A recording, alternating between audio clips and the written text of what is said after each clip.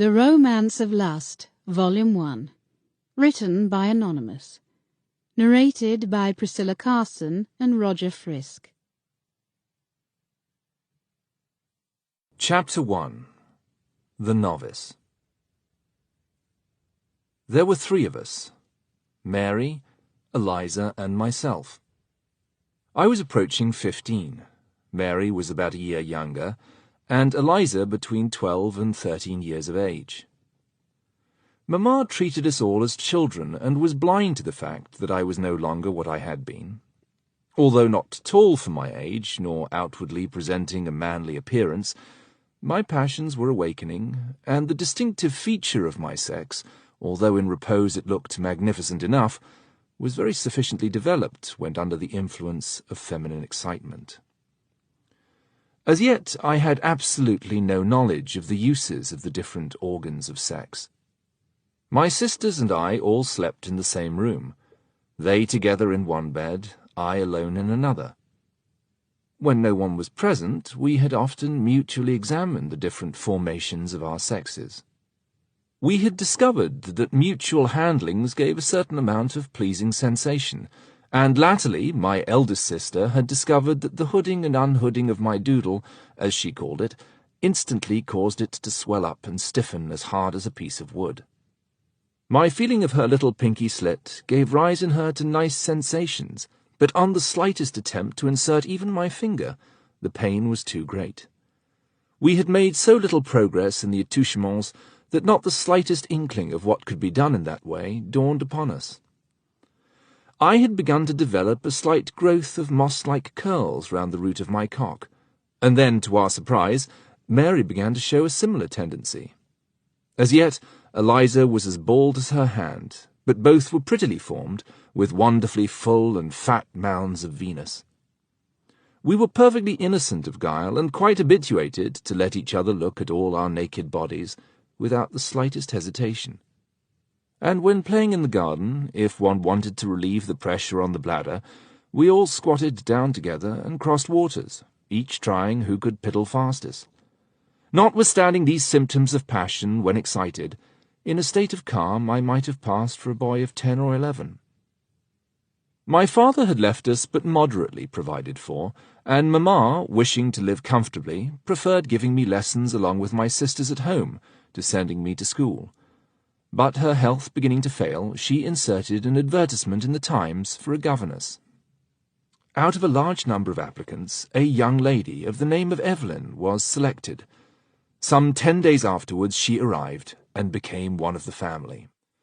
We did not see much of her the first evening, but after breakfast the following morning, Mamma accompanied her to what was considered our schoolroom and said, "Now, my dears, I place you under Miss Evelyn's care.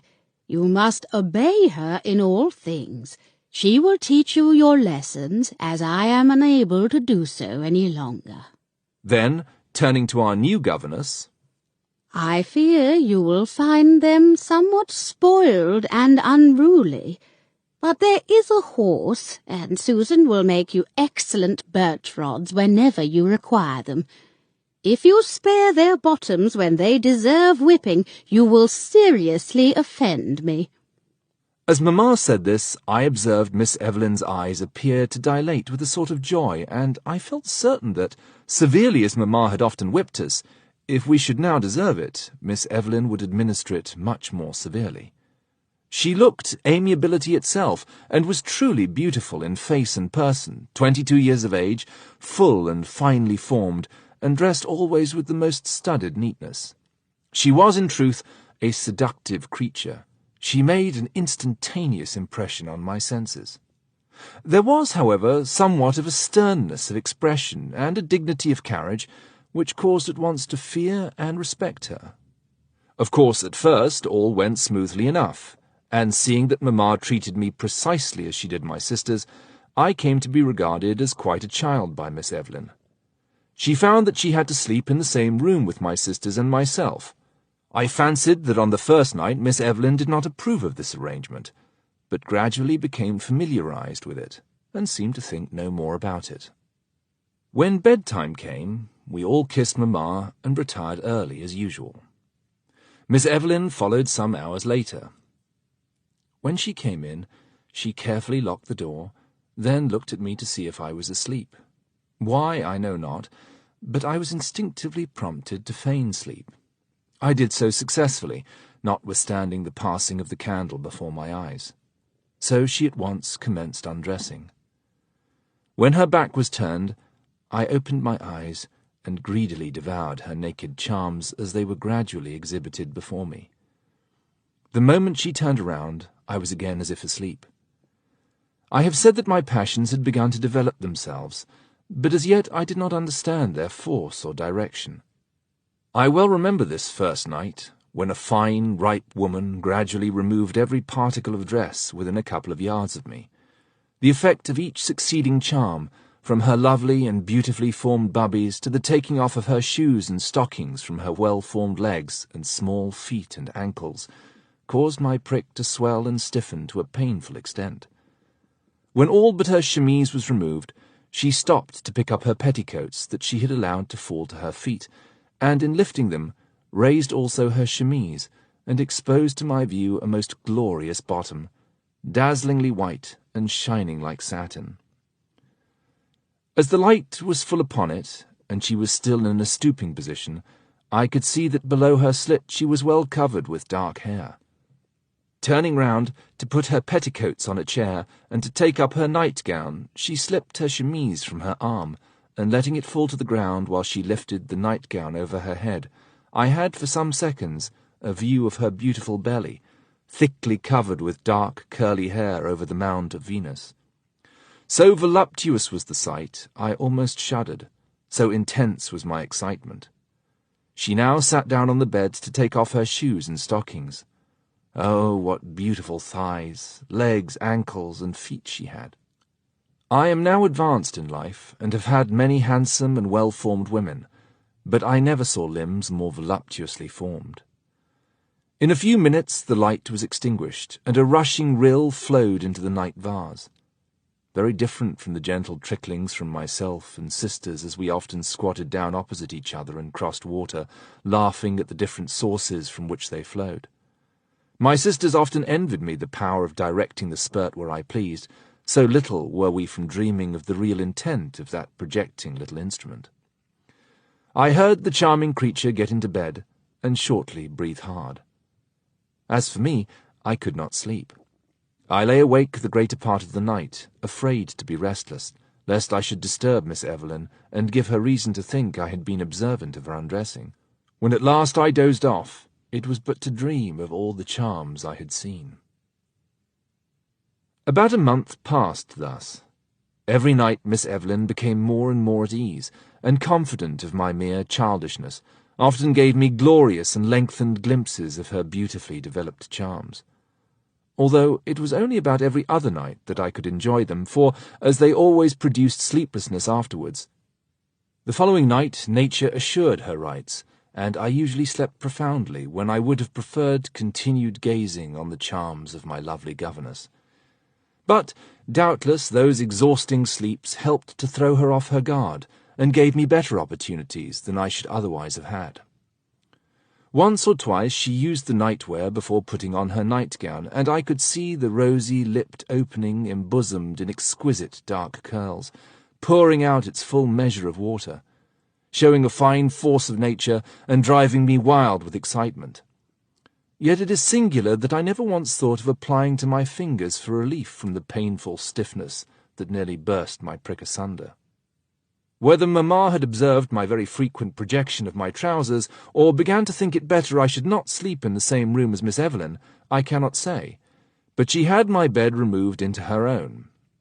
However, I was so thoroughly treated as a mere boy by everyone in the house that Miss Evelyn seemed to forget my sex, and there was at all times a freedom of carriage and an abandon in her attitudes that she certainly would not have indulged in if she had felt any restraint from considering herself in the presence of a youth of the age of puberty.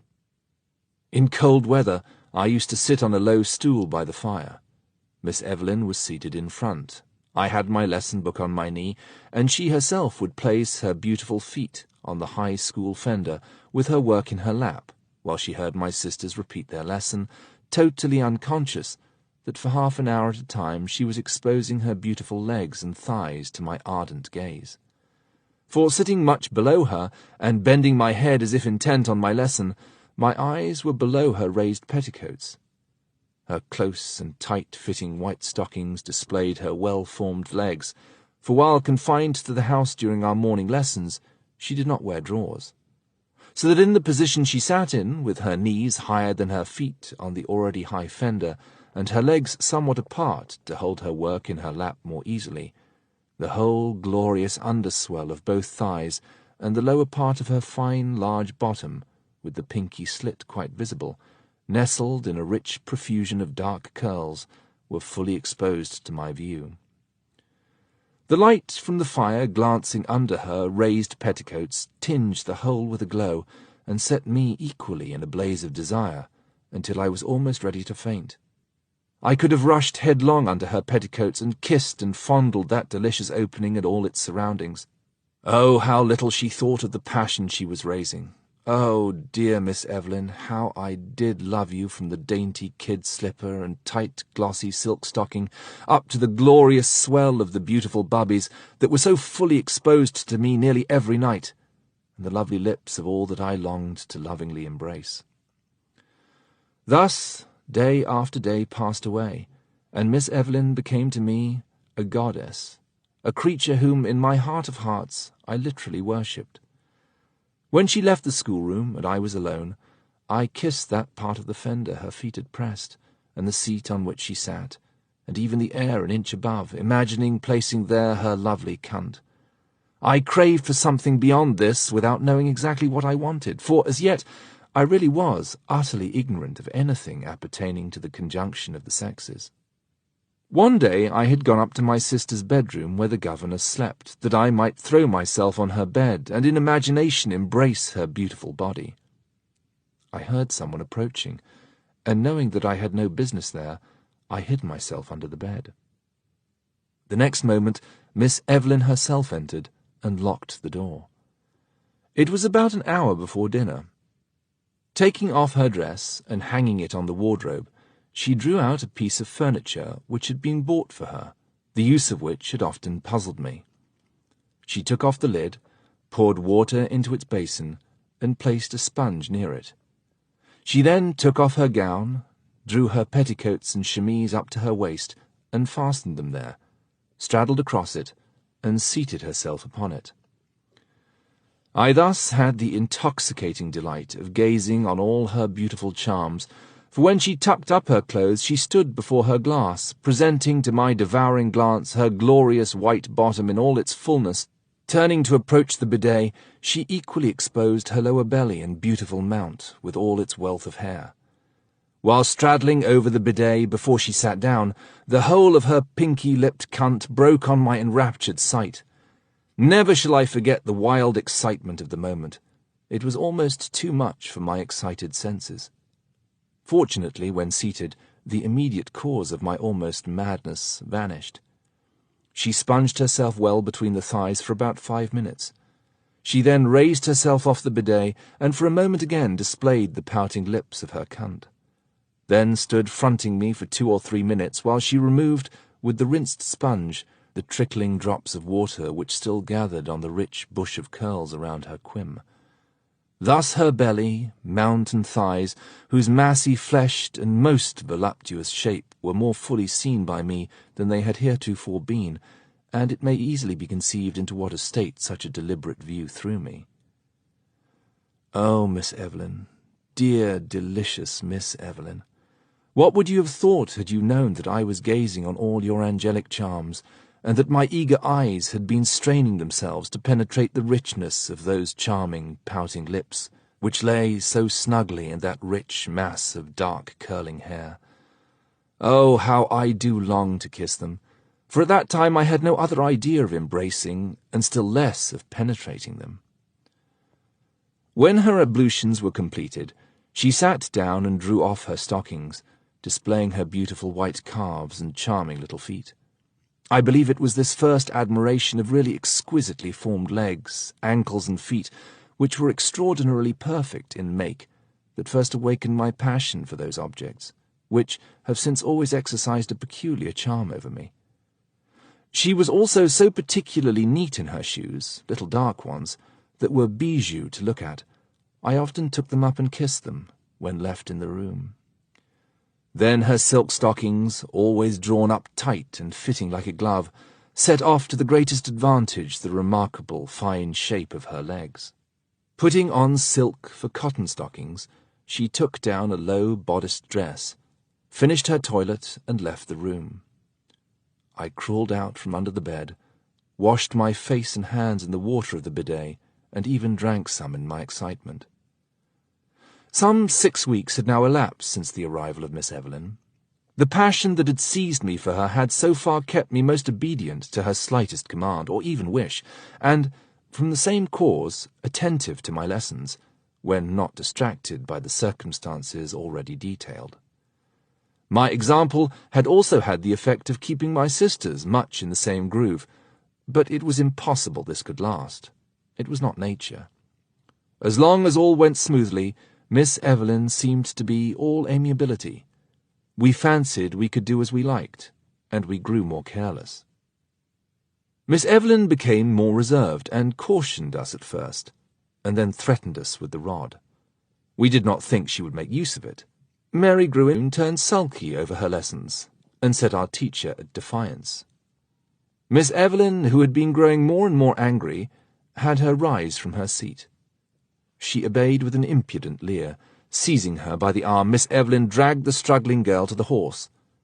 My sister was strong and fought hard, using both teeth and nails, but it was to no purpose. The anger of our governess was fully roused, and raising her in her arms, she carried her forcibly to the horse, placed her on it, held her firmly with one hand while she put the noose around her with the other, which, when drawn, secured her body. Other nooses secured each ankle to rings in the floor, keeping her legs apart by the projection of the horse, and also forcing the knees to bend a little, by which the most complete exposure of the bottom, and in fact of all her private parts too, was obtained. Miss Evelyn then left her, and went to Mamma for a rod.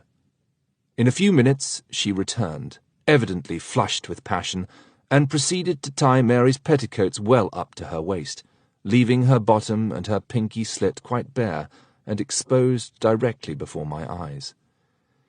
It was quite 2 months since I had seen her private parts, and I was well surprised to observe the lips more pouting and swelled out, as well as the symptoms of a mossy covering of the mount much more developed. Indeed, it was in itself more exciting than I had expected, for my thoughts had so long dwelt only on the riper beauties of Miss Evelyn, that I had quite ceased to have any toying with Mary. This full view of all her private parts reawakened former sensations and strengthened them.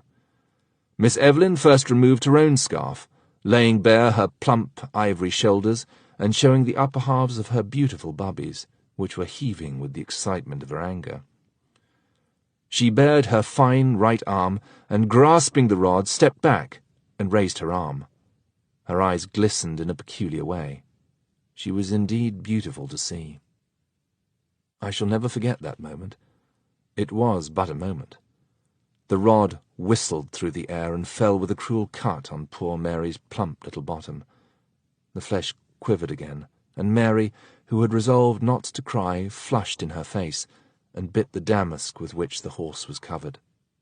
Again the arm was raised, and again, with a sharp whistle, it fell on the palpating buttocks below it. Still, her stubborn temper bore her up, and although we saw how she winced, not a sound escaped her lips. Drawing back a step, Miss Evelyn again raised her hand and arm, and this time her aim was so true that the longer points of the rod doubled between the buttocks, and concentrated themselves between the lips of Mary's privates. So agonizing was the pain that she screamed out dreadfully. Again the rod fell precisely on the same spot. "Oh, oh, oh! Dear Miss Evelyn, I will never do so again." Her shrieks were of no avail. Cut succeeded cut, yell succeeded yell, until the rod was worn to a stump, and poor Mary's bottom was one mass of wheels and red as raw beef. It was fearful to see, and yet such is our nature that to see it was, at the same time, exciting. I could not keep my eyes from her pouting quim, the swelling lips of which, under the severity of the punishment it was undergoing, not only seemed to thicken, but actually opened and shut, and evidently throbbed with agony. But all this was highly exciting for me to witness. I then and there resolved to have a closer inspection at a more convenient opportunity, which did not fail me in the end. Meanwhile her spirit was completely cowed, or rather crushed. Indeed, we were all fully frightened, and now knew what we had to expect if we did not behave ourselves.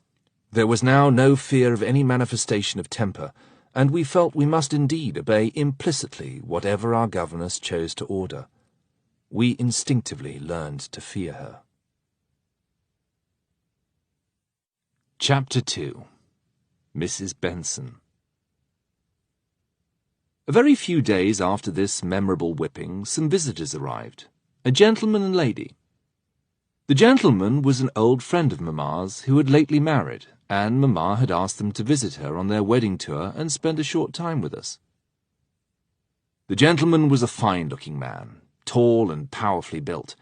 The lady rather delicate-looking, but well-shaped, with good breasts and shoulders, small waist and spreading haunches, well-formed arms, small hands and feet, and very brilliant eyes. I think it was about 3 days after their arrival that one afternoon I went into the spare room which was occupied by these visitors. While there, I heard them coming upstairs. The lady entered first, and I had just time to slip into a closet and draw the door to. It was not quite closed, but nearly so. In a minute the gentleman followed, and, gently shutting the door, locked it. Mrs. Benson smiled and said, "Well, my love, you are a sad teaser. You let me have no rest. Surely you had enough last night and this morning without wanting it again so soon." "Indeed I had not," he said. "I never can have enough of your delicious person. So come, we must not be long about it, or our absence will be observed." He seized her round the waist and drew her lips to his, and gave her a long, long kiss, squeezing her to him and moving himself against her. Then, seating himself, he pulled her on his knee and thrust his hand up her petticoats, their mouths being glued together for some time.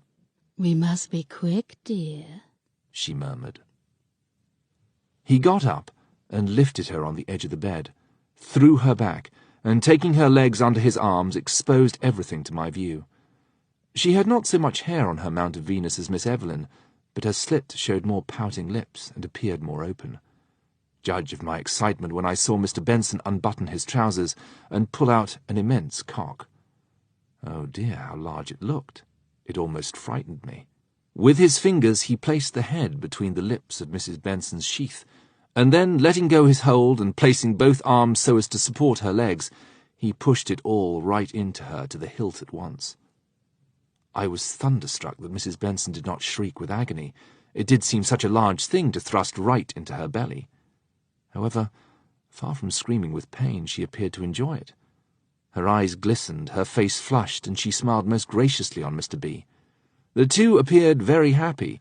His large cock slipped in and out quite smoothly, and his hands pressed the large glossy buttocks and pulled them to him at each home thrust. This lasted nearly 5 minutes, when all at once Mr. B stopped short, and then followed 1 or 2 convulsive shoves, he grinning in a very absurd way at her. He remained quiet for a few minutes, and then drew out his cock all soft, with slimy drops falling from it onto the carpet. Taking a towel, he wiped up the carpet, and wrapping it round his cock, went to the basin and washed it. Mrs. Benson lay for a few minutes longer, all exposed, her quim more open than before, and I could see a white slime oozing from it. You can hardly imagine the wild excitement this scene occasioned me. First, the grand mystery was at once explained to me, and my ignorant longings now knew to what they tended. After giving me plenty of time to realize all the beauties of her private parts, she slipped down on the floor, adjusted her petticoats, and smoothed the disordered counterpane, and then went to the glass to arrange her hair.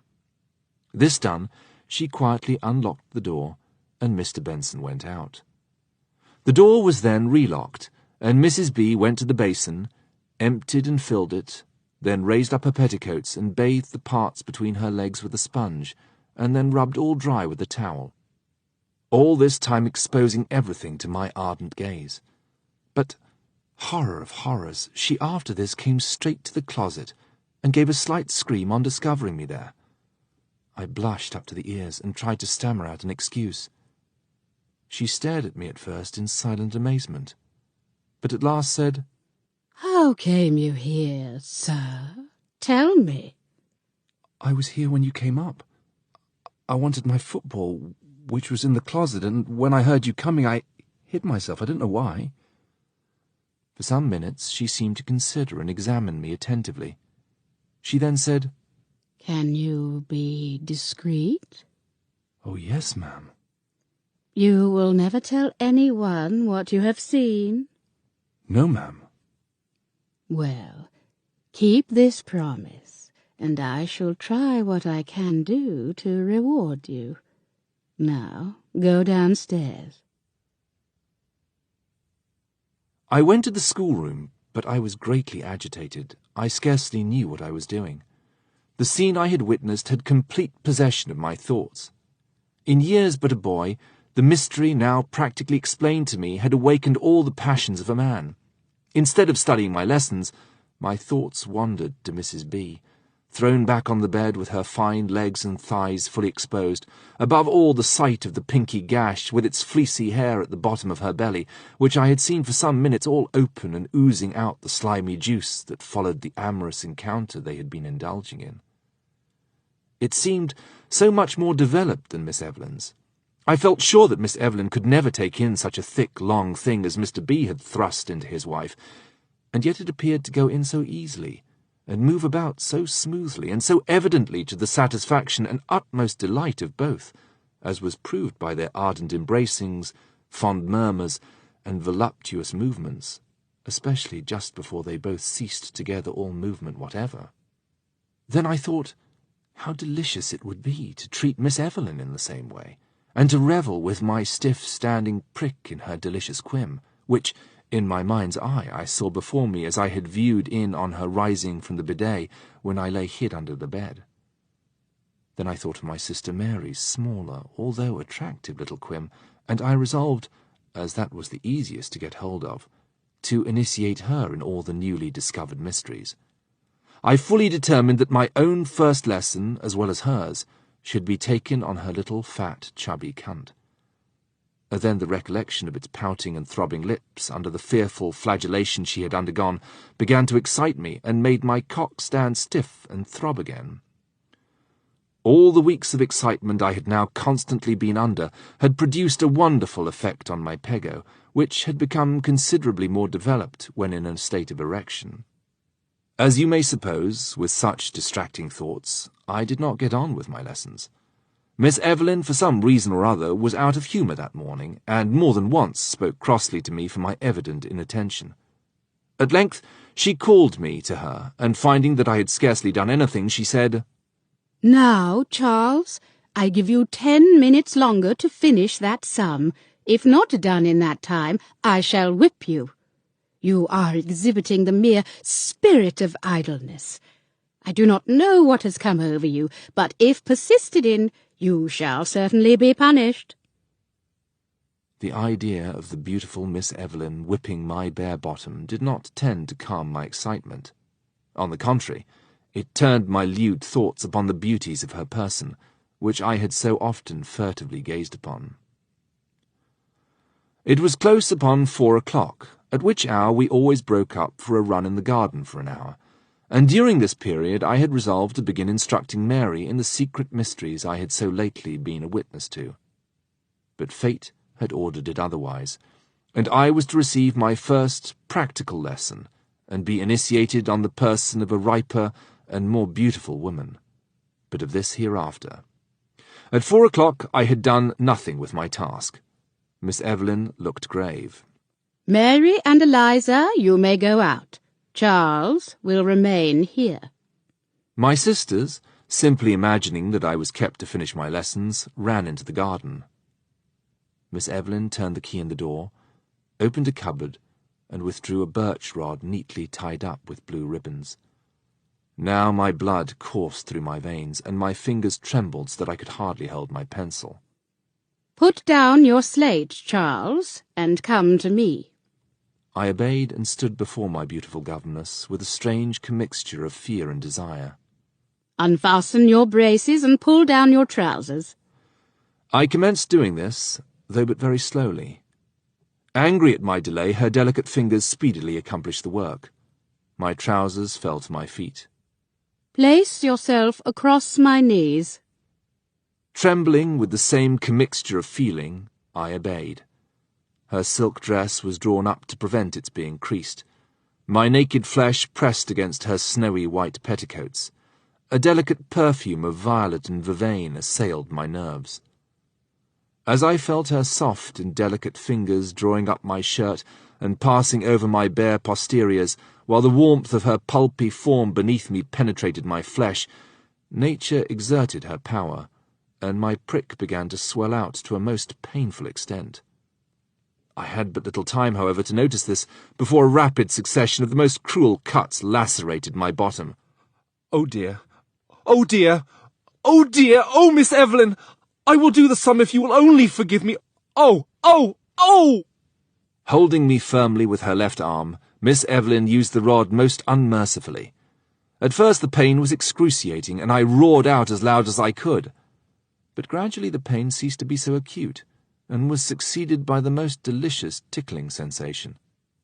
My struggles at first had been so violent as to greatly disorder Miss Evelyn's petticoats, and to raise them up so as to expose to my delighted eyes her beautifully formed silk-clad legs up to the knees, and even an inch or two of naked thigh above. This, together with the intense tickling irritation communicated to my bottom, as well as to the friction of my cock against the person of Miss Evelyn in my struggles, rendered me almost delirious, and I tossed and pushed myself about on her knees in a state of perfect frenzy as the blows continued to be showered down upon my poor bottom. At last the rod was worn to a stump, and I was pushed off her knees. As I rose before her, with my cheeks streaming with tears, my shirt was jutting out considerably in front, in an unmistakable and most prominent manner, and my prick was at the same time throbbing beneath it with convulsive jerks, which I could by no means restrain. Miss Evelyn glared at the projection in marked astonishment, and her open eyes were fixed upon it as I stood rubbing my bottom and crying, without attempting to move or button up my trousers.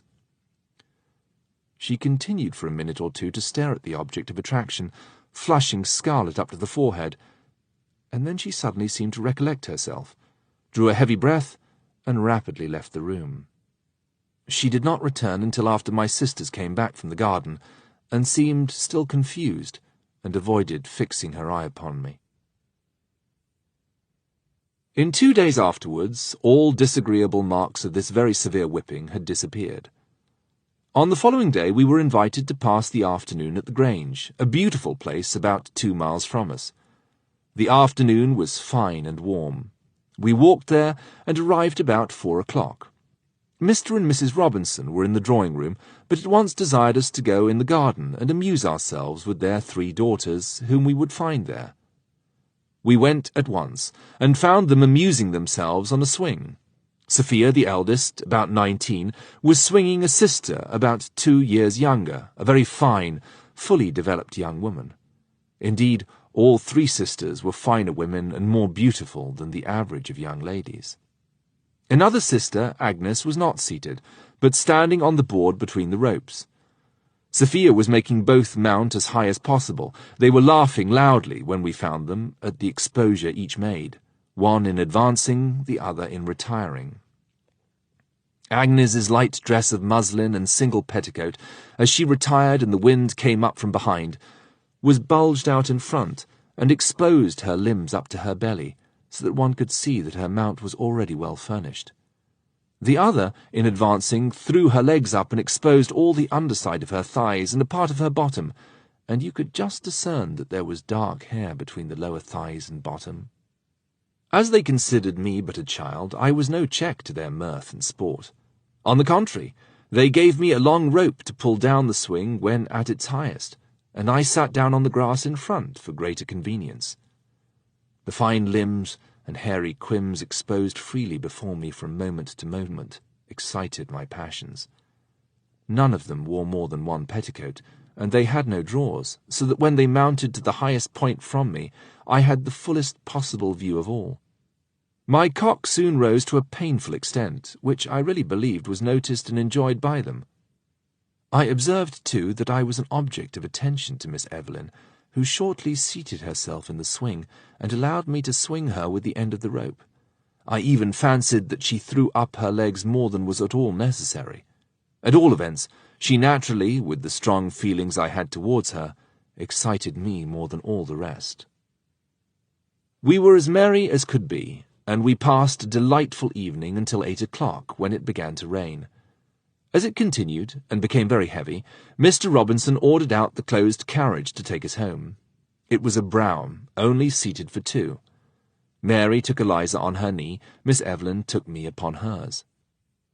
I know not how it happened, but her lovely arm soon passed round my body, as if to hold me on her knee, and her hand fell, apparently by accident, exactly on my cock. The touch was electric. In an instant, my member stood stiff and strong beneath her hand. Still, Miss Evelyn, who must have felt the movement going on beneath her fingers, did not remove her hand, but rather seemed to press more upon it. In my boyish ignorance, I imagined she was not aware of what was happening.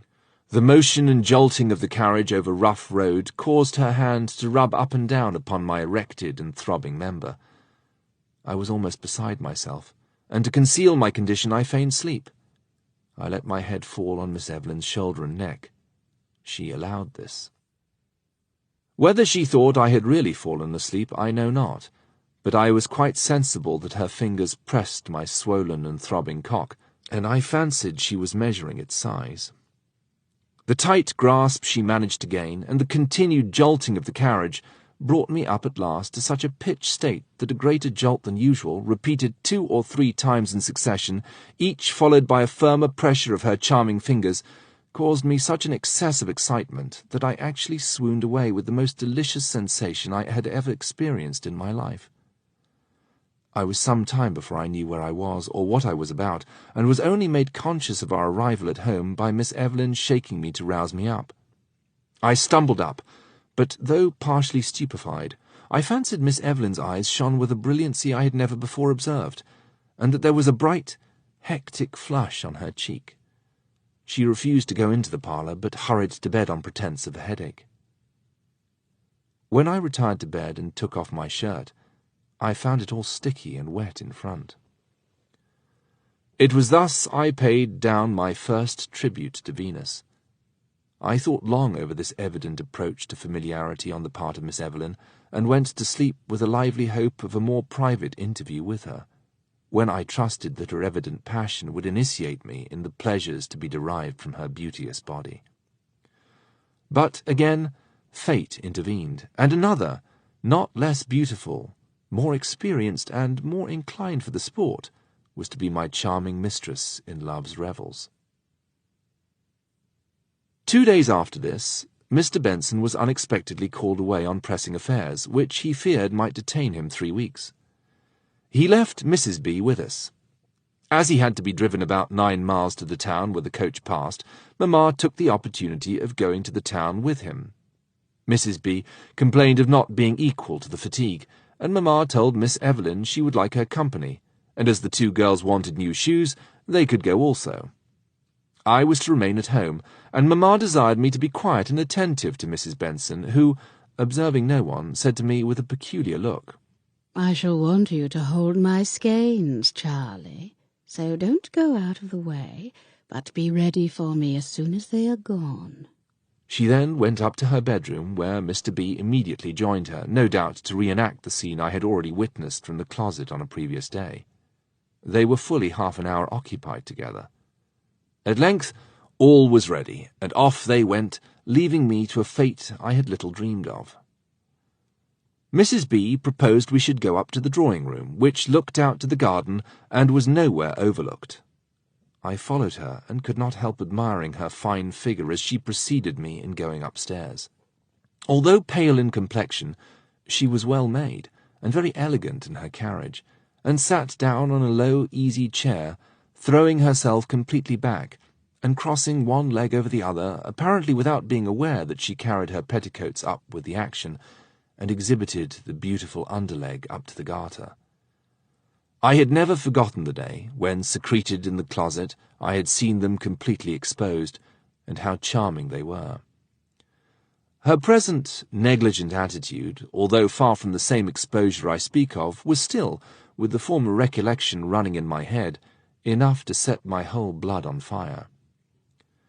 I have before remarked what a power beautiful and well-stockinged legs and ankles and small feet had upon my nervous system, and so it was now. As I gazed upon her handsome legs, ankles, and feet, I felt my prick swell and throb in a manner that could not fail to be perceptible to Mrs. B., especially as her head lay on a level with that part of my person as I stood before her. Although she continued knitting, I could see that her eyes were directed to that part of my person and fixed upon the increasing distension of my trousers. In a few minutes she gave me a skein of worsted to hold, and desired me to kneel in front of her, so as to bring my hands down to the level of the low chair on which she was seated. I knelt close to the footstool on which her foot rested. It was raised up, and a very slight movement brought it against my person, at first rather below where my throbbing prick was distending my trousers.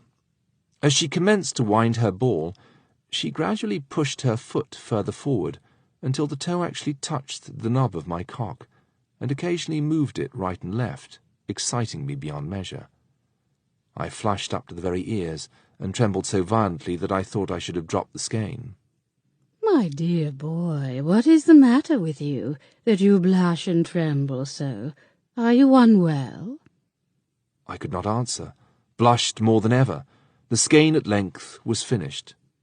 Charles, get up and come here. I rose and stood by her side. What have you got in your trousers that is moving? And here her busy fingers commenced unbuttoning them. Released from confinement, out started my prick, stiff as iron and as large as that of a youth of 18. Indeed, I was better hung than one boy selected out of 500 of that age. Mrs. B., who had pretended to be perfectly astonished, exclaimed, Good gracious, what a peggo! Why, Charles, my darling, you are a man, not a boy. What a size, to be sure! Is it often in this state? Yes, ma'am. For how long? Ever since Miss Evelyn came.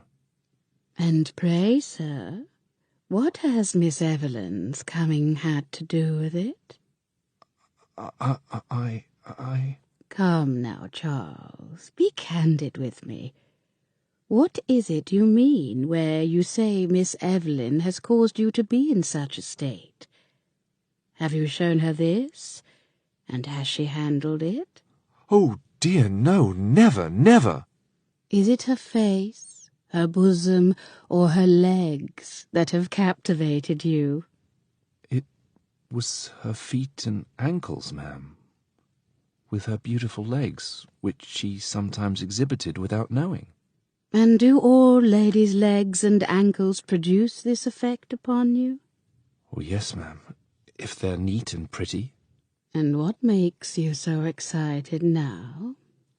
It was the sight of your beautiful legs just now, and the recollection of what I saw the other day, ma'am, I stammered out, blushing more than ever. While this conversation was going on, her soft hand grasped my distended prick, and had commenced slowly slipping the loose skin over the swollen head, and allowing it to slip back again. I suppose, Charles, after what you saw in the closet, you know what this is meant to do. I muttered out an indistinct reply that I did, and hung down my blushing face. You have never put it into a lady, have you? Oh, dear, no, ma'am. Would you like to do so? I did not answer, but sheepishly held down my head. Did you see what I had in the same place when you were in the closet? I muttered, yes, ma'am. Would it afford you any pleasure to see it again? Oh, yes, so much. Mrs. B. rose, went to the window, drew down the blind, then gently turned the key in the door. Returning to the chair and drawing well up her dress, petticoats and chemise, she exposed all her person up to the middle of her belly, and sat down stretching herself backwards and opening her thighs well. Well, my dear boy, look at it if you wish. I was no longer shy. Nature prompted me to an act of gallantry that gratified the lady immensely. Falling on my knees, I glued my lips to the delicious spot, pushing my tongue in as far as I could and sucked it. It was quite spunky. I had no doubt but that Mr. B had fucked her 2 or 3 times just before leaving. This, however, made no difference to me. The attack was as unexpected as it was delightful to the lady. She placed both hands on my head and pressed my face between her throbbing cunt. She was evidently hotly excited, not only by what I was then doing, but by the scene, the conversation, and the handling of my prick, which she had been indulging in. She wriggled her bottom nervously below me. I continued to greedily lick her moist and juicy cunt. Oh, dear Charles, what exquisite delight you're giving me. Oh. And she pressed my face more fully into the gaping sheath, and thrusting her bottom up at the same time, spent right into my mouth, over my cheeks, chin, and neck. Her thighs closed convulsively round my head, and for some moments she remained still. I continued to lick away, and swallowed the delicious spunk that still flowed from her. At last she spoke again. Oh, you darling Charles, I love you forever. But get up. It is now my turn to give you a taste of the exquisite pleasure you have given me. I raised myself, and she drew me to her and gave me a long kiss, licking her own sperm from off of my lips and cheeks. And desiring me to thrust my tongue into her mouth, she sucked it deliciously, while her soft hand and gentle fingers had again sought, found, and caressed my stiff-standing prick. She then desired me to lay myself on the floor, with 3 pillows to raise my head, and lifting up all her petticoats and striding across me, with her back to my face, she knelt down. Then, stooping forward, she took my standing prick in her mouth, and at the same time lowering her buttocks, brought her beautiful cunt right over and down upon my mouth, the pillows exactly supporting my head at the proper level, to command a thorough enjoyment of the whole, which now I had completely before my eyes.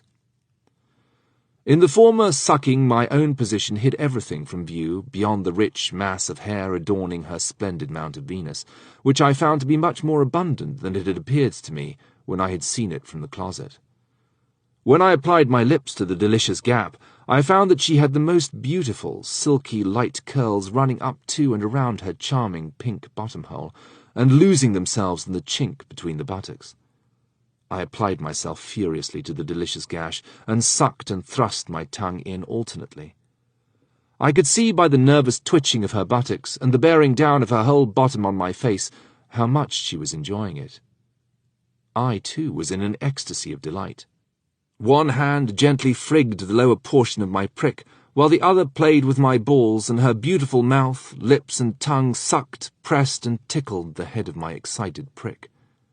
The more furiously I sucked her cunt, the more her lips compressed the head of my pego, and her tongue sought to enter the urethra, giving me almost overpowering delight. Such reciprocal efforts soon brought on the ecstatic crisis. I cried out, "Oh, lady! Oh, dear lady, let me go! I'm dying!" She knew well enough what was coming, but she had her own way, and at the instant that she again poured down upon my mouth and face a plenteous discharge, her own rosy mouth received a torrent of my sperm. For some minutes we lay mutually breathless and exhausted. Then Mrs. B. rose, shook down her clothes, assisted me to rise, and taking me in her arms and pressing me lovingly to her bosom, told me I was a dear, charming fellow, and had enraptured her beyond measure. She then embraced me fondly, kissing my mouth and eyes, and desiring me to give her my tongue, sucked it so sweetly. Now fasten up your trousers, my darling boy. When I had done so, the blind was drawn up and the door unlocked. We sat down, I by her side with one arm round her lovely neck and the other clasped in her hand. I am sure I can depend upon your prudence, my dear Charles, to keep all this a profound secret from everyone. Your mamma thinks you a child, and will suspect nothing. I shall take an opportunity of suggesting that you shall sleep in the small room adjoining my bedroom, and with which there is a door of communication. When everyone is gone to bed, I shall open the door, and you shall come and sleep with me, and I will let you enjoy me as you saw Mr. B do the other day. Will you like that? Oh, above all things, oh, yes. But you must also allow me to kiss that delicious spot again that has just given me such pleasure. Will you not, ma'am? Oh, yes, my darling boy, whenever we can do so safely and unobserved. But I must impress upon you never to seem very familiar with me before anyone, or to take the slightest liberty unless I invite you to do so. Anything of the sort would certainly draw attention and lead to our detection, and at once put an end to what I mean shall be a delightful connection for you as well as myself. I, of course, promised the most perfect obedience to her very prudent directions. The ice was broken, and we allowed no ceremony to stand between us. I grew again very excited, and would fain have proceeded at once to try again to fuck her as well as suck her, but she was inexorable, and told me I should only spoil the pleasure we should afterwards have in bed. The day passed like an hour in her charming society. The carriage brought mamma and party to dinner. Mamma hoped I had behaved well, and been attentive to Mrs. B in her absence.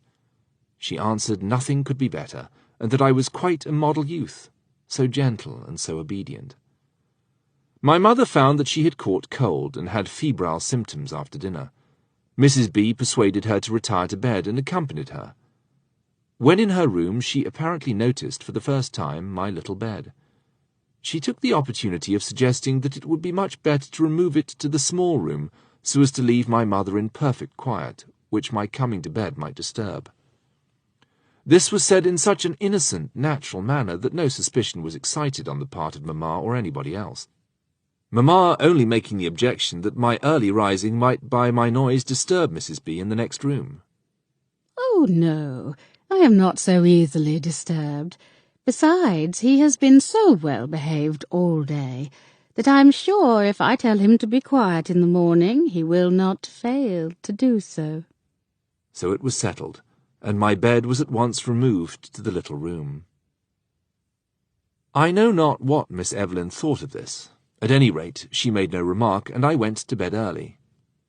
It will easily be conceived that I did not go to sleep. The hours struck one after the other, and no appearance of my amiable instructress.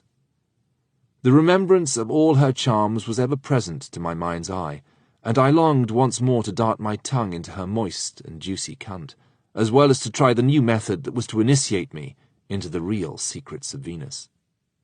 The long delay of her coming put me in a perfect fever. I tossed and tumbled in bed. My prick throbbed almost to bursting. Fortunately, I never frigged myself, and that resource never occurred to me, or I might have rendered myself quite incapable of enjoying the raptures my beautiful benefactress afterwards entranced me with. At last I heard voices and footsteps on the stairs. Mrs. B bid Miss Evelyn good night, and the next minute her door was opened, closed again, and the key turned in the lock. I had taken the precaution to do so with my door. I heard her use the night vase, and then she opened my door at once, coming to my bedside. Seeing me awake and quite flushed, she kissed me and whispered, "Have you not been to sleep, Charles?" No, ma'am, I answered in the same subdued tone. I could not sleep. "Why, dear boy?"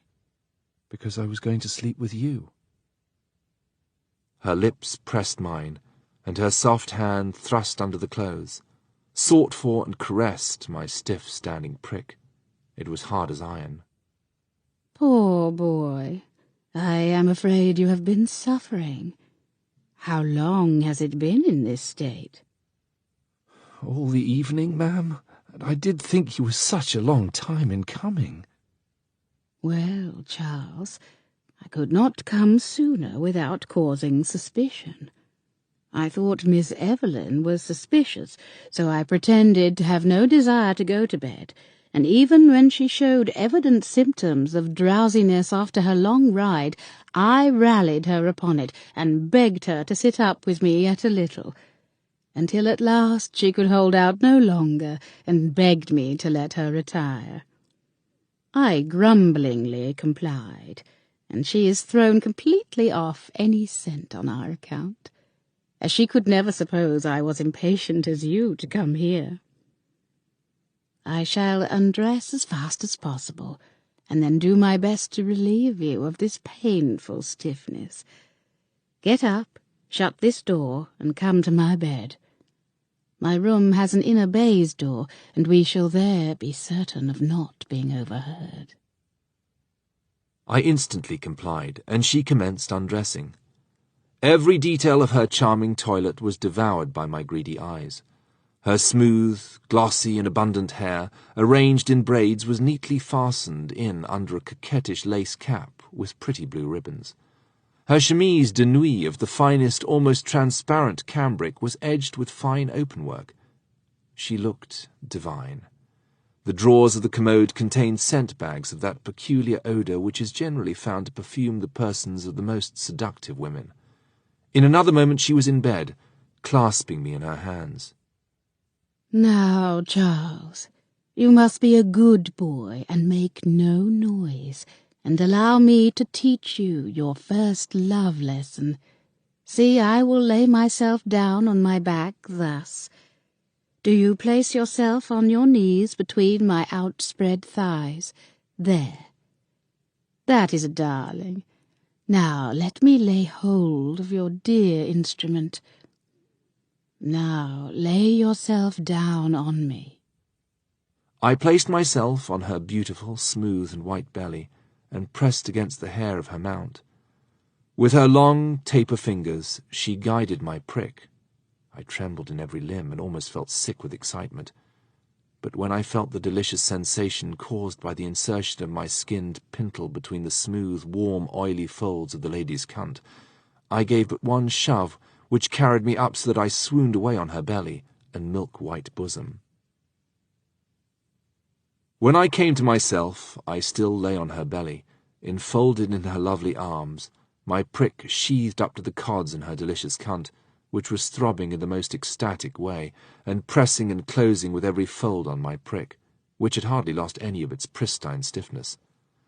As my eyes began to discern her features, an exquisite smile played upon my darling companion's lips. "You sad rogue," she whispered. "you have given me a baby. What have you been doing to make you spend so soon and in such a quantity? Did you like it?" Oh, dearest madam, I have been in heaven. Surely no joy can be greater than you have given me. But you do not know as yet everything that is to be done, and to how much greater an extent the pleasure may be enhanced by mutual efforts. Move your instrument gently in and out. There, that is delicious, but not so fast. Good. Is it not nice? And she moved in unison with me, meeting each slow thrust down by an equal movement upwards, and squeezing my prick in the most delicious manner internally, as she retired again to meet succeeding thrusts in the same way. Oh, it was ecstatic. My prick, swollen to its utmost size, seemed to fill her exquisite vagina, which, although capable of easily accommodating the larger prick of Mr. B, appeared to be sufficiently contracted to embrace tightly with its smooth and slippery folds my stiff, throbbing prick. So we continued, I shoving myself into her, and she upheaving her beautiful bottom to meet me. My hands removed everywhere, and my mouth sucked her lips and tongue, or wandered over her pulpy breasts, sucking their tiny nipples. It was a long bout indeed, prolonged by Mrs. Benson's instructions, and she enjoyed it thoroughly, encouraged me by every endearing epithet and by the most voluptuous manoeuvres. I was quite beside myself. The consciousness that I was thrusting my most private part into that part of a lady's person which is regarded with such sacred delicacy caused me to experience the most enraptured pleasure. Maddened by the intensity of my feeling, I at length quickened my pace. My charming companion did the same, and we together yielded down a most copious and delicious discharge. Although I retained sufficient rigidity to keep him in his place, Mrs. B. would not allow any further connection with her, and she made me withdraw, and bade me go to sleep like a good boy, and she would give me a further lesson in the morning. Finding that she was determined on this point, and that she disposed herself to slumber, I felt I was obliged to follow her example, and at last fell fast asleep. It might be about 5 in the morning, quite light at that time of year, when I awoke, and instead of finding myself as usual in my own little bed, I found my arms round the person of a charming woman, whose large, plump, smooth bottom lay in my lap, pressing against my belly and thigh. I found my prick already in a rampant state, and it at once began throbbing and forcing its way between the delicious cheeks of her immense bottom, seeking the delightful sheath it had so enjoyed the previous part of the night. Whether Mrs. B. was asleep or not, I do not know, but am inclined to think she really was so, from the muttered mistakes she made in waking. She was probably dreaming, for she mechanically raised her thighs. I pressed my prick stoutly forward against her luxurious body, knowing that the entrance to the temple of pleasure which had so entranced me the night before lay in that direction. I found more difficulties than I expected, but at length began to penetrate, although the orifice appeared much tighter than on the previous evening. Excited by the difficulties of entrance, I clasped the lady firmly round the waist and pushed forcibly and steadily forward. I felt the folds give way to the iron stiffness of my prick, and one half of it was fairly embedded in her extremely tight sheath. I put down my hand to press my prick a little downwards to facilitate the further entrance. You may imagine my astonishment when, on doing so, I found myself in the lady's bottom hole instead of her cunt. This at once explained the difficulty of entrance. I was about to withdraw and place it in the proper orifice when a convulsive pressure of the sphincter caused me such exquisite satisfaction by the pressure of the folds on the more sensitive upper half of my prick, which was so delicious and so much tighter and more exciting than my previous experience of the cunt, that I could not resist the temptation of carrying the experiment to the end. Therefore, thrusting my 2 fingers into her cunt, I pressed my belly forwards with all my might, and sheathed my prick in her bottom hole to its full extent. Mrs. B. at this awoke and exclaimed, "Good heavens, Fred, you hurt me cruelly. I wish you would be content with my cunt. I shall be unable to walk tomorrow. You know it always has that effect. It is downright cruel of you. But since you are in, stay quiet a little, and then continue to frig me with your fingers, as you know that eventually gives me great pleasure." She calls me Fred. What can she mean? I was, however, too agreeably situated to speculate on anything. But as I was now buried within her bottom hole, I lay quiet for a few minutes, as she had requested, and as her complaint subsided and I felt a slight reciprocating movement, I too moved with her, working at the same time my 2 fingers in her cunt. By this time she was wide awake, and became conscious of who was her bedfellow. "What are you about, Charles?" she exclaimed. "Do you know where you are?" I did not know I was doing anything wrong. "Doing wrong, indeed. My, a lady's bottom hole was never intended for a pego. How came you to put it in there?" I cannot tell. I did not do it on purpose. I thought I was going into the same delightful place I was in last night. All this time I was moving my prick in and out of one aperture, and my fingers were working away in the other. The tightness of the sheath round my prick was delicious, beyond anything I could conceive, and I think from the way the lady conducted herself, she liked it as much as I did. At any rate, she permitted me to go on until I had a delicious discharge, and she herself spent all over my hand. When the bout was over, she jumped out of bed, went to the basin, and with a sponge purified herself, after which she said, "My dear boy, you had better come and wash yourself, and take care not to make a mistake of this kind again, as it is sometimes attended with disagreeable consequences." It was now perfect sunny daylight, and my enchanting mistress looked so lovely in her almost transparent cambric nightshirt that I was emboldened to ask her to let me see her perfectly naked in all her glorious beauty of form.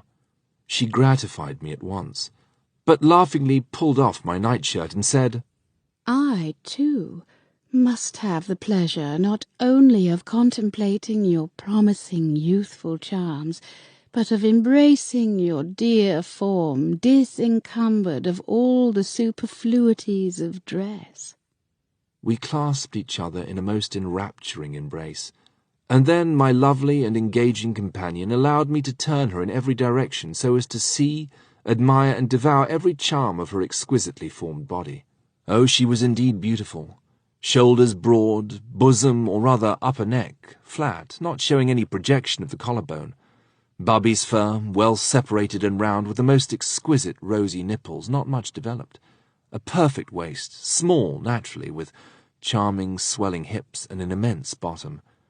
It was almost out of proportion, large, but oh, how beautiful.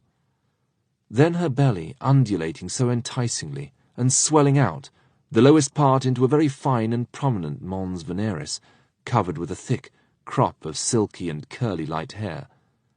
Then the entrance to the grotto of Venus had such delicious pouting lips, rosy, but with hair still thick on each side, which is often not the case, even with women who have a sufficient tuft above. How beautiful where it exists, as it did in this charming and perfect woman, continuing in beautiful little curls, not only down to, but around her lovely pinky and puckered little bottom-hole, the delights of which I had already, in this infancy of my love-education, tasted and enjoyed. Her two alabaster thighs, worthily supporting by their large, well-rounded, fleshy forms the exquisite perfections of the upper body, I have already described. How beautiful, elegant, and elongated her legs were, rising from well-turned ankles and most tiny beautiful feet. Her skin was white as milk, and dazzlingly fair and smooth. To my young eyes she was a perfect goddess of beauty. Even now, in advanced life, I can remember nothing that, as a whole, surpassed her, although I have met many with points unsurpassingly beautiful, some carried in the bosom, some in the general carriage, some in the mount of Venus and bottom together, and some in legs and thighs. But this divine creature, without having the appearance of it when dressed, was, when stripped, perfect in all her parts as well as beautiful in face, caressing and voluptuous by nature, and lending herself with the most enchanting graces to instruct me in all the mysteries of love, and let me say, of lust also. We caressed each other with such mutual satisfaction that nature soon drove us to a closer and more active union of the bodies. Fondly embracing one another, we approached the bed, and being equally excited, threw ourselves upon it, and in the exquisite contact of our naked flesh, enjoyed a long, long bout of love, in which my most charming companion exhibited all the resources of amorous enjoyment. Never shall I forget the luxury of that embrace. She checked my natural tendency to rush at once to a completion. I think we must have enjoyed the raptures of that embrace fully half an hour before bringing on the grand finale, in which my active companion showed the extraordinary suppleness of her delicious body by throwing her legs over my back, pushing my bottom forward with her heels, and raising and sinking her bottom in unison with each thrust of my terribly stiff prick, which seemed to swell and become thicker and harder than ever. In retiring from each thrust, her cunt seemed to close upon my prick with the force of a pair of pincers. We both came to the ecstatic moment at the same time, and both actually screamed with delight. My ardent mistress in her fury of excitement actually bit my shoulder and drew blood, but I felt it not. I was in the seventh heaven of delight, and lay for long almost insensible on her beauteous body, clasped in her loving arms. On coming to our senses, "Oh, my beloved boy," she said, "never, never have I experienced such pleasure. You are a perfect angel. I only fear I shall come to love you too much." We turned on our sides without dislodging the dear instrument of our enjoyment, and my lovely friend prattled on and delighted me with her toying, embracing, and gaiety. My prick had once more swelled up, and I wished to quietly enjoy a fuck in the luxurious position in which we lay. But my lovely friend said, "That must not be, my dear Charles. I must consider your health. You have already done more than your age warrants, and you must rise and go to your bed to recover, by a sound sleep, your strength." But feel how strong I am. and I gave a forcible thrust into her glowing and well-moistened sheath. But though she certainly was greatly excited, she suddenly turned round and unseated me, and drew away from me, refusing to take it again. As she was quite naked, the movements of her beauteous form were most graceful and enchanting, and one leg being thrown backwards left her lovely cunt full in view, and actually gaping open before me. Seized with the strongest desire to suck and kiss it, as I had done the night before, I begged that at least she would grant me that last favour, as it could not in any way do me harm. To this she readily consented, and lay down on her back, opening her glorious thighs, and with a pillow under her bottom so as to raise up her cunt into a better position for me to gamahoosh her, as she called it.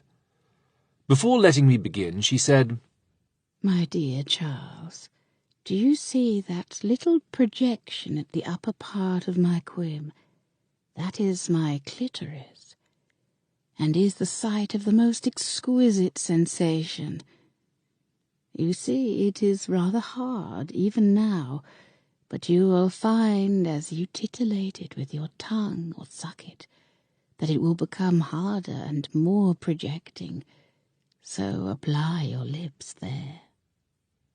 I did as my lovely mistress desired, and soon found it stiffen and stand up nearly an inch into my mouth.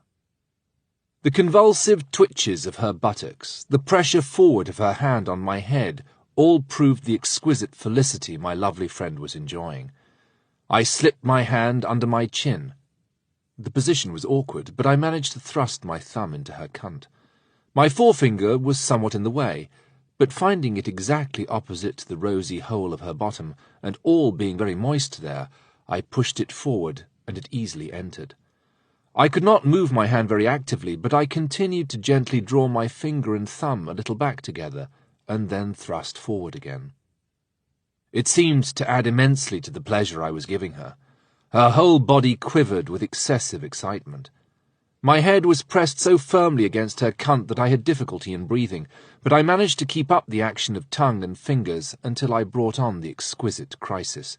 Her buttocks rose, her hand pressed hard on my head, and her two powerful and fleshy thighs closed on my cheeks, at each side and fixed me as if in a vice, while she poured down into my mouth and all over my chin, neck, and hand a perfect rush of sperm, and then lay in convulsive movements of enjoyment, hardly knowing what she was doing.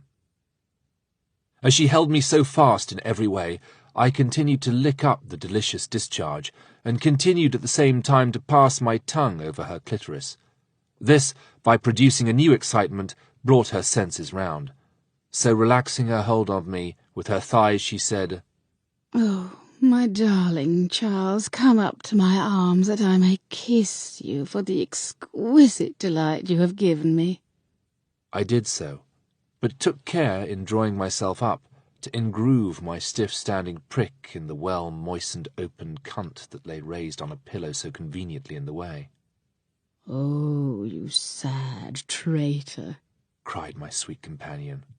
"No, I cannot. I must not allow it." But I held her tight round the waist, and her position was too favourable for me to be easily unhorsed. "Ah, you must not. If you will not consider yourself, consider me.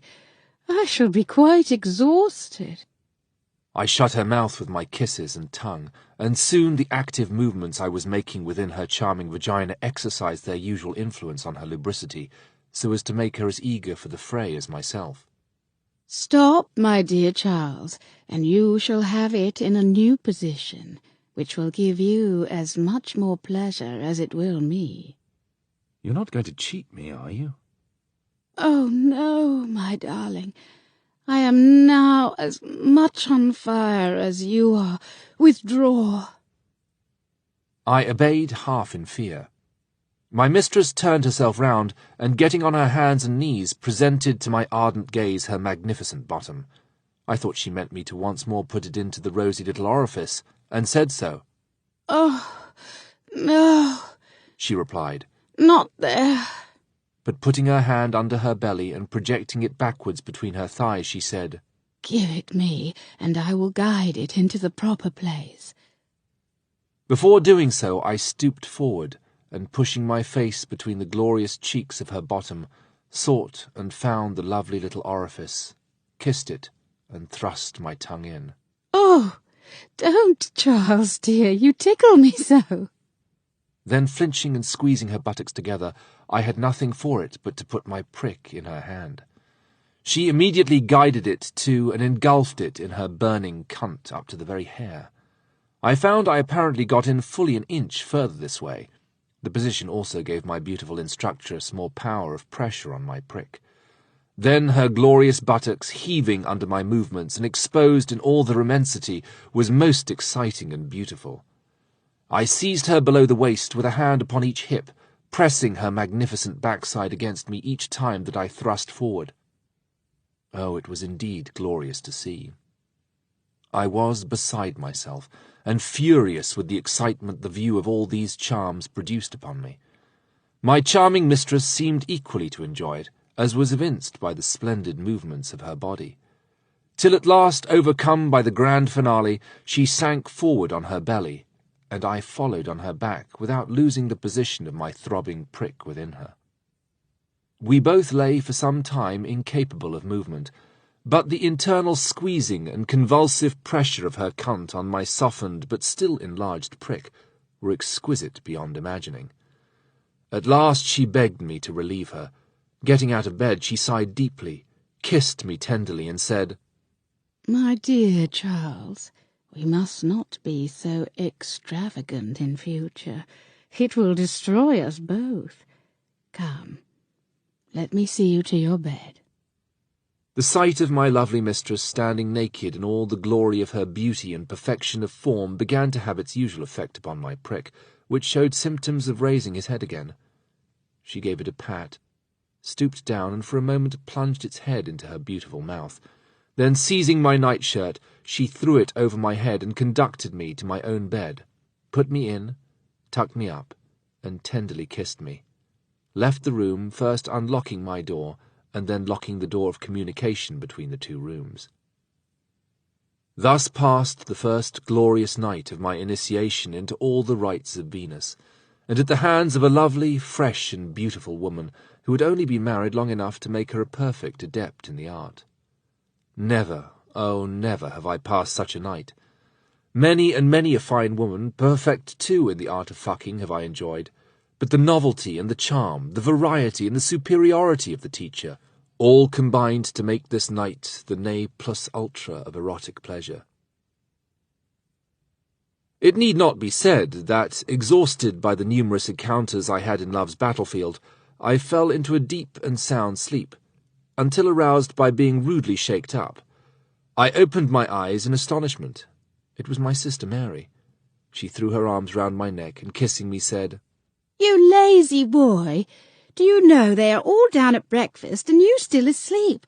What has come over you? Oh, I said, I got frightened with a horrible dream and lay awake so long afterwards that when I did sleep, I overslept myself.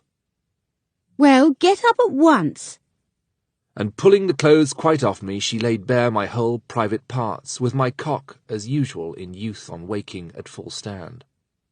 Oh, Charlie, said Mary, fixing her eyes upon it in astonishment at its thickness and length. How your doodle has grown! And she laid hold of it. Why, it is as hard as wood, and see how red its head is. Without her knowing why, it evidently had its natural effect on her senses, and she flushed as she squeezed it. "Ah, my dear Mary, I have learned a great secret about that thing, which I will tell you the first time we can be quite alone and secure from interruption. Just now there is no time, but before you go downstairs, let me see how your poor little Fanny is." We had been used to these infantile expressions when in our ignorance and innocence we had mutual examinations of the difference of our sexes, and my sister was still as ignorant and innocent as ever. So when I said that I had not seen it since it was so ill-treated in the terrible whipping she had received from Miss Evelyn, she at once pulled up all her petticoats for me to look at it. "Lie back for a moment on the bed."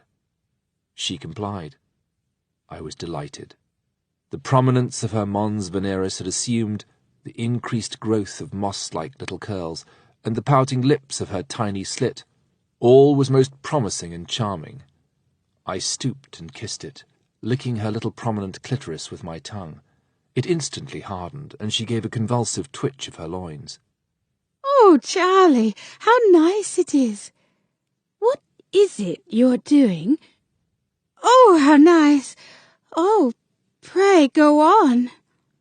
But I stopped and said, "Not at present, my darling sister, but when we can get away together I will do that and something much better, all connected with the great secret I have got to tell you. So run downstairs and tell them why I had overslept myself, but not a word to anyone about what I have told you. I will be down in a trice."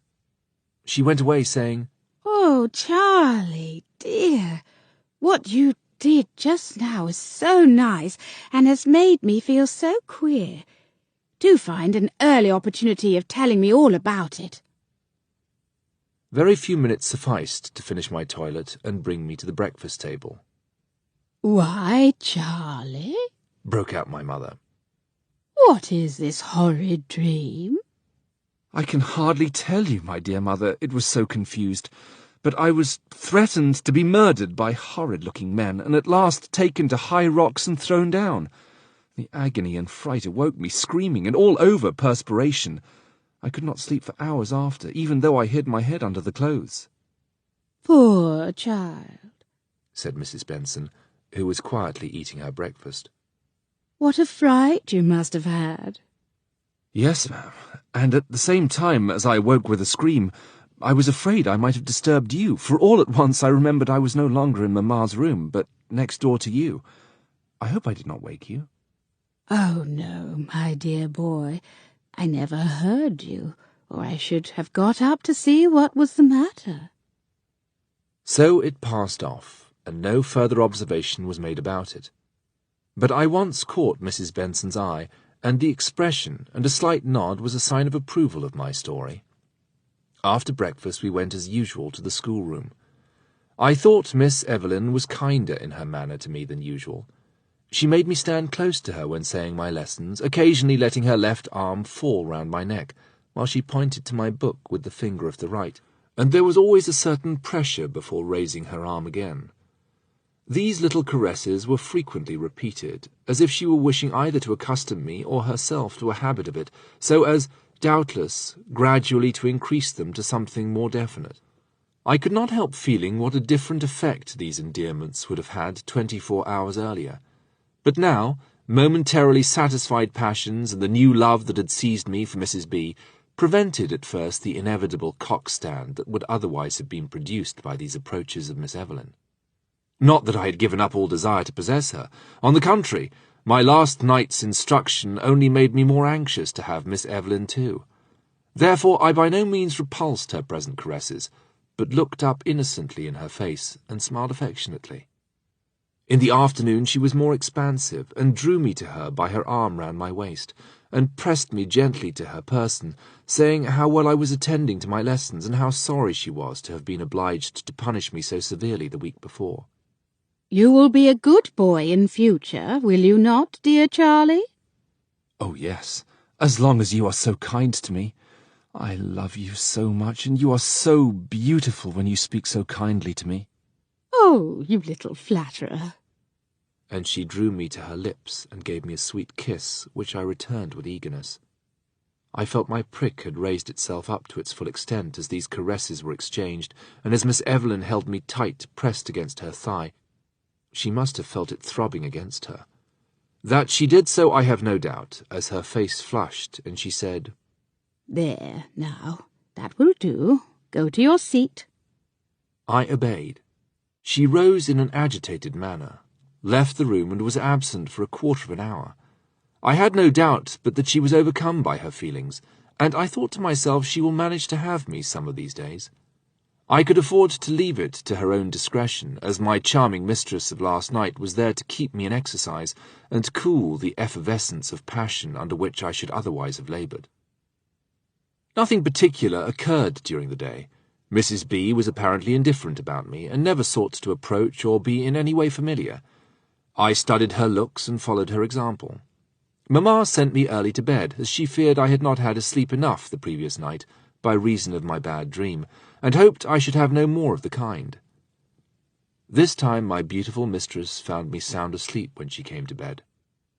She did not awake me until she had completed her night toilet, and was all ready to receive me in her arms. I sprung up, and in an instant, without a word being said, had her on her back, and was into her delicious cunt as far as I could drive my stiff-standing prick. My energy and fury seemed to please and stimulate the lady, for she replied to every eager thrust with as eager a spring forward. In such haste matters were very speedily brought to a crisis. With mutual sighs and ohs and ahs we sank exhausted, and lay for a very short time, when charming Mrs. B. said, Why, Charles, you are quite wild to me. What a hurry you have been in, but it was very nice, and I forgive you. But you must be more rational in future. Oh, my beloved mistress, how can I help it? You are so beautiful and so good to me. I quite adore and love every part of your charming body. I know I was too impetuous, but I must make it up by kissing and fondling the dear source of all my joys. She did not resist, but let me do as I liked. Pushing myself down the bed, I applied my lips and tongue to her lovely cunt, all wet with our mutual discharge, which was so sweet to the taste that I first began licking between the lips, and then applied myself to her excited clitoris, and with my finger and thumb working as on the previous morning, I threw her into an ecstasy of delight, until again she had a delicious discharge. Then, creeping up, I thrust my prick into her well-moistened and velvety cunt. As you may imagine, it was rampant as ever after my mouth contact with the exquisite quim I had been sucking. Stop, Charles, darling. I will show you another position, where you can lie easily with your dear, delightful prick up to the hilt in the sheath you have so charmingly excited. Here, lie down on my right side, on your side. She lay down on her back, and throwing her right leg over my hips, told me to bend my knees forward and open my legs, or rather lift up my right leg. She placed her left thigh between my thighs, then slightly twisting her bottom up towards me, brought the lips of her cunt directly before my prick, which she seized with her delicate fingers, and guided safely into Venus's grotto. I gave 1 or 2 shoves, and she a heave or two to house him comfortably. And now, she said, we will take it reasonably in this way. We can go on or stay occasionally. Embrace, cuddle, or talk just as we please. Are you quite comfortable? Oh, deliciously so, I replied, as my hand wandered all over her beautiful belly and bubbies, and then my mouth sucked the last. There, darling, that will do for the moment. I want to have some talk with you. First, let me thank you for your very discreet behaviour this day. It quite justifies the confidence I had in you. Your story of the dream was capital, and just suited the purpose.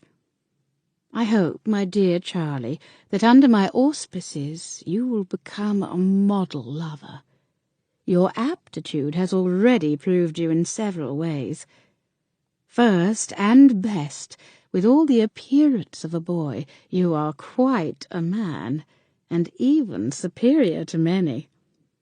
You have already shown great discretion and ready wit, and there is no reason to fear that you will become a general favourite with our sex, who soon find out who is discreet and who is otherwise. Discretion is the trump card of success with us. Alas, few of your sex understand this. Let me impress one lesson on you, my dear Charles. You and I cannot continue long on our present footing.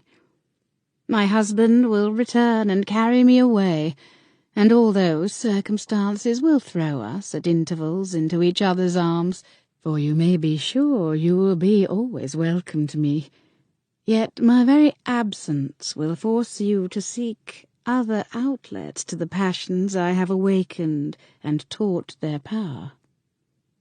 I have one piece of advice to give you as to your conduct to newer lovers.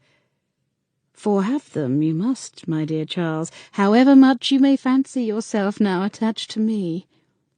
With these, let them all for some time imagine that each possesses you for the first time. First of all, it doubles their satisfaction, and so increases your pleasure. Your early discretion causes me to think that you will see all the advantages of this conduct. I may add that if they suppose you have had previous instruction, they, if they are women, will never rest until they have drawn from you the secret of your first instructress. You might, of course, tell some tale of a cock and bull, but in searching for the truth and cross-questioning you, when you are least aware of it, they will lead you into contradictions, and the truth will at last be ferreted out. Now this would be unjust to me, who have risked a good deal to give you the delightful instructions of last night, and, as I hope, of many more. So you see, my dear Charles, in all early cases you must enact the part of an ignoramus seeking for instruction, with vague ideas of how to set about it. I hope, while I am near you, she added, no such occasion will arise, but I feel certain, with your passions and your power, dear darling fellow, push away, I feel for certain they will arise. Thus ended the very wise and excellent advice this charming woman was giving me. Do not imagine that I did not pay great attention, and indeed her very reasonable maxims became the guide of my afterlife, and I owe to them a success with women rarely otherwise obtained. Her sensible remark had been drawn out to such a length that my prick had so far rebelled that he had throbbed inside of her delicious cunt so forcibly as to produce a happy movement of her body that interrupted and cut short her words. Charlie, my darling, pass your middle finger down and rub it on my clitoris, and then suck the nipple of my bubby next you, and work away with your glorious prick. I did as she desired. She seconded me with an art quite peculiar to herself, and at last we both died away in that love's death which is so overpowering and so delicious. The glorious position we were in rendered it almost impossible to lose ground. Spend as often as you please, but if my prick had been one that wouldn't have shrunk to nothing, the wonderful power of retaining it within her possessed by my delicious mistress would have prevented the possibility of exit. In after nights I have often fallen sound asleep with it entirely engulfed within her, and awoke hours afterwards to find her extraordinary power of retention had held him firm, notwithstanding his having shrunk up to a mere piece of doughy flesh. In this instance, after recovering our senses, I still retained my place, and we recommenced our conversation, my lovely instructress giving me many and most useful hints for my after life. I have often since dwelt on the wisdom of all she so charmingly taught me, and wondered how so young a woman could have so thorough a knowledge of her sex and the world. I suppose love is a great master, and inspired her on this occasion. I may here remark that for 40 years afterwards this charming woman and I remained the fastest of friends, after being the most ardent of lovers. She was the depository of all my erotic extravagancies, and never showed any jealousy, but really enjoyed the recital of my wildest love combats with others. Alas, death at last took her from me, and I lost the mainstay of my existence.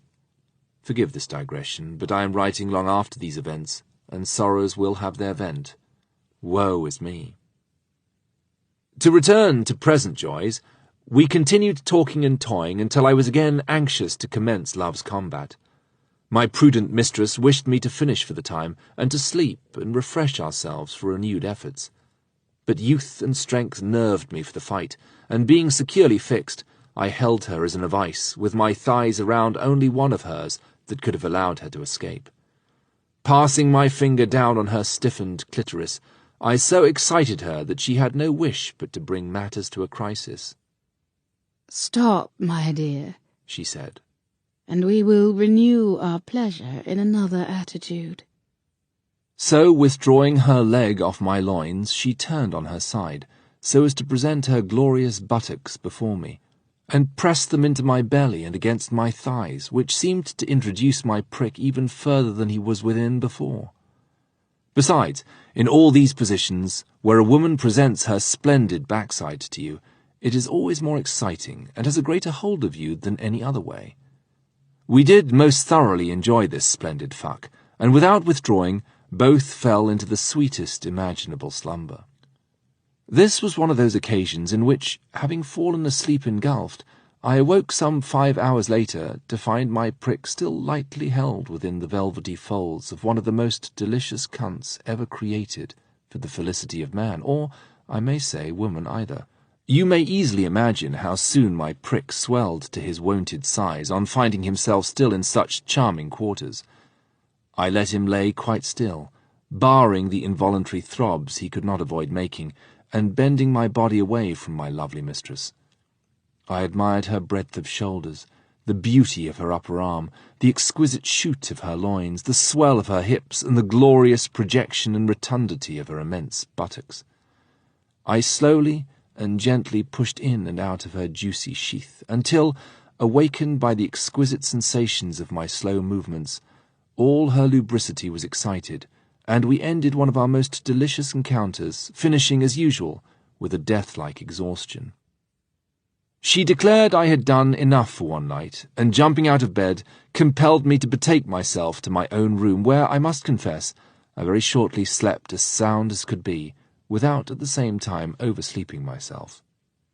Thus passed several successive nights, until the fall of the moon, when one day Mrs. B. complained of headache and feeling unwell. I was very much alarmed, but she took occasion to tell me it was quite natural, and she would explain to me how it was so at night. I was obliged to be content with this. At night she came and sat on my bed, and told me all the mysteries of the case. How women, not with child, had these bleedings monthly, which, so far from being hurtful, were a relief to the system, and that they happened at the full or the new moon, generally at the former. Further, that all connection with men must cease at such time. I was in despair, for my prick was stiff enough to burst. However, my kind and darling mistress, to relieve me from the pain of distension, took my prick in her mouth, and performed a new manoeuvre. Wetting her middle finger with her saliva, she thrust it up my bottom hole, and worked in unison with the suction of the knob and the frigging of the root of my prick with the other hand. I had a most exquisite and copious discharge, the pleasure being greatly enhanced by the action of the finger up my fundament. My charming mistress swallowed all I could give her, and did not cease sucking until the last drop had exuded from my throbbing prick. I was obliged to be satisfied with this, and my mistress informed me I could have no more enjoyment for 4 or 5 days, which, to my impatience, was like condemning me to as many ages of hope deferred. I observed, while she was kissing me, that her breath had a peculiar odour, and I asked her what she had been eating. Why do you ask, my dear boy? Because of the difference of your breath, generally so sweet and fragrant. She smiled and said it was all from the same cause she had just been explaining to me, and was very generally so with women at that period. I mention this because it was the means of my discovering that Miss Evelyn was exactly in the same state.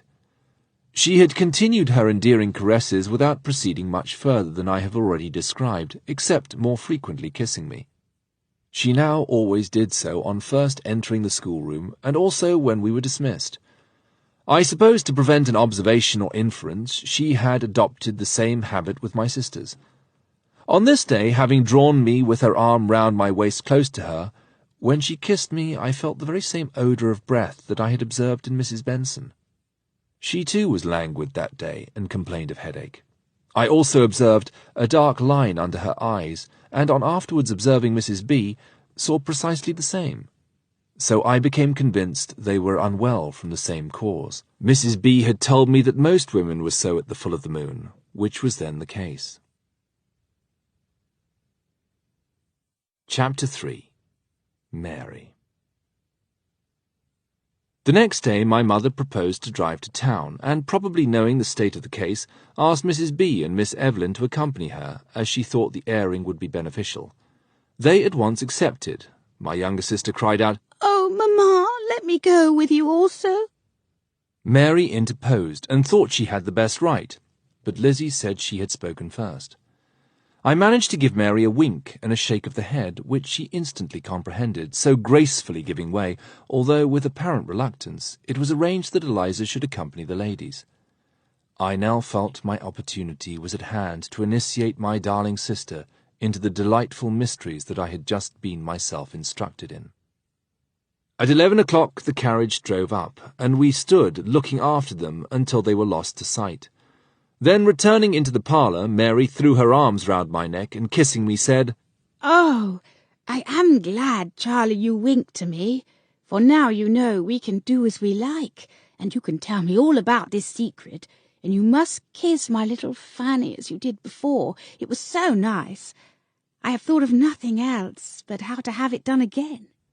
Well, my darling, I shall do all that and more, but we cannot do so here. I tell you what we will do. We will pretend to go for a long walk in the country, but instead of that, we will pass through the shrubbery into the orchard and hazelwood, and so gain the little remote summer house of which I have secured the key. There we shall be safe from all observation. This little summer house was at some distance from the house, and in a lonely corner of the orchard, raised on an artificial mount, so that its windows should command a lovely view beyond the walls of the grounds. It was about 10 feet square, was beautifully sheltered, and the ladies in summer took their work there, and occupied it for hours every fine day. So it was furnished with tables and chairs, and on one side a long couch without a back. It had already entered into my idea that this was the spot I should contrive to get to with Mary. Little thinking how chance would throw so glorious an opportunity into my way so soon. It was also kept locked to prevent it being used by the servants, gardeners, or others. I knew where the key was kept, and secured it when the ladies were dressing for their drive. So, after staying sufficiently long to prevent any suspicion, and saying then we were going for a long walk in the country, so as to prevent them from seeking for us at the summer house if any visitors should chance to call, we sallied out, but re-entered the grounds where we could not be observed, and speedily gained the spot we had in view, entered and locked the door. Then I drew down the blinds, threw off my coat and waistcoat, and told Mary to take off her shawl and bonnet and outer gown. "But why all this, Charlie dear?" First, my darling, all those are in the way of kissing and toying with your charming little Fanny, and next, I don't want anything to appear tumbled when we go back. This was enough, and she did everything as I desired, indeed more, for she took off her petticoat and little corset, saying she would be cooler thus. So, following her example, I took off my trousers, saying she would be better able to see and play with my doodle. When these preliminaries were accomplished, I drew her on my knees, first pulling up her shift and my own shirt, so that our naked flesh should be in contact. Seeing that her chemise fell off from her bosom, I first felt her little bubbies, which were beginning to develop themselves, and at the tiniest little pink nipples that even my lips could hardly get hold of. She had pulled up my shirt to look again at the great change that had occurred to my prick. Of course, our preliminaries had already excited it to a stiff standing position. Oh, Charlie, what a size it is, to be sure! And how nice to pull this skin over its head. Look how it runs back again. Oh, how funny. It was time to stop this, or she would have soon made me discharge. Well, then, what is this great secret? And what has it to do with your doodle and my Fanny? I will tell you, but you must never say a word to a soul, not even to Eliza. She's too young yet. Well, go on. I was one day seeking something in the closet in Mrs. Benson's room, when I heard them coming and had only the time to slip into the closet. They entered, locked the door, and Mr. B laid her on the bed and lifted up all her petticoats that I saw her Fanny quite surrounded with hairs, as yours will be by and by. Mr. B stooped down and plied his tongue as I did to you the other morning. Oh, yes, and it was so nice, Charlie.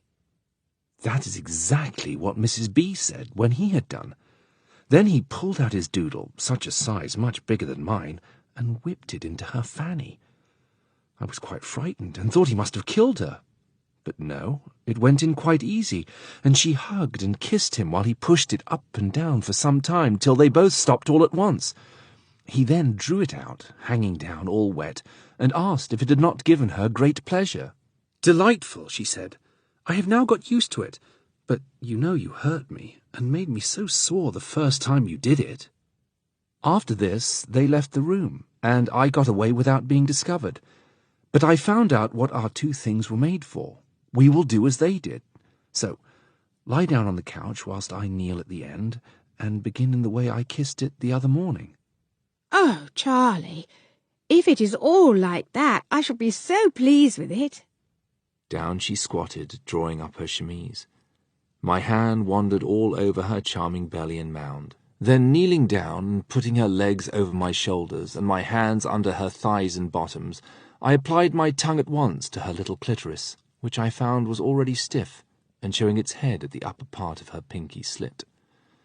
The action of my agile tongue produced an instantaneous effect. Her loins and thighs heaved up her bottom to press her little pouting cunt against my face. Mechanically, she put her hand on my head and muttered terms of endearment. Oh, darling Charlie, how delicious! Oh, do go on. It is so nice. I wanted no stimulant, but licked away until, with shortened breath and greater heavings of her body, she began to stammer. Oh, I feel so queer. Oh, stop. I'm going to faint. I can't bear it any longer. Oh. Her limbs were relaxed, and she died away in her first discharge, which was very glutinous and nice, but only scanty in quantity. I let her quiet until she came to. Then, looking in her face and smiling, I asked her how she liked it. Oh, I was in heaven, dear Charlie, but I thought it was killing me. It was almost too much to bear. Nothing could be more delicious. "Oh, yes," I replied. "There is something more delicious still, but I must kiss you in this way again before we try the other. The more moist the inside is, the easier I shall get in." But, Charlie, you don't mean to say you will ever get in your doodle, now that it has grown so big? "Well, we will try, and if it hurts you too much, we can stop." So I began again to gamma-hooch her. This time it took a longer effort to produce the ultimate result, but apparently with still greater effect and a more copious discharge. Her little cunt being now relaxed and well moistened with her own discharge and my saliva, and well inclined to receive my prick, I spat upon it and lubricated it from head to root. Then, rising from my knees, I stretched myself over Mary's belly, and gently directing my prick and rubbing it up and down first between the lips and exciting her clitoris by the same action, I gently and gradually inserted its head between the lips of her charming little cunt. There was less difficulty than might have been expected. The gamma-hooching and double spending had relaxed the muscles, and her passions being excited also acted on her organs of generation. At all events, I got in the head and about 2 inches of its length without her murmuring anything beyond, "How big it feels! It seems to stretch me so." All this was exciting me dreadfully, and it was only by the greatest effort that I did not thrust rudely forward. I now felt I was pushing against some obstacle. I thrust hard and hurt her. She cried out, begged me to stop. I was so near the finale that I felt I must go on. So plunging forward I rushed at the impediment and made her cry out most lustily. Probably another push would have decided my position, but nature could hold out no longer, and I yielded down my erotic tribute to her virginal charms without having actually deflowered her. So far perhaps it was fortunate, because I poured into her a torrent of sperm which was not only balm to her partially wounded hymen, but so relaxed and lubricated the interior of her cunt as greatly to facilitate my after efforts. I lay quite still for some time, and the gradual swelling out and throbbing of my prick reawakened her young passions. She said, "Charlie, my dear, you said that it would prove delicious in the end, and I can feel it is becoming so. I have no more pain, and you shall go on just as you like." As my prick stiffened at her endearing words and involuntary pressures, and as I had it completely under control, since I had taken the edge off its immediate appetite by the last discharge, I held it literally well in hand. And as I had lost no ground by withdrawing, I started with the advantage of possession. First, I slipped my hand down between our 2 bellies and began frigging her clitoris, which immediately excited her passions to the highest pitch. "Oh, Charlie, dear, now push it all in. I do so long for it, and I don't care how it hurts me." I had been giving short thrusts more to stimulate her passions than to alleviate my own, and as she was totally unaware of what was going to happen, she widened her thighs and heaved up her bottom, expanding her vagina in the act. I gathered my strength together, and as my cock was standing as stiff as iron, I suddenly drove it forward and felt that I broke through something and gained 2 inches more insertion at least. The effect on my poor sister was most painful. She shrieked out lustily, strove hard to unsheath me, wriggled her body in all directions to effect this, but I was too securely engulfed for that, and all her struggles only enabled me the more easily to sheath him up to the very hairs. So excited was I by her tears and screams that I was no sooner there than a torrent of sperm burst from me, and I lay like a corpse on her body, but perfectly maintaining the ground I possessed.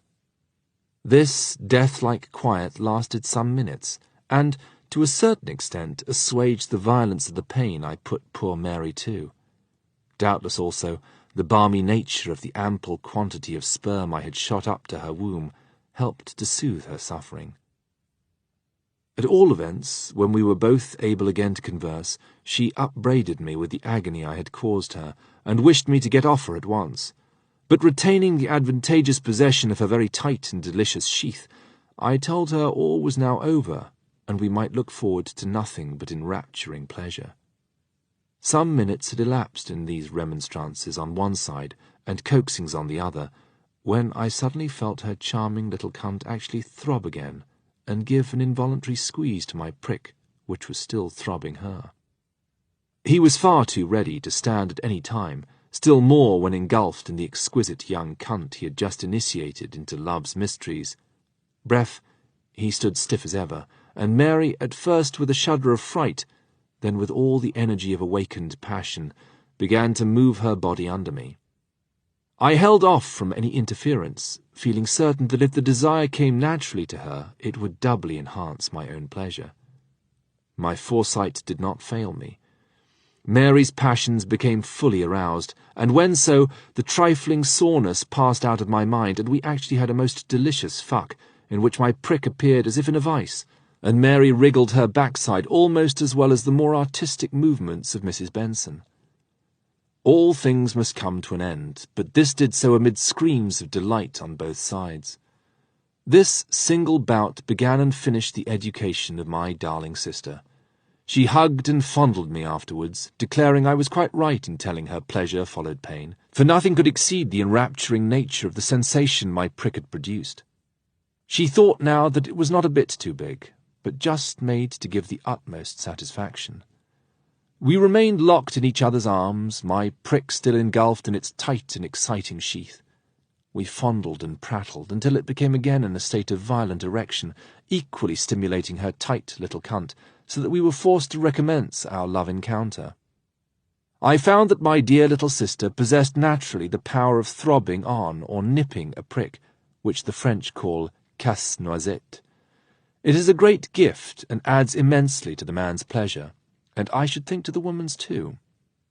In my sister's case, it began from the very first complete insertion of my prick, and the years that I afterwards continued to fuck her added nothing to this delicious accomplishment, except in the variety of positions in which it could be exercised. The dear girl was in ecstasies at the pleasure she had received, and at the pain which seemed to be past. Oh, she was so sweetly caressing that I could not withdraw from her, and we fondled and toyed until again my cock rose to his first vigour, and she, nothing loath, began her new and naturally taught gift of bottom-up heavings and cunt pressures, until again we sank exhausted in the death-like ending of love's battles. On recovering our senses, I was obliged to withdraw and relieve my sister of the dead weight of my body on her person. It has always struck me as extraordinary how the most delicate women will support a heavy man on their persons, not only without flinching, but even with ease and pleasure. But so it is. On rising and withdrawing, we were both alarmed to see that my prick was all bloody, and that blood and semen were oozing from her cunt. We had no idea this would be the case, and at first I was as frightened as she was. A moment's reflection showed me that it was only the natural result of forcing my way in, and that the pleasure since enjoyed proved it to be of no consequence. I soon convinced and calmed my sister on the point. Fortunately, the sofa covering was red, and applying my handkerchief, I wiped up all the semen mixture, and in fact no marks remained. The same handkerchief wiped all results from Mary's dear little cunt, and as her shift had been kept well up, fortunately no stains appeared upon that. We now ate some luncheon and drank some wine that we had prudently brought with us. We then began playing and romping together, she wanting always to get hold of my prick, and I to pull her about in every way. It was gloriously warm weather, so I proposed we should off with everything. In a trice we were as naked as we were born, and flew into each other's arms in a frenzy of delight. Then we had mutual thorough inspection. My darling sister gave every promise of becoming a magnificent woman. Her shoulders were already wide, her arms well-shaped, although still thin, her waist small, the swell of the hips already well developed. As to her bottom, it stuck out well and hard behind, quite charming to see, and giving promise of very ample dimensions hereafter. I made her kneel on the low couch, with her head well up and her thighs open. Kneeling behind, I gamma-hooched her until she spent. Then rising, shoved my prick into her cunt, in her then position, and had a downright good poke, which she, too, found was a way that gave her extra excitement. We passed thus some hours in mutual delights. I taught her the side-fuck which had so charmed me with my delightful instructress, and I found dear Mary even an apter scholar than myself had proved. The afternoon advancing, we dressed, and eradicating all signs of what we had been doing, returned to the house, mutually promising to keep thoroughly secret all that had passed, and agreeing that no sign of unusual familiarity should escape us. I strongly advised Mary to get some warm water and bathe her cunt well, for, as may be supposed, I had taken the opportunity of teaching her the true erotic language as applied to the organs of generation of both sexes, and the name of the connection itself. Fucking. Thus delightfully ended the first lesson in love taught to my sister, and such was my first triumph over a maidenhead, double enhanced by the idea of the close ties of parentage between us. In afterlife, I have always found the nearer we are related, the more this idea of incest stimulates our passions and stiffens our pricks, so that if even we be in the wane of life, fresh vigour is imparted by reason of the very fact of our evasion of conventional laws. We had both returned to the drawing-room for more than an hour before the arrival of the ladies. Dear Mary complained of feeling sore and stiff in every limb. I had advised her to lie down on the sofa and try to sleep. I did the same, and happily we both dozed off, and never awoke until the loud rat-tat of arrival at the house door roused us up. I told Mary to hide all appearance of pain, and only to say, as an excuse for going early to bed, that we had gone further afield than we at first intended, and that she was very tired. We were both sent early to bed, for I was still treated as quite a boy, and I was sound asleep when my charming Mrs. B. woke me up by her warm caresses. I could well have spared them that night, but when did one of my years not respond to the endearments of the woman he loved, and who yielded all to him? She sucked me dry as usual, and I slept soundly till morning. The next 3 days passed without anything to record. Mary did not allow her real soreness to appear, but heroically went through her sufferings, for she told me afterwards she felt very severe pains all over. Doubtless her whole nervous system had been overexcited, and this was the natural reaction. It was so far fortunate that not a shadow of a chance of our having fresh connection occurred, so she had time to perfectly recover from the ill effects of her first initiation into the erotic raptures. I continued to have the relief each night of the charming mouth of my loved and beautiful instructress. At last, the abominable menses, as she called them, were past and gone. For a full 24 hours after, she would not allow me to reassume all the privileges she had previously granted, and admit me to share her bed. She told me this was necessary to prevent any recurrence, and also that in some cases a virulent white discharge occasionally followed for some hours, sufficiently acrid to affect my local health, and that, she added, was now too precious in her estimation to risk it in any way. I thought it hard at the time, but it was only another proof of the thoughtful wisdom of this estimable woman. At last I was again in full possession of her charming person. Oh, how we did revel in all the luxuries and lubricity! Almost every night my enchanting friend found some new position to vary and enhance our erotic raptures. One new dose was laying me down flat on my back, then straddling over me. She sank on her knees, and with body erect, lifted up, or rather bent back, my stiff-standing prick, until he was fairly below her open cunt. Then, guiding it exactly to the proper entrance, she sank her body slowly down upon it until fully engulfed. Hair crushed hair, then, as slowly raising again, she drew off until all but the nut was uncovered, to again sink down. In this position we could both see the whole process. At length, becoming too excited, she sank on my bosom.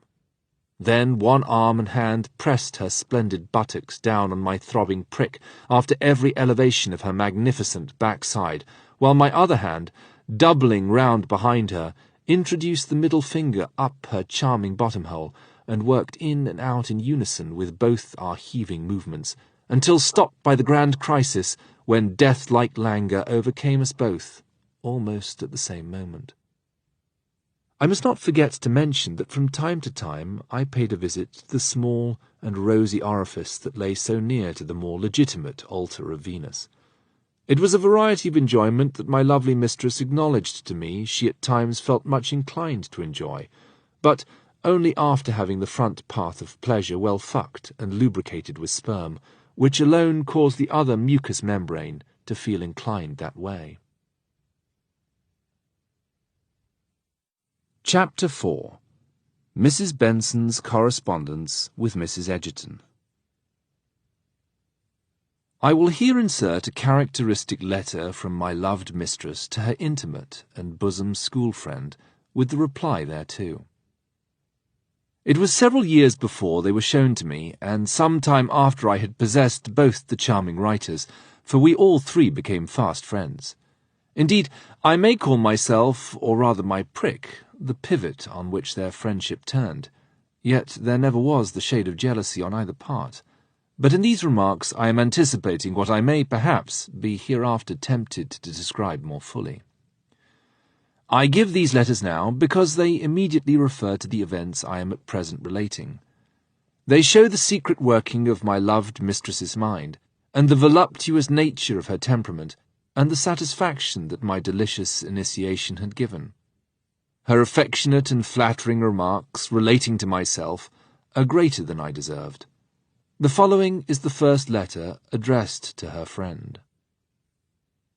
Mrs. Benson to the Honourable Mrs. Egerton. Dear Carrie, I am about to keep my promise and give you an account of our honeymoon.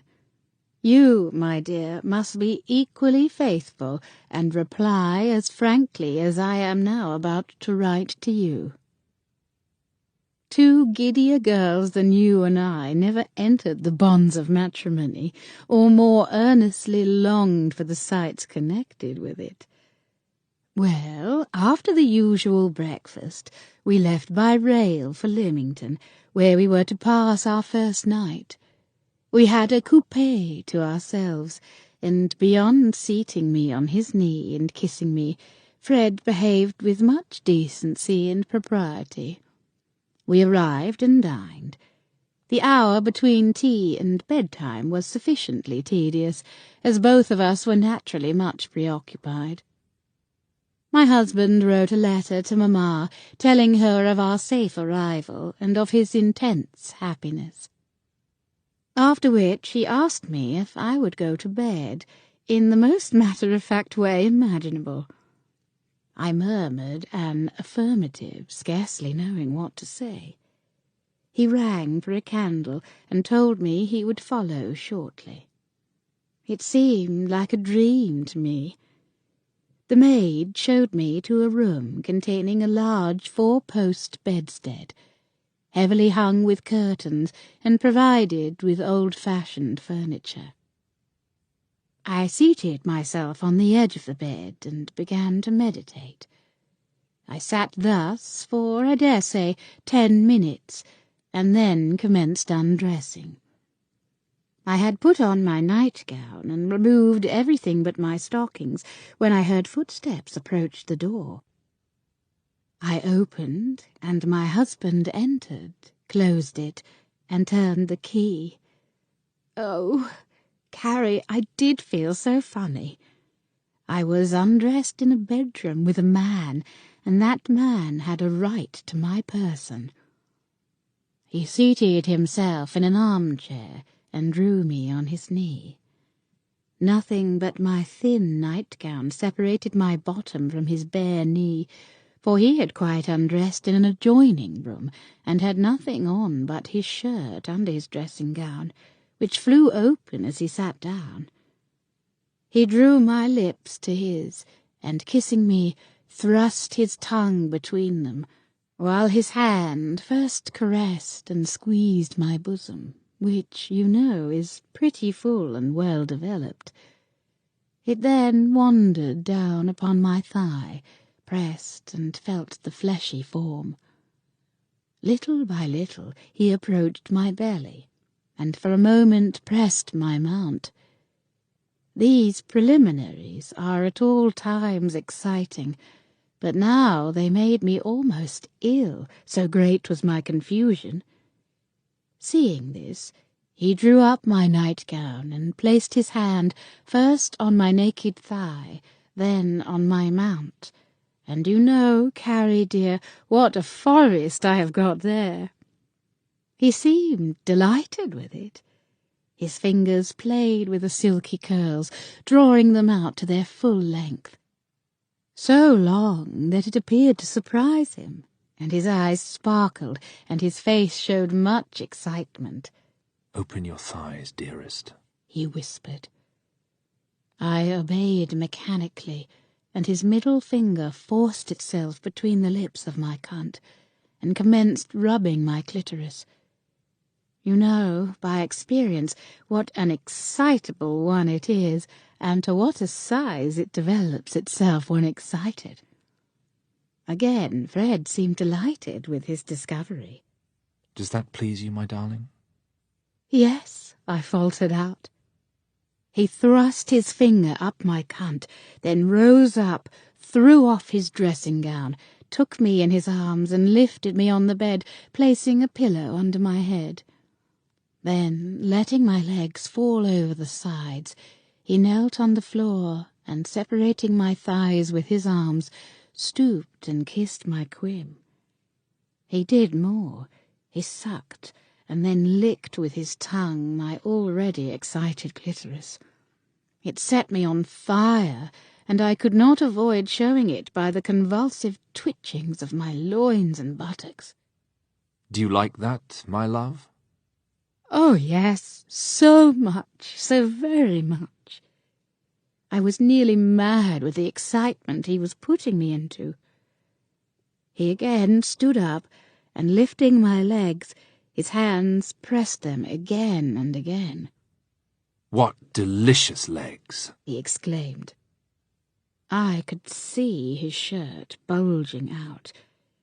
He leant forward, and with his arms under my legs lifted them well up, and I felt a stiff, thick thing pressing against my cunt.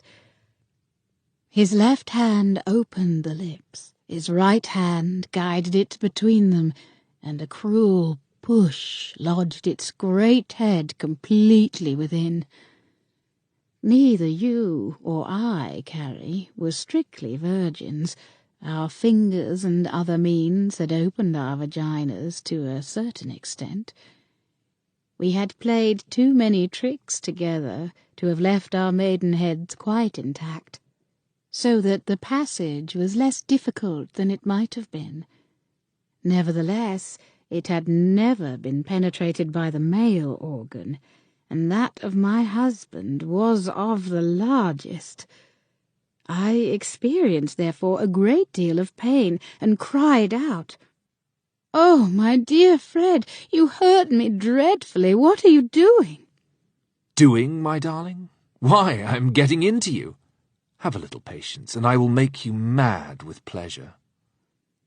Another determined thrust sent him halfway, and then with another, still more violent, he lodged himself up to the hilt within. I screamed with real pain and struggled to free myself. "Good heavens, sir, you are killing me. I will not endure such treatment." He heeded me not, but holding me fast by the thighs, commenced shoving in and out furiously.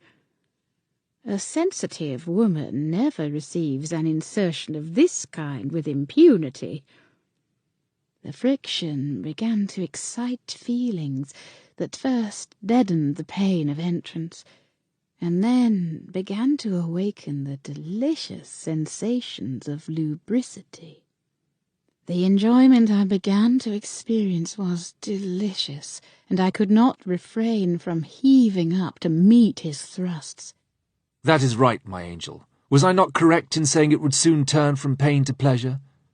Do you not enjoy it now? Yes, but you make me feel so funny. I don't know what it is. His increased and rapid movement filled me with delight.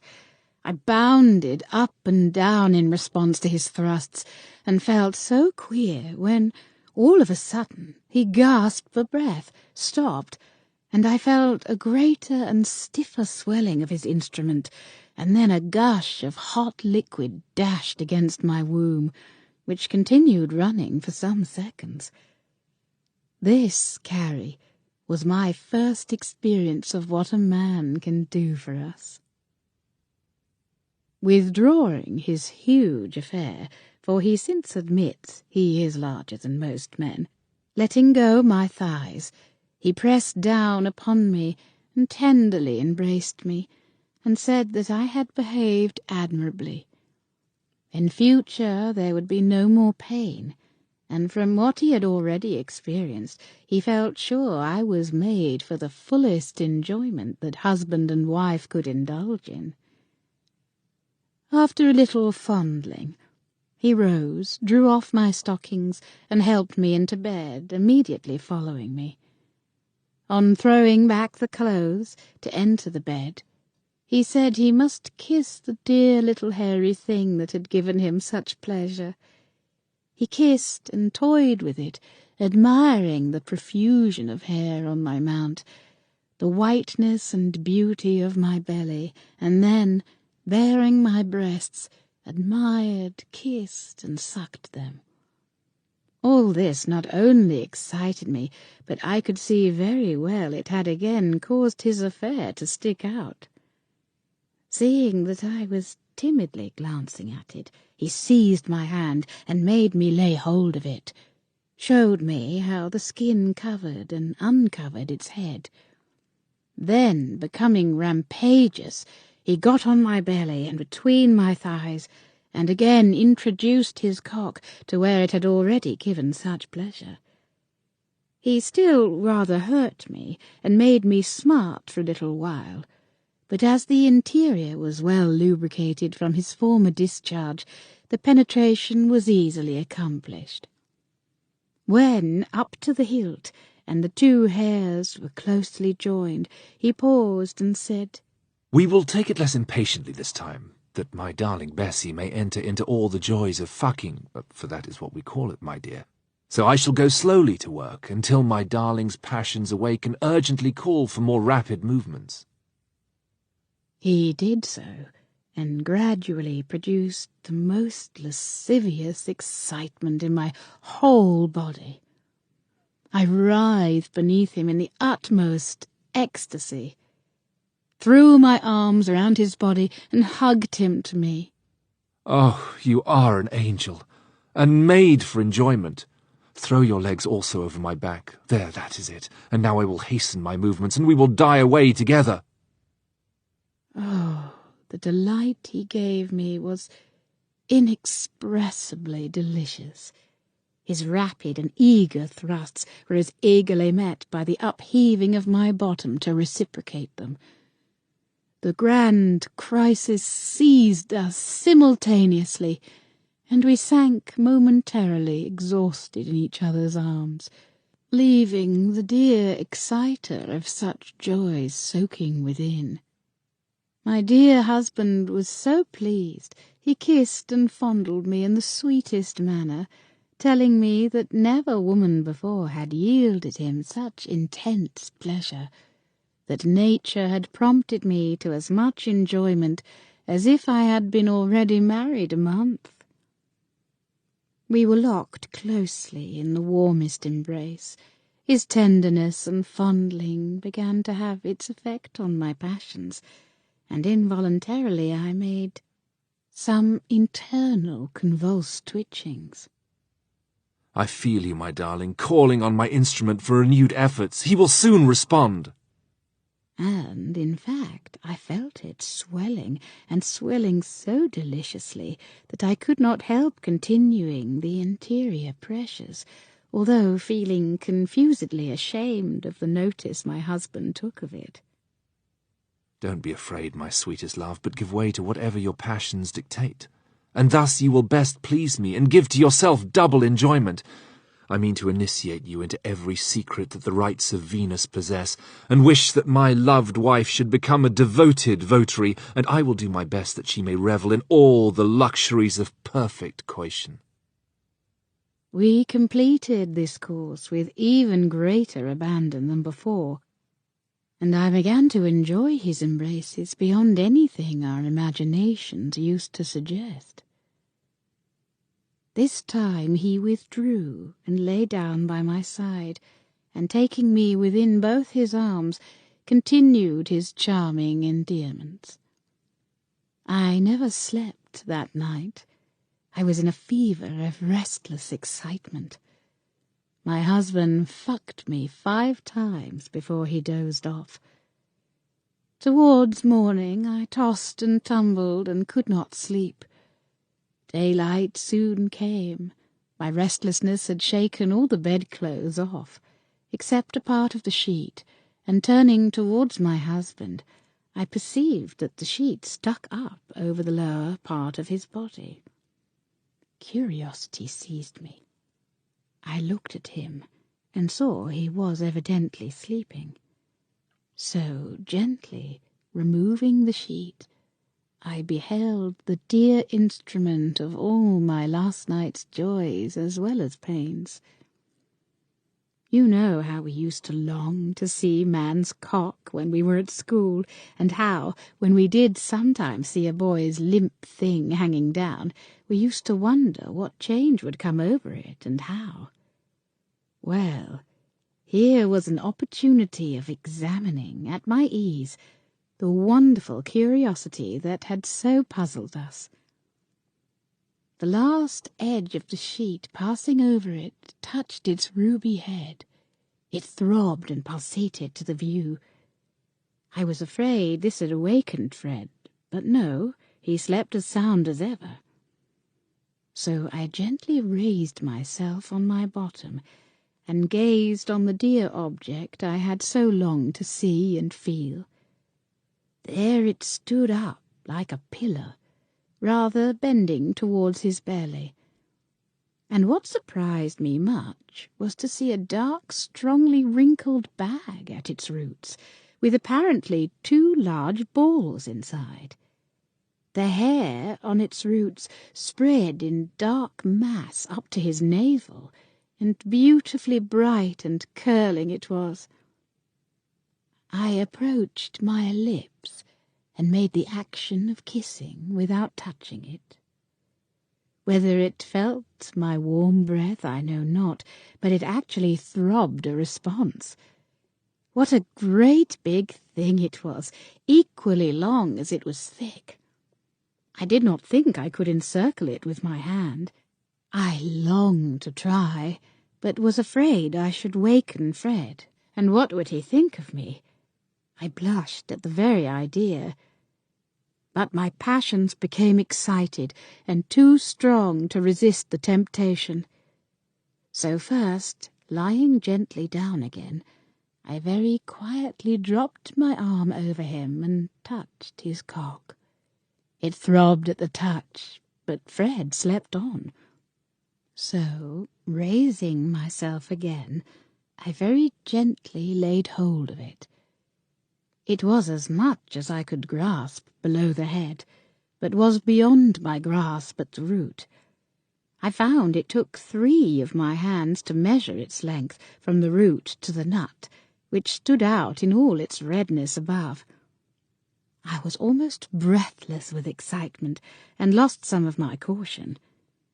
Stooping down, I gently kissed the ruby head, when, before I knew where I was, it was pushing up into my mouth, and my husband's voice said, "Oh, you dear, darling creature!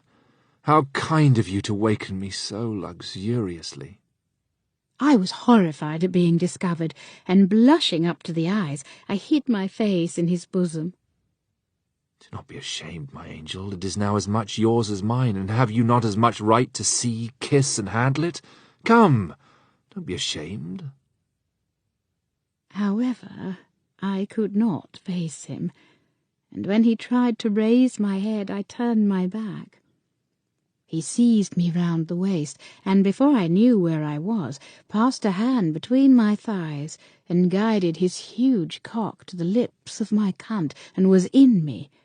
I thought further than ever, in a moment. It is true the previous toying with his instrument had terribly excited me, and I had felt that my cunt had become very moist, but I had no idea that anything could be accomplished in that position. I was most delightfully undeceived, for not only did it feel tighter in it, but transferring his fingers from guiding his prick, he touched and played with my clitoris, and produced such excessive lubricity that I went off and spent with a scream of delight before he was ready. But continuing with finger and cock to ravish me inside and out, he soon brought me again to such a pitch of lewdness that I was quite ready to spend with him when the grand crisis arrived. Nothing could exceed the pleasure. My internal pressures, he declared, were the most exquisite he had ever experienced. My clitoris, too, he declared, was quite unique.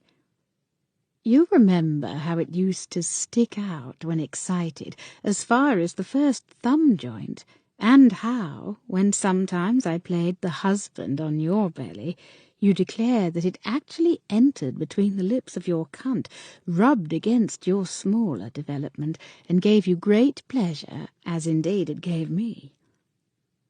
My husband has often examined and sucked it, and admires it beyond measure.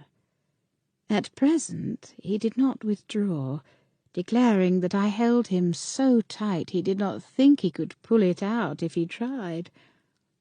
In fact, it was involuntary on my part, and I could not help clinging to his dear instrument for the life of me. Oh, how he fondled and embraced me, making me partially turn my body so that he might kiss and tongue me, and then suck my bubbies, his busy finger all the time tickling and frigging my clitoris. I soon felt his cock swirling so deliciously within me, and he shortly recommenced his rapturous pushings in and out. We made a long, long bout of it, and I am sure that I spent twice before joining him at the last moment, when he died away in a shout of joy that I feared must have been heard by the servants in the house, who long before this had been on the move.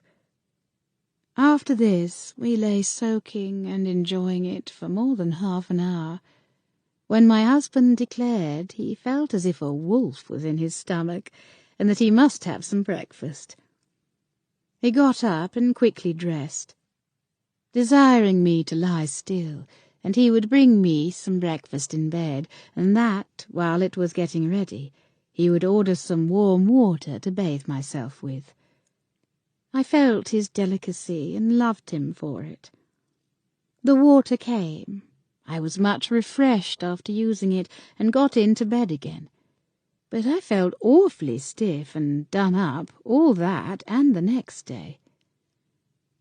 My darling husband waited on me himself at breakfast, stimulating me to eat freely as a means of restoring my lost strength, which he very soon put to the test again, for he fucked me 3 times during the day, and each time he gave me greater pleasure than before. He was just as active at night, and the whole 3 weeks we stayed at Lymington, he never fucked me less than 4 times a night, declaring that I had become most perfect in the exercise. We then came here, our old friend Mrs. Roberts having kindly insisted upon our paying her a long visit. Fred has been called away suddenly, and will not return for a month. I am sure you will pity me, as you know my temperament is too hot to keep chaste so long. You remember Charlie Roberts? You would consider him a child, but he is not so. One afternoon, Fred followed me into my bedroom, as was usual, and gamma-hooched and fucked me on the edge of the bed. I was about to leave the room after he was gone, when, on opening a closet in which my dresses were hung, who should I discover but this same Charlie? I was in a fix. There was no doubt the lad had seen everything. I spoke kindly to him, and he promised secrecy. In order to ensure it, I determined to have his maidenhead. A few days afterwards my husband left me, and the girls with their mamma and the governess went to town with him, leaving Charlie to keep me company. I went upstairs with him to the drawing-room, and seating myself in a low chair, crossed my legs carelessly, exposing them, and letting the garter and part of the bare skin of one thigh be visible. The effect was what I expected. I saw Charlie's eyes fixed on the exposure. He blushed scarlet, and I could distinctly see his cock swell out under his trousers. In a little while I had unbuttoned them, and, oh, Carrie, would you imagine it? I found he had the cock of a man. I could scarcely believe my eyes. He is not quite 15, and yet he is almost as large as Fred. Here was a godsend indeed. I drew up my petticoats, and the gallant little fellow instantly fell on his knees, kissed and sucked my cunt. To reward him, I placed him on his back on the couch and got on the top of him. I took his pego into my mouth and pressed my cunt against his face. We devoured each other with our luxurious caresses until we both spent copiously. Nothing was lost. We both greedily swallowed all we could get. At home he is looked upon as still a child, and I had little difficulty in arranging for him to sleep in a little dressing-room adjoining my bedroom, with which there is a door of communication. He was sent early to bed, but when I came I found him still awake, expecting me, and I had the delicious treat of initiating him into the pleasures of fucking. If you ever wish to enjoy par excellence this pleasure, get hold of a vigorous boy who has never had a woman. My good fortune threw into my hands a wonderfully provided youth, whose aptitude, as well as size and powers, it would be very difficult to match. I had already given him several lessons in the enrapturing art when we fell asleep, and now I must mention a little episode which it would not do to omit. In the morning I was dreaming of Fred, when I became conscious that something was entering me. I was in that half-dreaming state when it is difficult to be quite certain what is happening, but gradually I became aware that although there was no doubt I was being entered, it was not in the usual way. My husband had frequently of late pushed his prick up my bottom hole, and as he told me that all husbands did so, I could make no objections. I, therefore, at first took it for granted that Fred, finding my naked bottom in his lap, could not resist the temptation of entering it. I, therefore, humoured him, and so moved my bottom as to facilitate his complete entrance, and began to feel myself the excitement it occasioned. But as I became wider awake, I gradually called to mind that Fred had left me, and that Charlie was my bedfellow. The audacity of the young rogue paralysed me, but his delicious movements had become too nice for me to think of dislodging him. He insisted that he was quite unconscious of his mistake, and that he believed himself buried in the delicious grotto of the night before.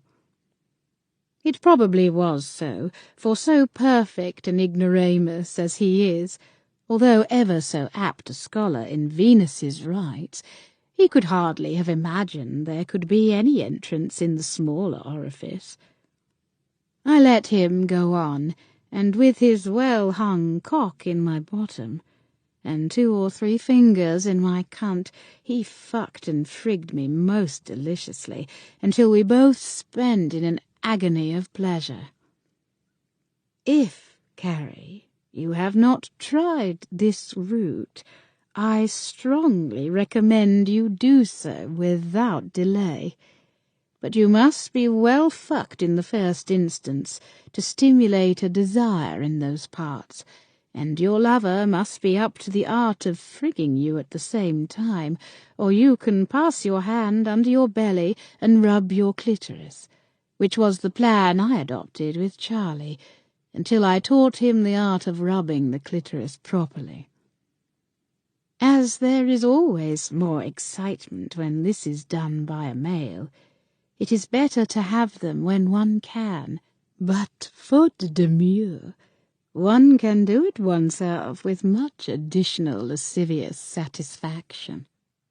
To give you an instance of the precocious aptitude of this dear little fellow, I mounted upon him one morning, keeping my body erect, that we might see the delicious instrument in its action of being engulfed and then withdrawn, A most exciting pose, which I recommend you to try, if your husband has not already taught it to you.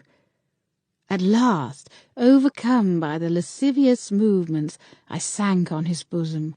He pressed my bottom down with one hand, and with the other embracing the nearer buttock, introduced his middle finger up the rosy orifice of my bottom, and fricked me in unison with our ups and downs of fucking, giving me the most delicious additional sensations. What do you think of that for a tyro? His discretion, too, is extraordinary.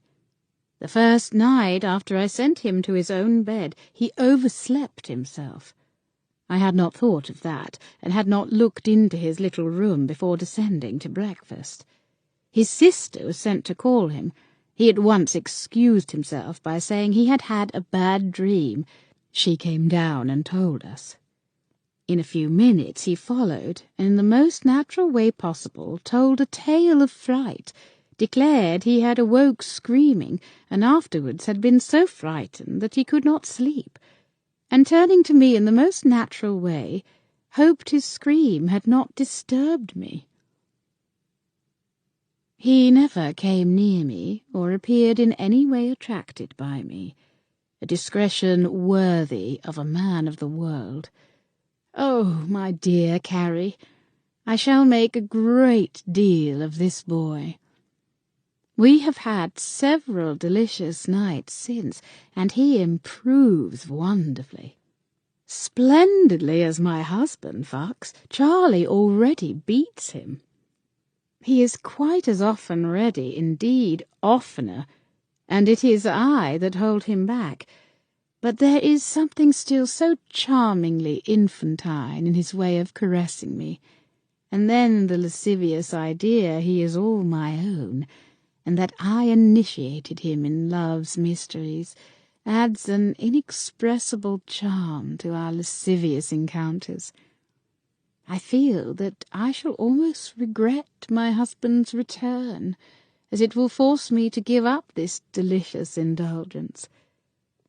Not the slightest shadow of suspicion of our doings is excited in the family, thanks to the very guarded and admirable conduct of Charlie, which is above all praise. Write to me soon, my dear Carrie, and be sure you are as candid as this long, long letter is to you. For the life of me I could not make it shorter.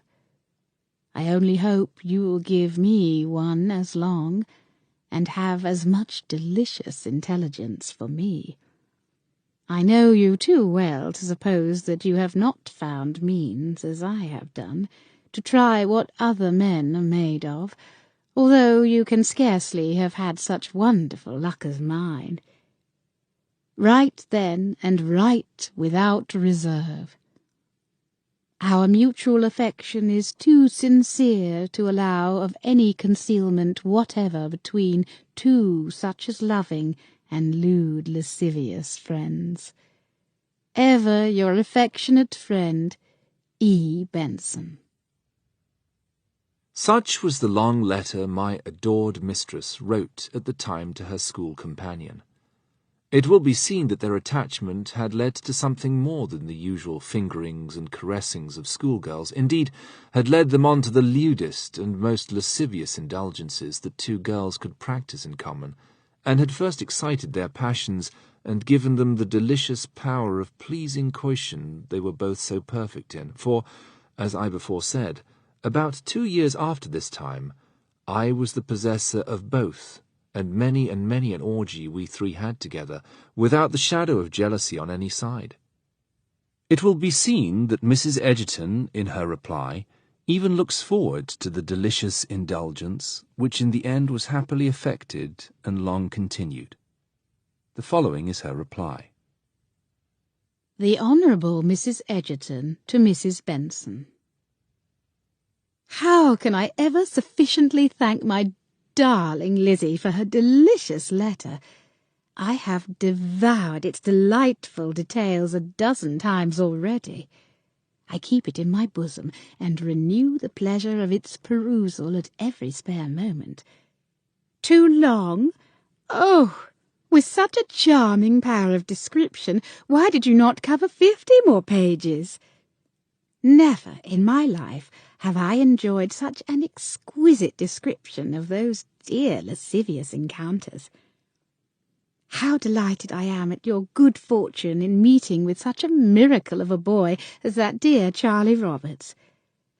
Why, he has every quality of a man united to the charm of extreme youth. What a splendid man he will become, the very perfection of a lover, and already possessing so lewd and lascivious a lubricity. Oh, how I envy you his possession! What luck for him, too, to have fallen into the hands of so delicious a teacher as my beloved Lizzie is. Am I not myself her pupil? And were you not my own delicious instructress in all that one of our sex could teach each the other?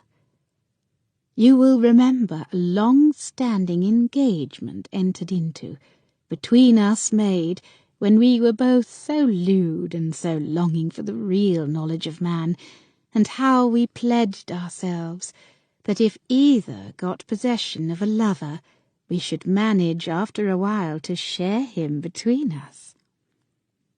Your description of Charlie Roberts has brought this pledge most vividly to my recollection. I am sure my dear Lizzie will not be angry or jealous when I avow that I long to participate with her in the possession of that darling boy. And if my Lizzie is as of old, I feel certain she will rather indulge and cultivate this propensity than otherwise.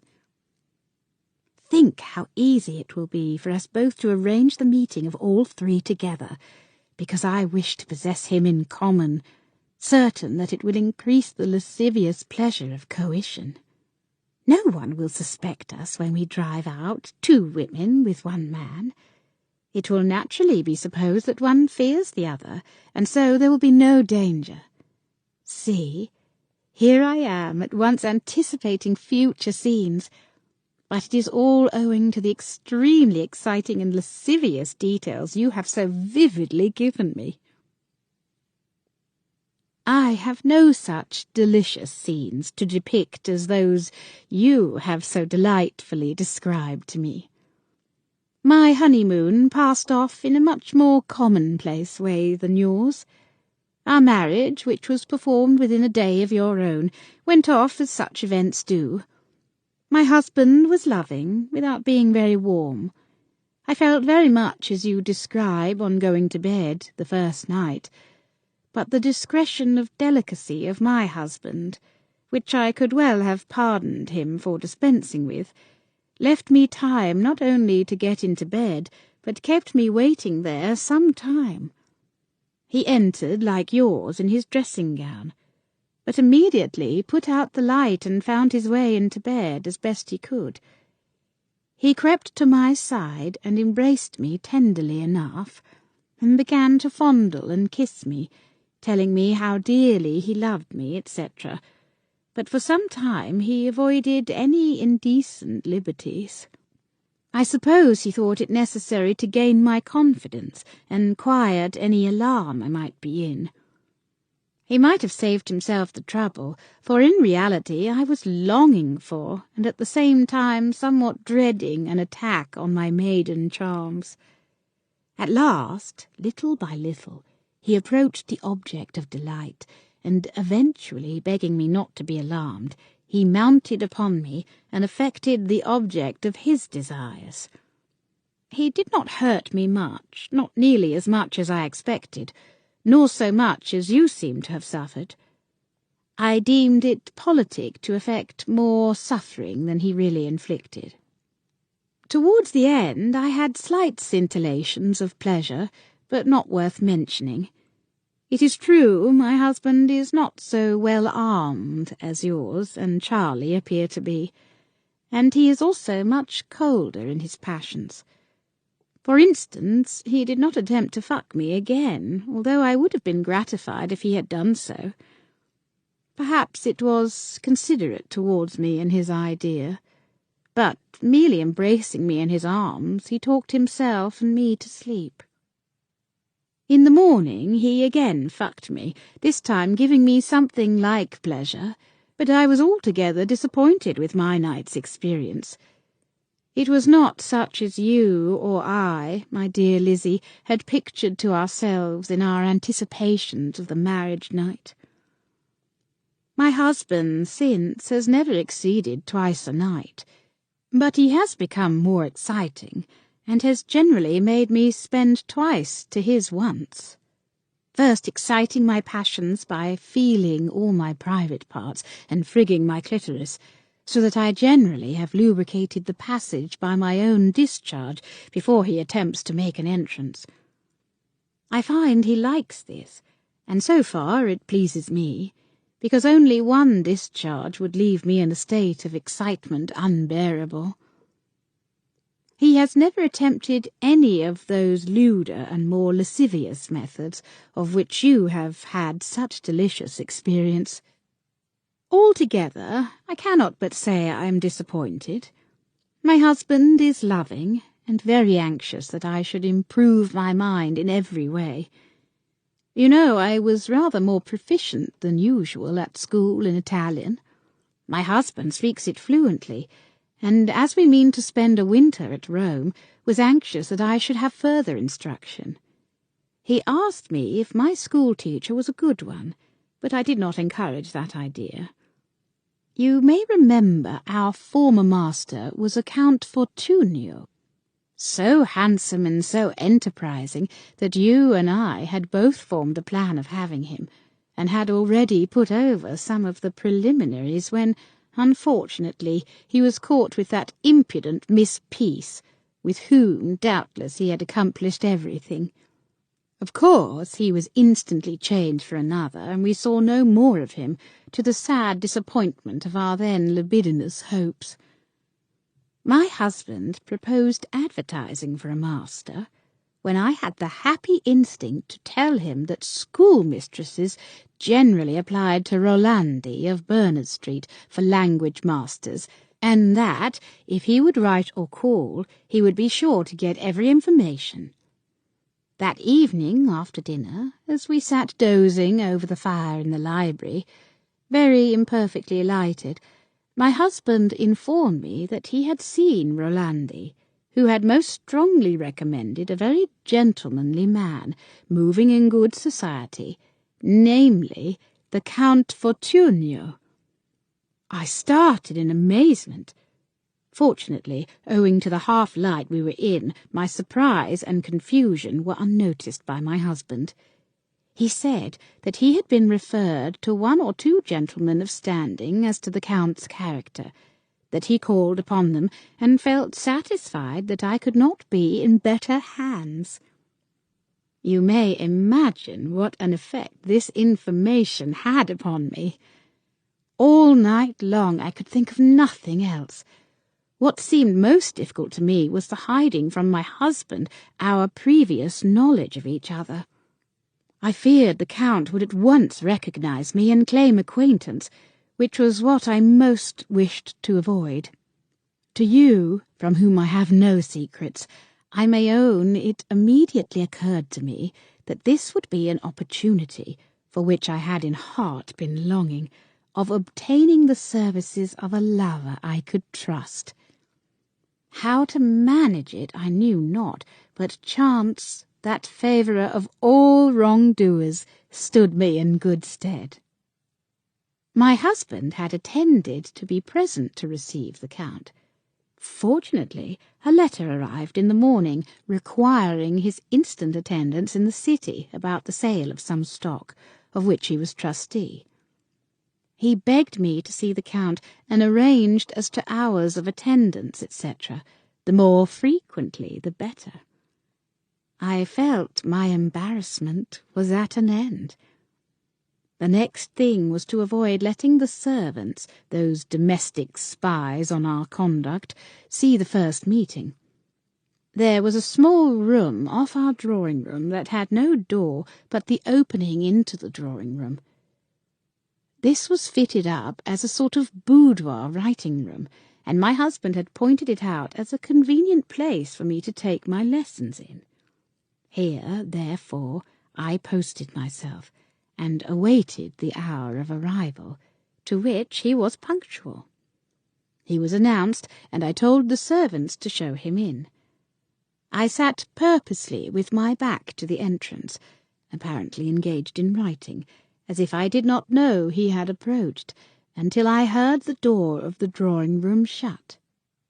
I then rose, turned, and smilingly held out my hand.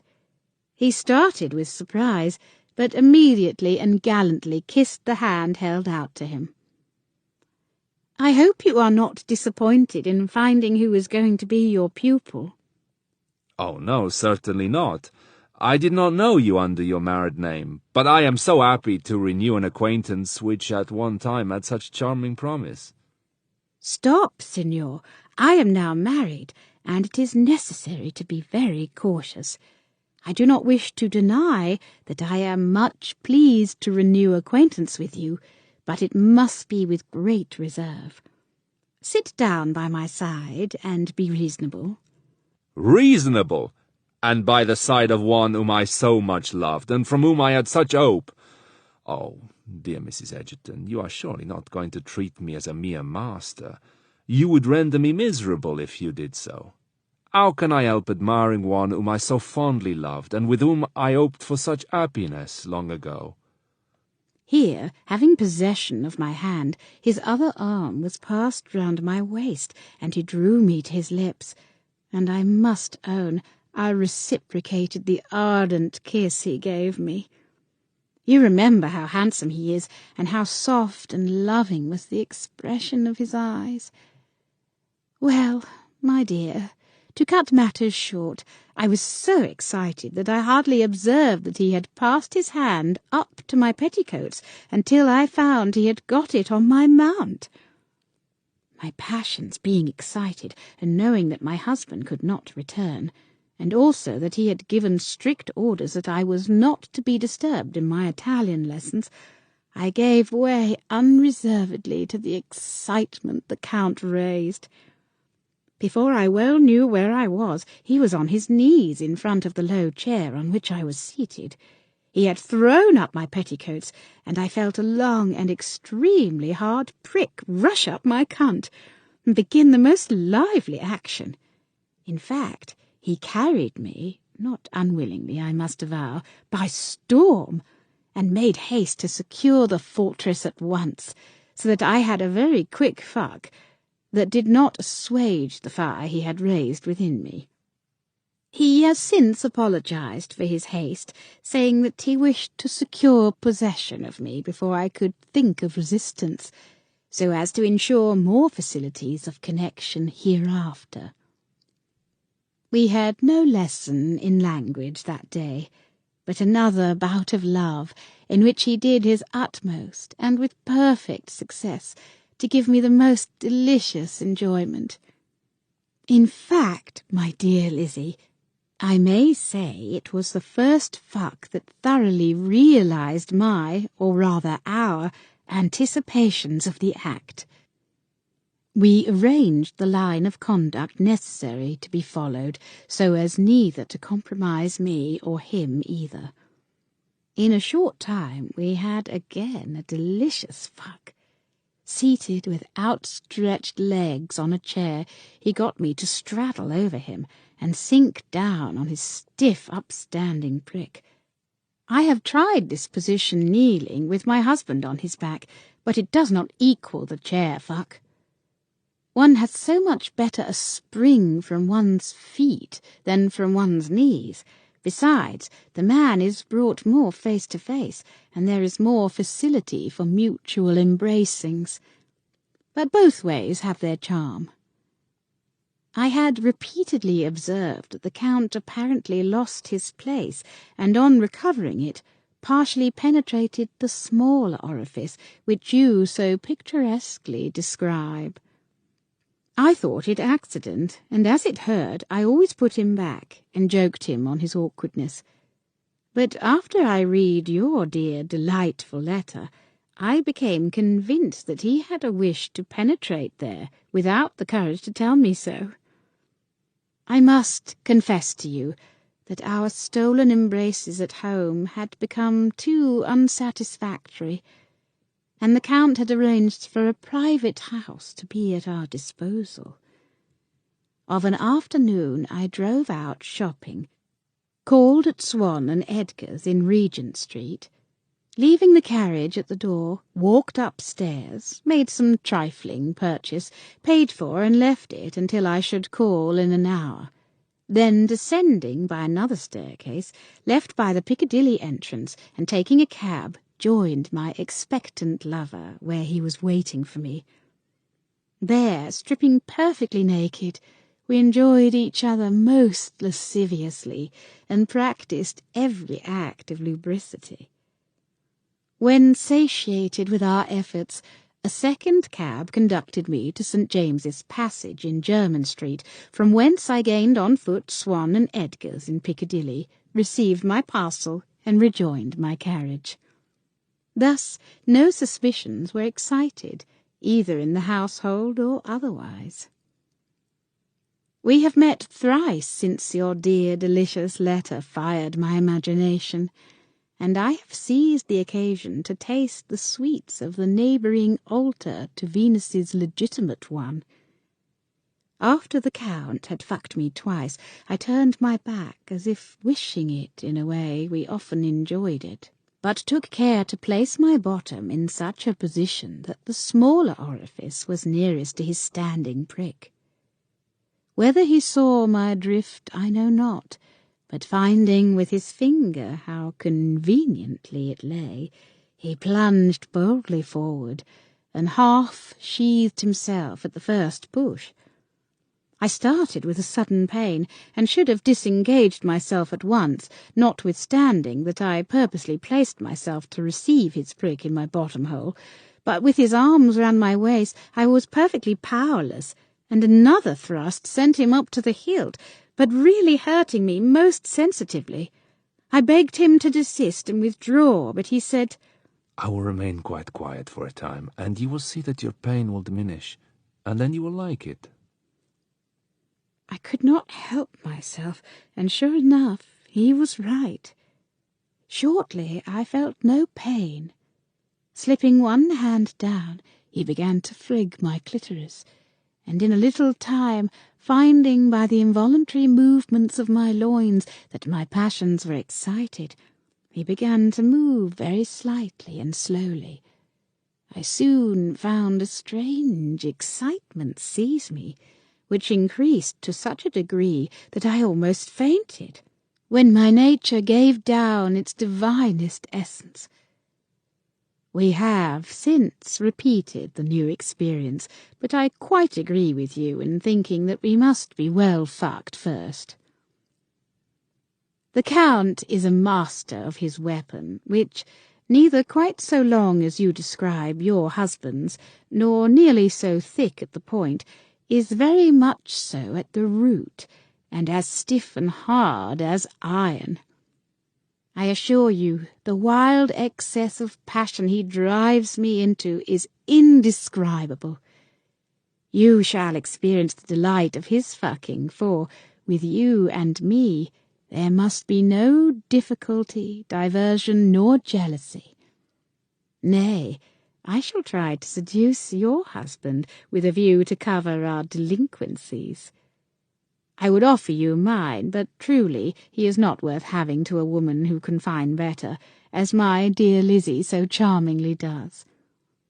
We have managed matters so prudently that my husband has taken a great fancy to the Count, and he dines frequently at our house. We have often talked of you, and I told him of your marriage, and of a probability of your eventually settling in London. I marked the sparkle of his eyes at the news, but was silent as to your letter and adventures. It is better we should manage the affair between us when you are here.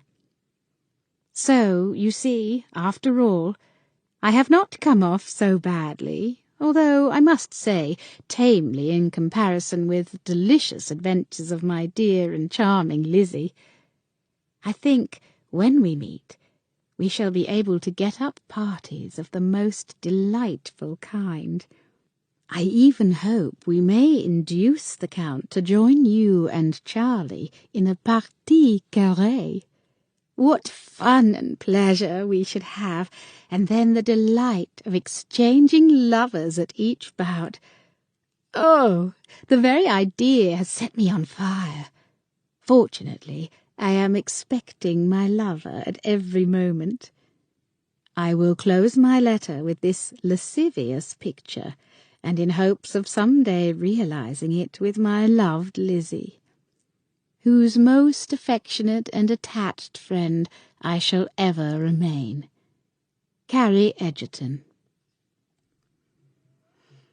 Such were these 2 charming letters, and I may immediately mention now that the lascivious picture dear Carrie drew of a partie carrée, we 4 the actors, was afterwards realized to the utmost extent of every salacious enjoyment that the most experienced lubricity could suggest.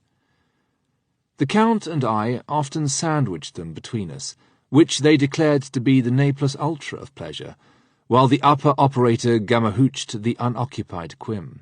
Nay, these giddy, delicious creatures were not satisfied until they had induced us to alternate the joys of coition with each other, but that was rarely the case.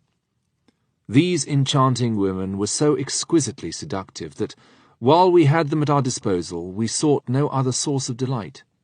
But I am digressing, and talking of events that occurred long after the period which I am more particularly describing. The 3 weeks' absence of Mr. Benson terminated, alas, far too soon. In fact, time flew so quick that it hardly appeared 3 days when a letter arrived announcing his return for the next day. My heart was ready to burst, but I managed to make no show or mention when Mrs. B. told the news at breakfast. Mrs. B. observed that I turned pale, but no one else remarked anything. We contrived to meet for a short time in the middle of the day, and she embraced me tenderly, with tears in her eyes, and looking so loving that my passions became overexcited, and hers too. Notwithstanding the imprudence of the risk, we there and then had a most delightful and salacious fuck, and at night this charming woman allowed me full liberty to do anything I liked, and as often as nature would support us, we revelled in a sea of lubricity. How often I cannot say. Although my loved mistress declared that I had spent 10 times, I am certain she did oftener than that, for neither closed an eye nor ceased from the most loving embraces. She exerted all the wonderful powers of seduction for which she was so distinguished. Never mortal man could have passed a more intoxicating night of pleasure.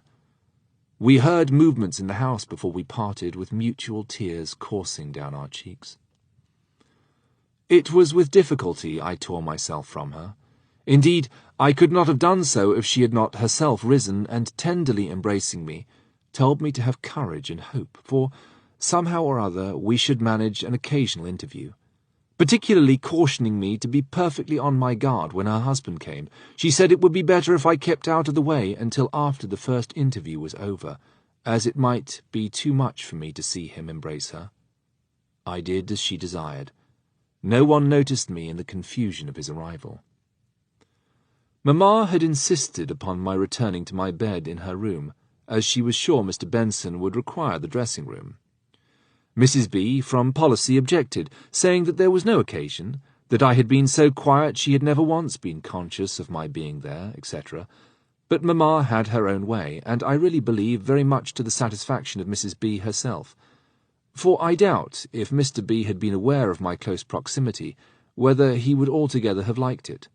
Nevertheless, he so completely treated me as little more than a child, that I am quite sure he had no suspicion of my having occupied his place so continuously during his absence. Mr. and Mrs. B. retired shortly after his arrival, doubtless to plunge into all the joys of venery after his long absence, and his wife's supposed privation of them. The idea of that being the case did not so much annoy me as I expected. On the contrary, imagination betrayed them in all the agonies of delight, and actually excited me extremely.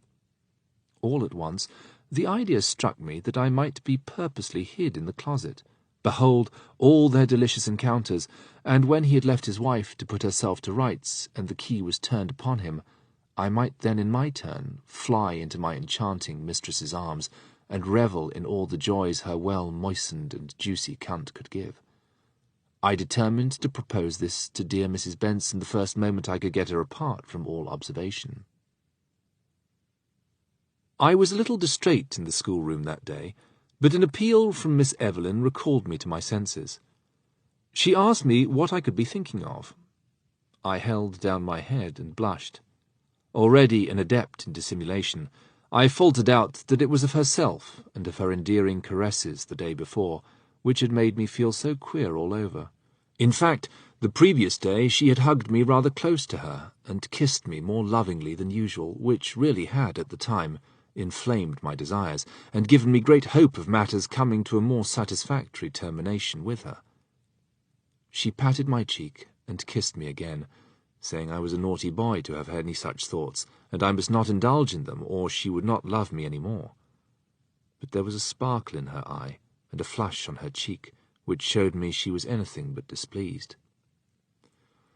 At our usual break-up at 4 o'clock, I went to the parlour to see if, by chance, I could get a secret word with Mrs. B., but found that she and her husband had again retired. I knew what that meant. It set me too on fire, and I flew to the garden where my sisters had gone to play. I gave Mary a hint which she readily understood, and proposed a game of hide-and-seek.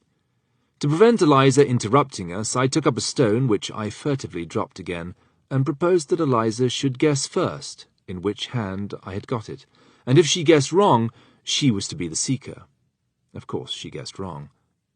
So we bound up her eyes, and she was to stand behind a tree and count 100 before she attempted to look for or seek us.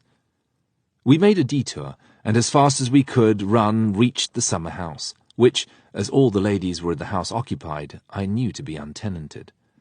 We entered and locked the door. In an instant I had Mary down on her back on the sofa, my head between her thighs and my tongue in her cunt, and then on her clitoris. She was as eager for it as myself. A week had passed since the happy day of giving up her maidenhead to me. She had thoroughly got over all the pains and inconveniences of that day, and was as ready for a renewal of what could only be joys now as I was. She spent in my mouth almost as soon as I began to gamma-hooch her clitoris. Waiting an instant to lick up and swallow the soft and delicious young discharge, I rose, pulled out my bursting prick, and engulfed it in her well-moistened sheath with one rapturous shove up to the hilt, positively taking away her breath by the energy of the attack.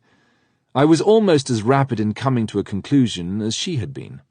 Nevertheless, she died away a second time, the moment she felt the warm gush of my raging discharge.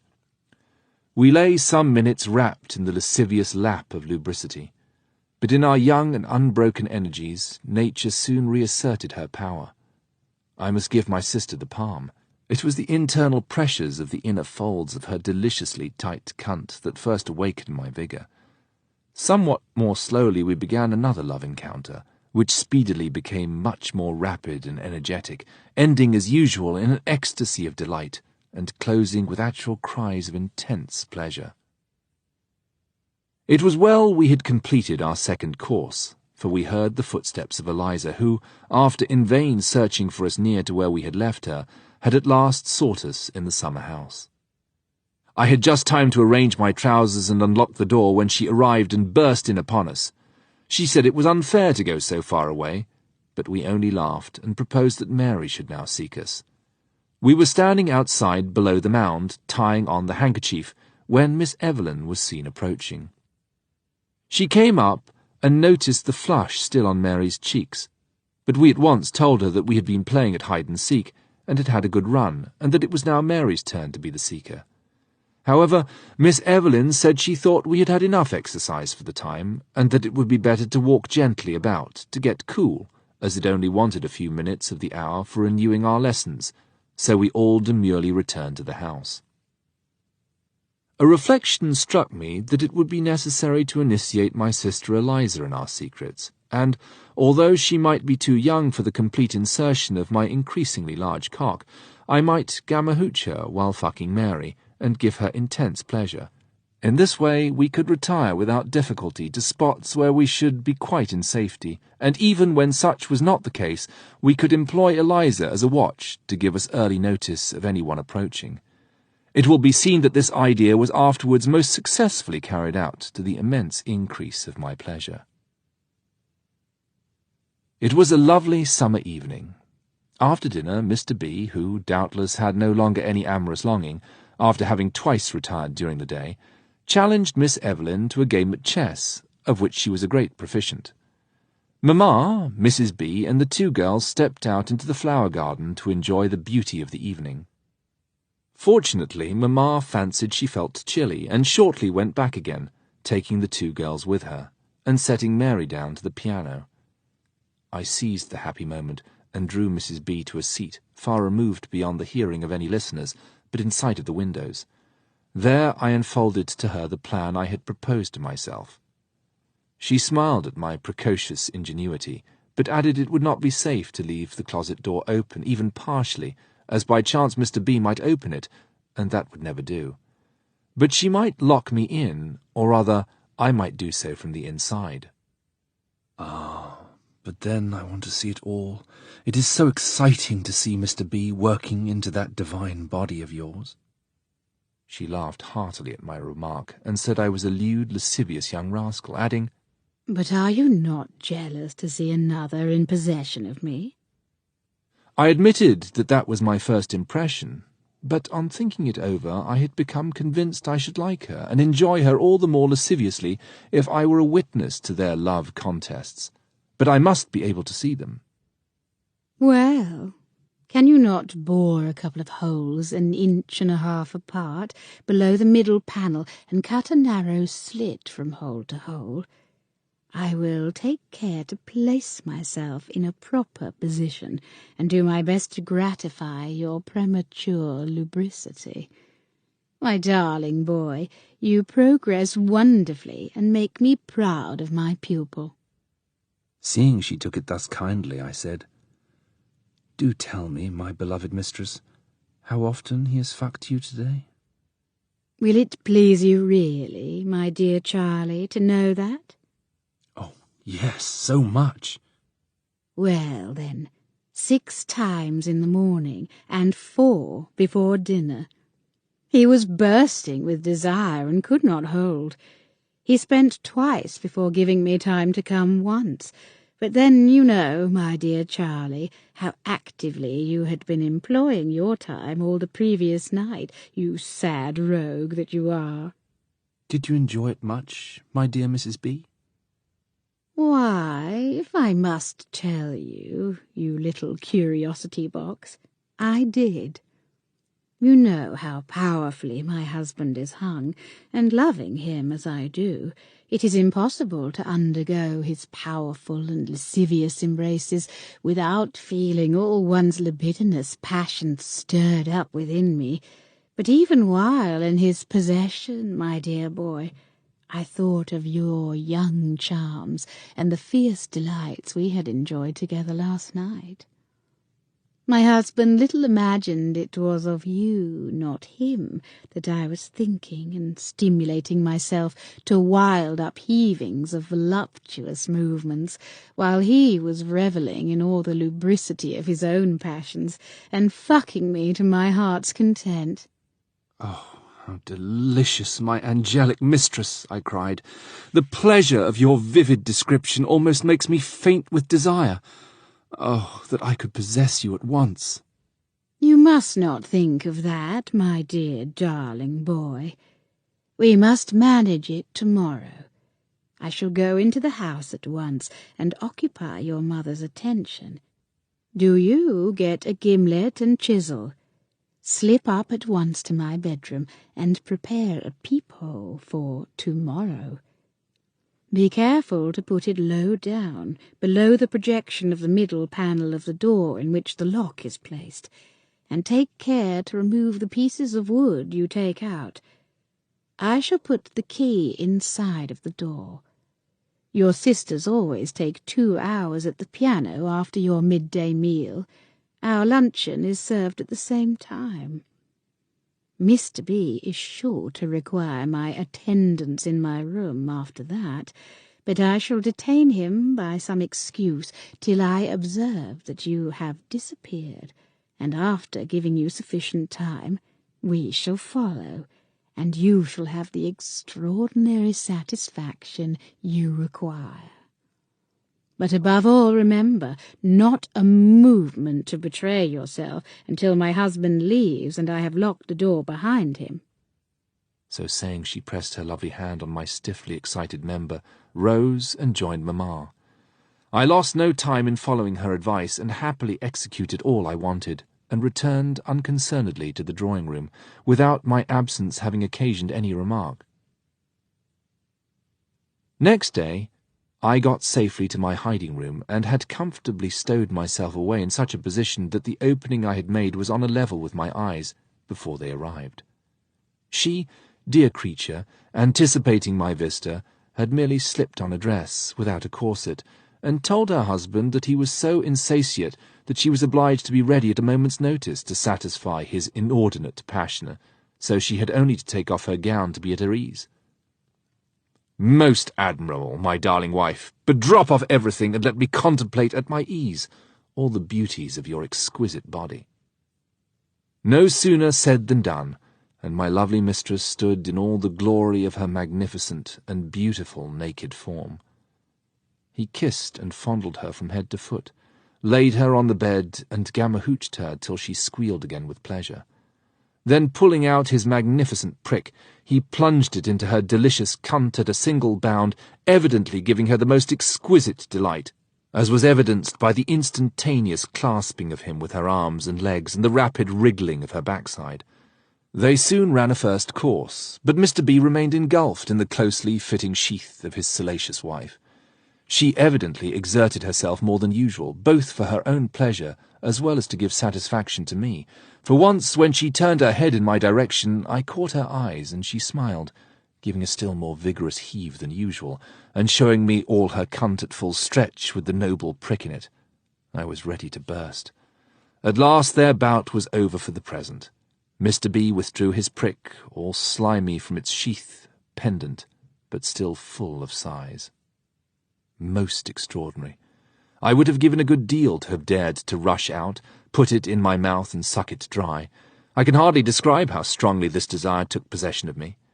It was the first promptings of a passion I have since often indulged in, where I have met with companions with whom I could join in orgies of both sexes. Mrs. B professed to be dead beaten by the constant and frequent renewals of these interviews, in addition to night work, and lay perfectly still, while he performed his ablutions and readjusted his habiliments. "Fasten the door after me," said he, as he ardently pressed her form in his arms and kissed her. She had continued stretched on the bed, exactly facing me, with legs widely extended, so as to show me the whole of her lovely cunt, which I could see still panted under its late excitement. My charming mistress told me it was palpitating not for what had passed, but for what it was waiting for. She rose at last and closed the door, turning the key upon her husband. She then approached the bidet to purify herself, but I bounded from the closet, seized her in my arms, dashed her back on the bed, and immediately glued my lips to her glowing and foaming cunt, with all the froth and spending of her husband oozing out. I greedily devoured it, and raised her to such a frenzy of lewdness that she dragged me up and cried frantically, "For God's sake, fuck me, fuck me!" Of course my cock was bursting to do so. With one shove he was sheathed to the cods. My loved mistress spent with that alone, so highly was she excited, not only by the preparations, but, as she herself acknowledged to me, by the idea of the instantaneous infidelity to her husband, at the moment after he had just fucked her. Such is the wild imagination of women when they give way to every libidinous thought. It would have been exactly the same if some equally fortunate lover had been awaiting my retiring from the field. The idea of success in deception is a passion with them, and they would almost sacrifice anything to obtain it. Before I could arrive at the grand crisis, she was again ready, and we died away in an agony of blissful lubricity. She held me, as usual, so tight that I never thought of withdrawing from the folds of her delicious cunt, but lay still, enjoying the never-ceasing compressions of its velvety folds, which sometimes really had almost the force of a vice. I was rapidly ready for a second bout, which, like the first, ended in ecstatic joys, beyond the power of description. My charming mistress thought I ought now to desist, but pleading my 40 hours fast, for of course she knew nothing of my fucking Mary, I begged her to allow me to run one more course. Then, my darling Charlie, you must let me turn on my side, for I am so heated with your weight and my husband's that I must have some relief, but there is no occasion for you to withdraw. Leave me to manage it. With an art quite her own, she accomplished her object. Her splendid buttocks pressing before my eyes against my belly fired me immediately. My cock swelled and stood firm as ever. Then, passing an arm round her body, I used my fingers on her excited and stiffly projecting clitoris. We had a much longer and more voluptuous fuck than before. Nothing could exceed the delicious movements of my divine mistress.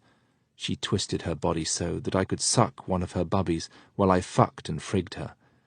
She spent with such a scream of delight that I am sure she must have been heard in the house, had it not been for the inner baize door to the room. She continued throbbing so deliciously on my prick that I began to flatter myself I should obtain a fourth favour, but she suddenly bolted out of my arms and out of bed. Turning round and taking my whole prick in her mouth and giving it a voluptuous suck, she said, "No, my loved boy, we must be prudent if we mean to have a repetition of these most exquisite interviews. You have given me most ecstatic pleasure, and by moderation, and running no risk in too long indulgence of our passions, we may safely manage to enjoy similar interviews every day. Get into the dressing-room, remain there until I leave my room and pass your door. After I have seen that no one is near, I will cough twice. Wait a minute longer, then quietly leave and descend by the back stairs." All was happily effected, and for the week longer they remained with us, I found means to repeat the charming lesson every day, without raising suspicion in anyone's mind. At last this admirable woman departed. It was with difficulty I could bear the scene, but I gulfed down my feelings as best I could. She had become a universal favourite, and all regretted her leaving, so that my distress was not noticed in the general regret. It was more than 2 years before fortune favoured me in again meeting with this charming woman. And then we saw very much of each other, both alone and with other congenial spirits, of which perhaps I may hereafter write a detail. But at present I have got events to relate that followed fast on her departure. Chapter 5. Miss Evelyn. I have said that Miss Evelyn had been gradually growing more familiar in her manner of partially caressing me. She drew me closer to her, almost invariably placing her arm round my waist, frequently kissing and pressing me against her firm and well-formed bosom. This had frequently an evident effect on my lower person, even while I was kept less excitable by the constant relief my passions were obtaining in the arms of my adored Mrs. B. Now I no longer had that vent, for the little relief I could get at rare intervals from my sister Mary was as nothing after the constant exercise I had been provided with for a whole month. Ever since I had practised that little deception on Miss Evelyn by attributing to her embraces the evident distraction I was in on the day of Mr. Benson's return, she had increased her pressures of my person, and could not but feel my stiff prick throbbing against her thigh, while she closely pressed my body against it with her arm. I often noticed the increased sparkle of her eyes and change of colour on her face when she kissed me, and I put up my hand and caressed her cheek. At times she would push me suddenly away, and beg me to resume my seat. Frequently she would quit the room in an agitated manner, till this led me to suppose that an internal conflict was going on, and that passion urged one course, reason another. Remembering the sage advice given to me by my loved and beautiful mistress, Mrs. B., I resolved to play the part of an innocent ignoramus, and let her own passions develop and produce the result I so longed for. I doubt if I could have held out, but for the relief I found in dear Mary's embraces, who, each time we could manage to meet, became more and more attractive and more capable of giving and receiving pleasure. We had some difficulty in keeping Eliza blind to our doings. At last, Mary agreed to initiate her into gamma-hooching, and to tell her I did so to her when we shut ourselves up together, and that if she would keep the secret, I would do the same to her. But that it was necessary that one should keep watch while the other amused herself with me, for fear Miss Evelyn should chance to come. Mary proceeded to gamma-hooch her, which delighted Eliza beyond measure. Indeed, although a year and a half younger, she speedily showed a development of passion superior to Mary. At first I only gamma-hooched her, letting her play with my prick as I did so, but not attempting to instruct her in the art of insertion into her charming little quim, which already showed symptoms of a hairy growth on her well-formed and very prominent mound. When I had done enough in this way, Mary, who had previously been fucked by me, returned, and Eliza took up the watch, while I appeased in Mary's deliciously tight cunt the thirst that gamma-hooching Eliza had raised. It was thus I could more coolly await the gradual approximation that Miss Evelyn's evident passion for me was bringing about. That she struggled against it was evident, but passion was gaining the advantage, as was shown by her nervous tremblings and sudden clutches, drawing me up to her parched lips, and sometimes pushing me away with a shudder that shook her frame and paled her lovely cheeks. I fancied that nature had been too much for her on these occasions, and that in reality the sudden clutching was the approach of love's crisis, and that when she shuddered and suddenly repulsed me, she was discharging. It was evident this could not continue. At last the happy day for which I so longed arrived. Mamma was going to go to the town, and taking my two sisters with her, to get something or other for them. She invited Miss Evelyn to accompany her, but the latter declined on the excuse of an alleged headache. In truth, the violent nature of the conflict going on between her passions and her prudence had visibly affected her health.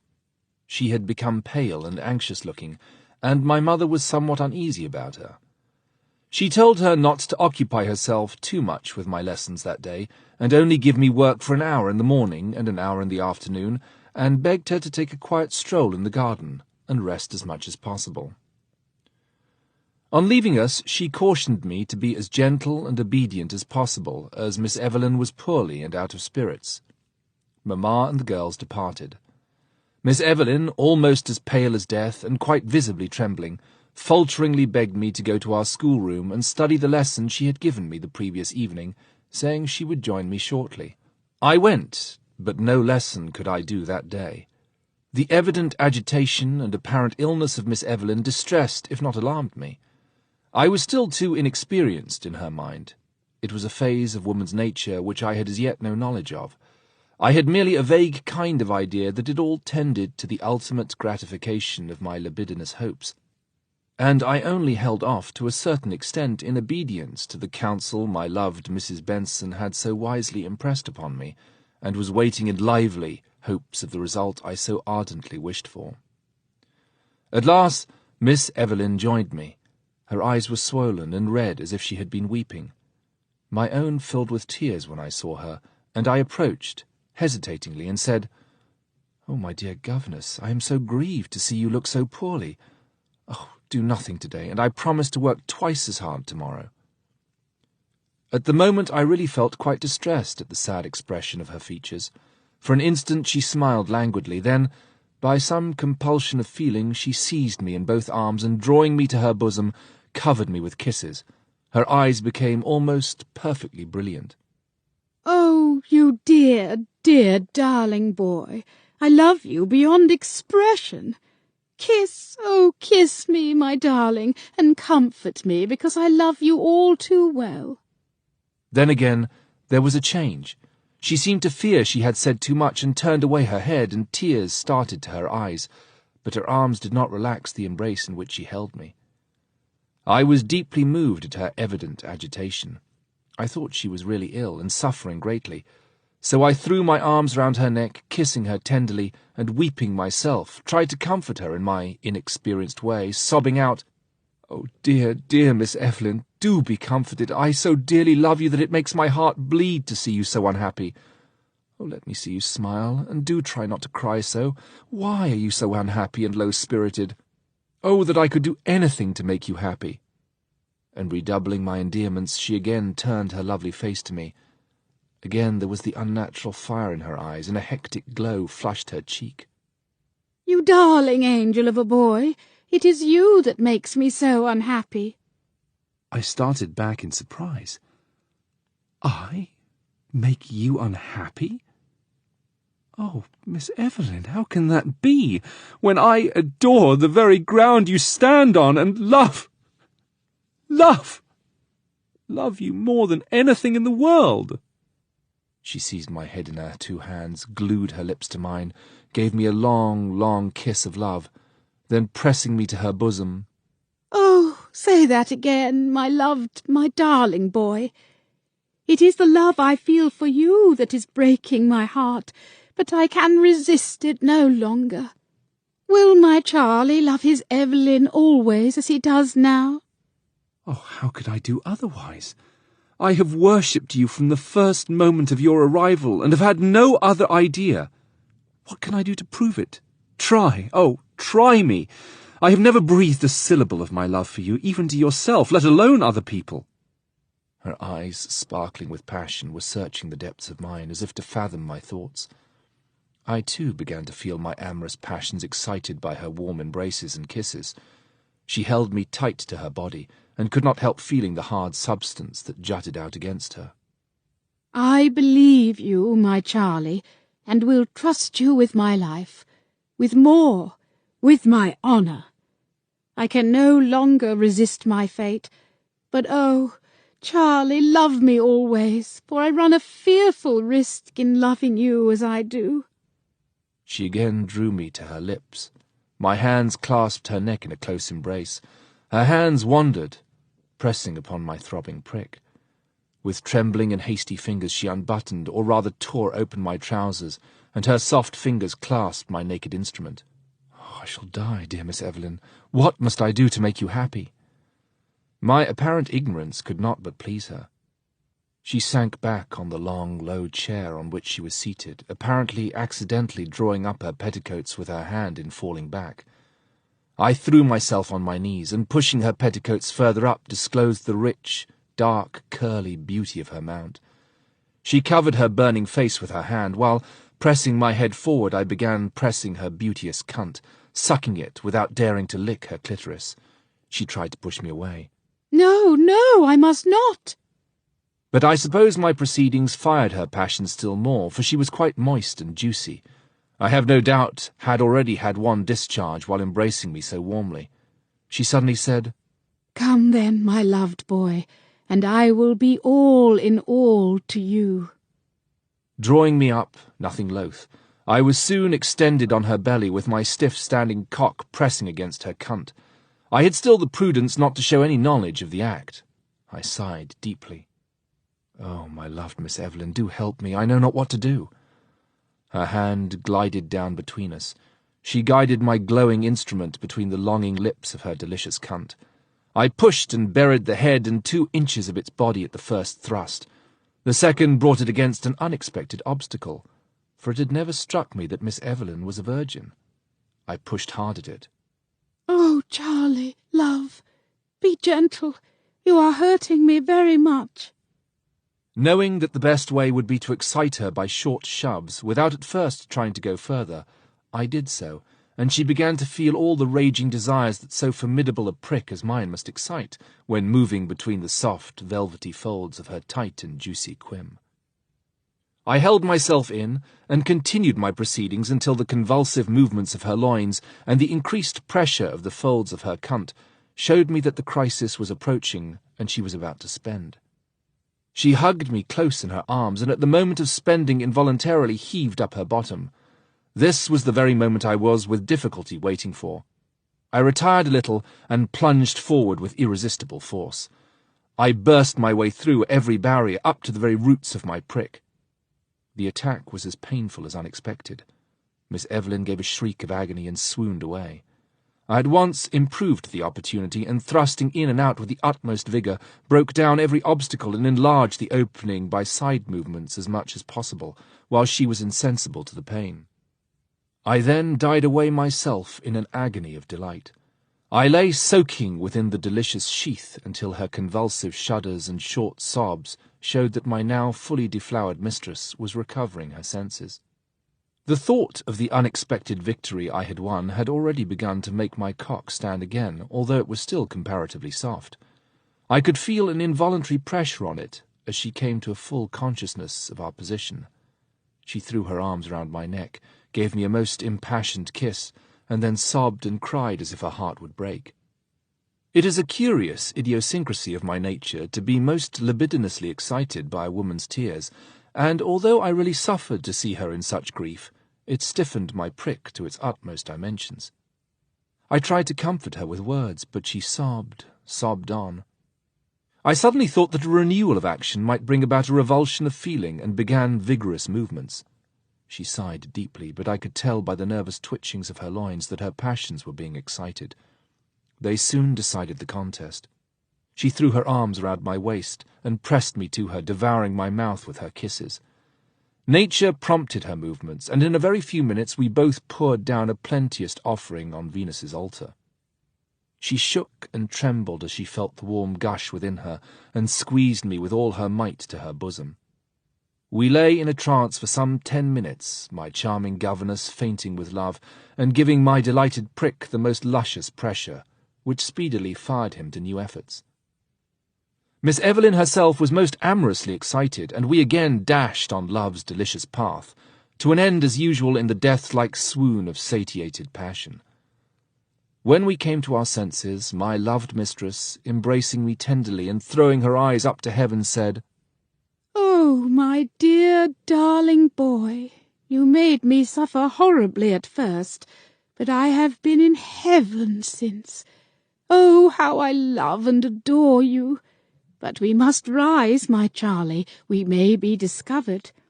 We have, in fact, run great risk, as the door has not been fastened." I rose and withdrew my prick from her reeking quim, which seemed by its close pressure to let me go with regret. I found it was all bloody. "Stop, Charles. Let me wipe it with my handkerchief, lest it stain your shirt." She did so, and folding it up and placing it in her bosom, said, "I shall keep this precious relic as a memorial of the sacrifice I have made to you, my loved boy. Oh, Charlie, you cannot yet understand the value of that sacrifice, and the risk of ruin I have run for your sake.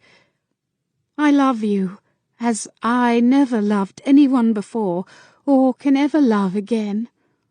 My honour and happiness are now in your hands, and it is on your discretion they rest. Be careful never to exhibit any liberty of conduct towards me, or to mention to anyone what has occurred." It may readily be imagined I gave her every assurance on that head, and told her I loved her too dearly, and was too grateful for the ecstatic happiness she had taught me how to enjoy, for any chance of betrayal to take place through my indiscretion. She embraced me tenderly, told me to go straight to the garden, that she must seek some repose after all that had happened, and we should meet again at midday meal. I did as desired, full of sweet thoughts at the exquisite delights she had afforded me, and already longing for the afternoon school hour to renew the enrapturing union of our souls and bodies.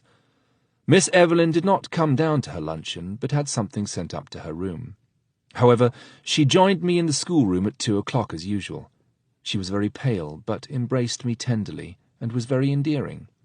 Of course, I immediately became excited and very enterprising, but she gently repulsed me, and requested that I would leave her quiet that day, as she felt not only exhausted but in pain, and would be all the better for perfect repose.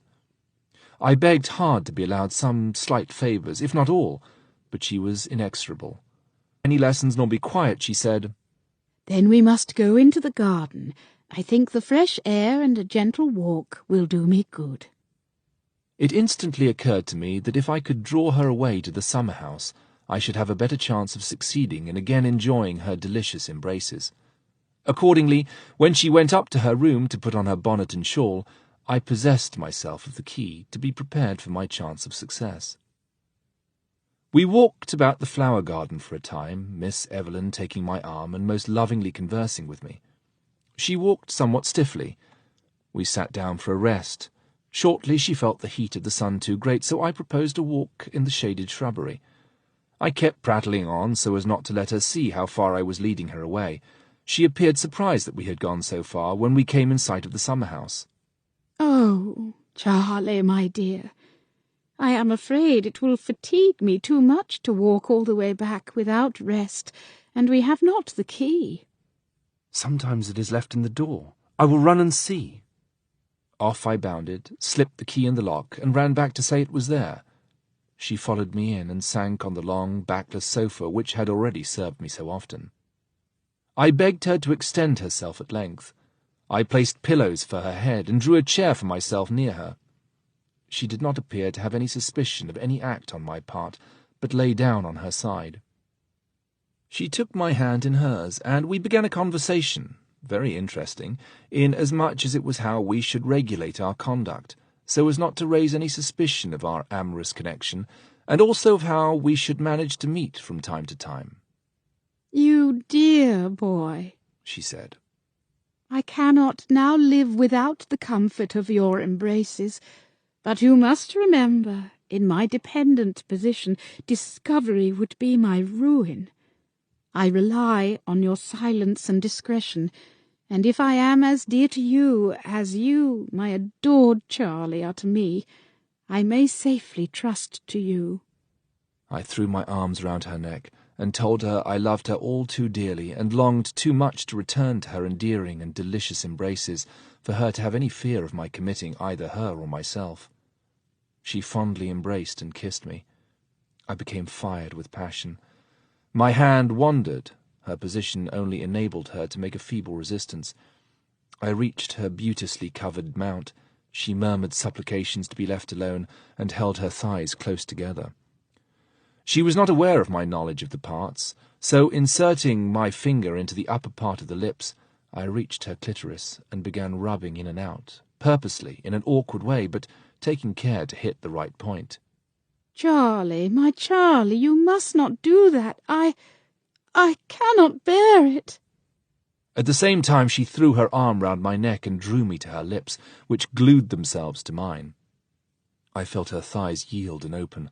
I immediately improved the occasion and began frigging her with my middle finger up her quim. Her passions became inflamed. "Come then, my darling boy, to my arms. I cannot resist you longer." In an instant I was unbuttoned and had my trousers down and was between her legs almost before she had concluded her sentence. The excitement of my caresses had moistened her juicy cunt, and the head of my prick entered without any difficulty. In my ardour I was about to rush on with a vigorous shove, when she implored me to be more gentle, as she still smarted from our morning encounter. Moderating my movements and gently insinuating my stiff instrument, I gradually made my way up to its utmost limits, and hardly occasioned even a grimace of pain. Here I stopped, leaving it sheathed up to the root, and making it throb from instant to instant. Then, seeking my loved Miss Evelyn's mouth, our lips and tongues met. Her arms round my waist became tighter in their embrace. The delicious folds of her luscious, juicy quim began to throb and press on my excited member. Allowing her to become thoroughly excited, I waited until she actually, quite unexpectedly, yielded down her nature and spent profusely to the exquisite pleasure of my saturated organ. I still held all off, to give her time after the delight of that spend, which was probably the first of unalloyed ecstatic pleasure she enjoyed. For, as I was an inactive participator, there was nothing to cause any action on the still raw edges of her broken maidenhead. Her internal pressures were most exquisite. Our embraces with tongues and lips were like the billing and cooing of doves, and very rapidly brought her again to a raging point of desire. I then began with slow and gentle movements, drawing my prick slowly nearly all the way out, and then as slowly driving it up to the hilt. Her previous, very copious discharge had so oiled the delicious folds of her cunt that no pain was felt, only the intense pleasure. At last it became overpowering. Her arms were thrown round my waist, and her legs were involuntarily cast over my hips. Nature prompted her to the most delicious movements of her bottom.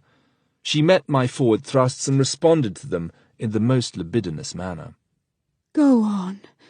Go on, dear Charlie.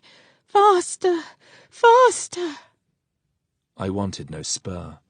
Fast and furious grew our movements, until at last, with a mutual cry of delight, we sank in each other's arms in the blissful ecstasy of the most complete enjoyment. It was several minutes before we regained our senses, and both our organs of generation were pulsating, the one within the other, in all the luxury of satiated passion.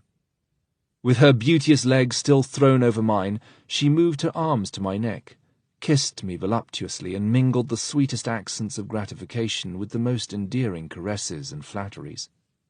I lay, as it were, in the Paphian bower of bliss, in a state of exquisite sensations quite impossible to describe. It seemed even a greater pleasure than the more active state of delight we had been to. I could have lain so for hours, but for that excitable prick of mine, whose sensibilities were far too rapidly set in motion by the luscious pressures of that most delightful cunt in which it lay engulfed. It had gradually resumed its pristine firmness, and was now at full stand, throbbing impatiently for further combats. I began to move. Miss Evelyn said, Oh, my Charlie, you must cease, my dear boy. We must not only be prudent, but consider your youth and health. Do, my dear boy, pray cease. Her words were cut short by the increasing passion that the vigorous movements of my prick occasioned to her whole system. She could resist no longer, but with arms and legs closely embracing me and devouring me with kisses, she threw herself into the fight, and with body and soul so seconded me that we died away in screams of delight, and sank quite insensible in each other's arms. It was many minutes before we recovered speech. I still lay entirely embedded in her most exquisite cunt, and would have liked to have continued in her delicious embrace. But Miss Evelyn so imploringly beseeched me to cease for this time, and pointed out how necessary prudency was, if we ever wished to meet again, that I felt compelled to raise myself from her body. But in doing so, I slid off downwards, and before she could prevent me, I glued my lips to the open pouters below me, and greedily devoured all her delicious discharge, and did not desist until I had so licked her clitoris as to make her spend most copiously again. At first she had tried to resist, saying, Charlie, what on earth are you at? You must not, my dear boy, 'tis dreadful. But as I roused her passions, her hand, instead of trying to draw away my head, held it firm and pushed it well against her throbbing and delicious quim. Her thighs closed against the sides of my head. She almost swooned away with the ecstasy of her discharge. I greedily swallowed it, and rising completely, took her in my arms, and placing her on her bottom, sweetly kissed her. Oh, what a charming creature you are, my beloved Miss Evelyn. I adore you from the sole of your feet to the crown of your head. But you, my beloved Charlie, have more than justified my imprudence. You have given me a joy which I could never have dreamt of. I am yours, body and soul. Do with me as you like. I, too, adore the very ground you tread on. We continued exchanging the sweetest vows of affection until, seeing my prick rising to its usual stiffness, she said, Oh, my darling, you must put this away. It would be most imprudent to continue any longer. Now, let me button it up. First stooping and kissing it, she put it into my trousers with some difficulty, buttoned me up, and we strolled towards the house. Our conversation turned on our chance of fresh encounters. She begged I would not think of attempting anything of the kind next day, and she would try and arrange for the day after, although my sisters were terribly in the way. I suggested she should keep me in as when she flogged me. Nay, indeed, she should flog me in reality if she liked. She laughed at my idea, but said something might be done in that way as a blind.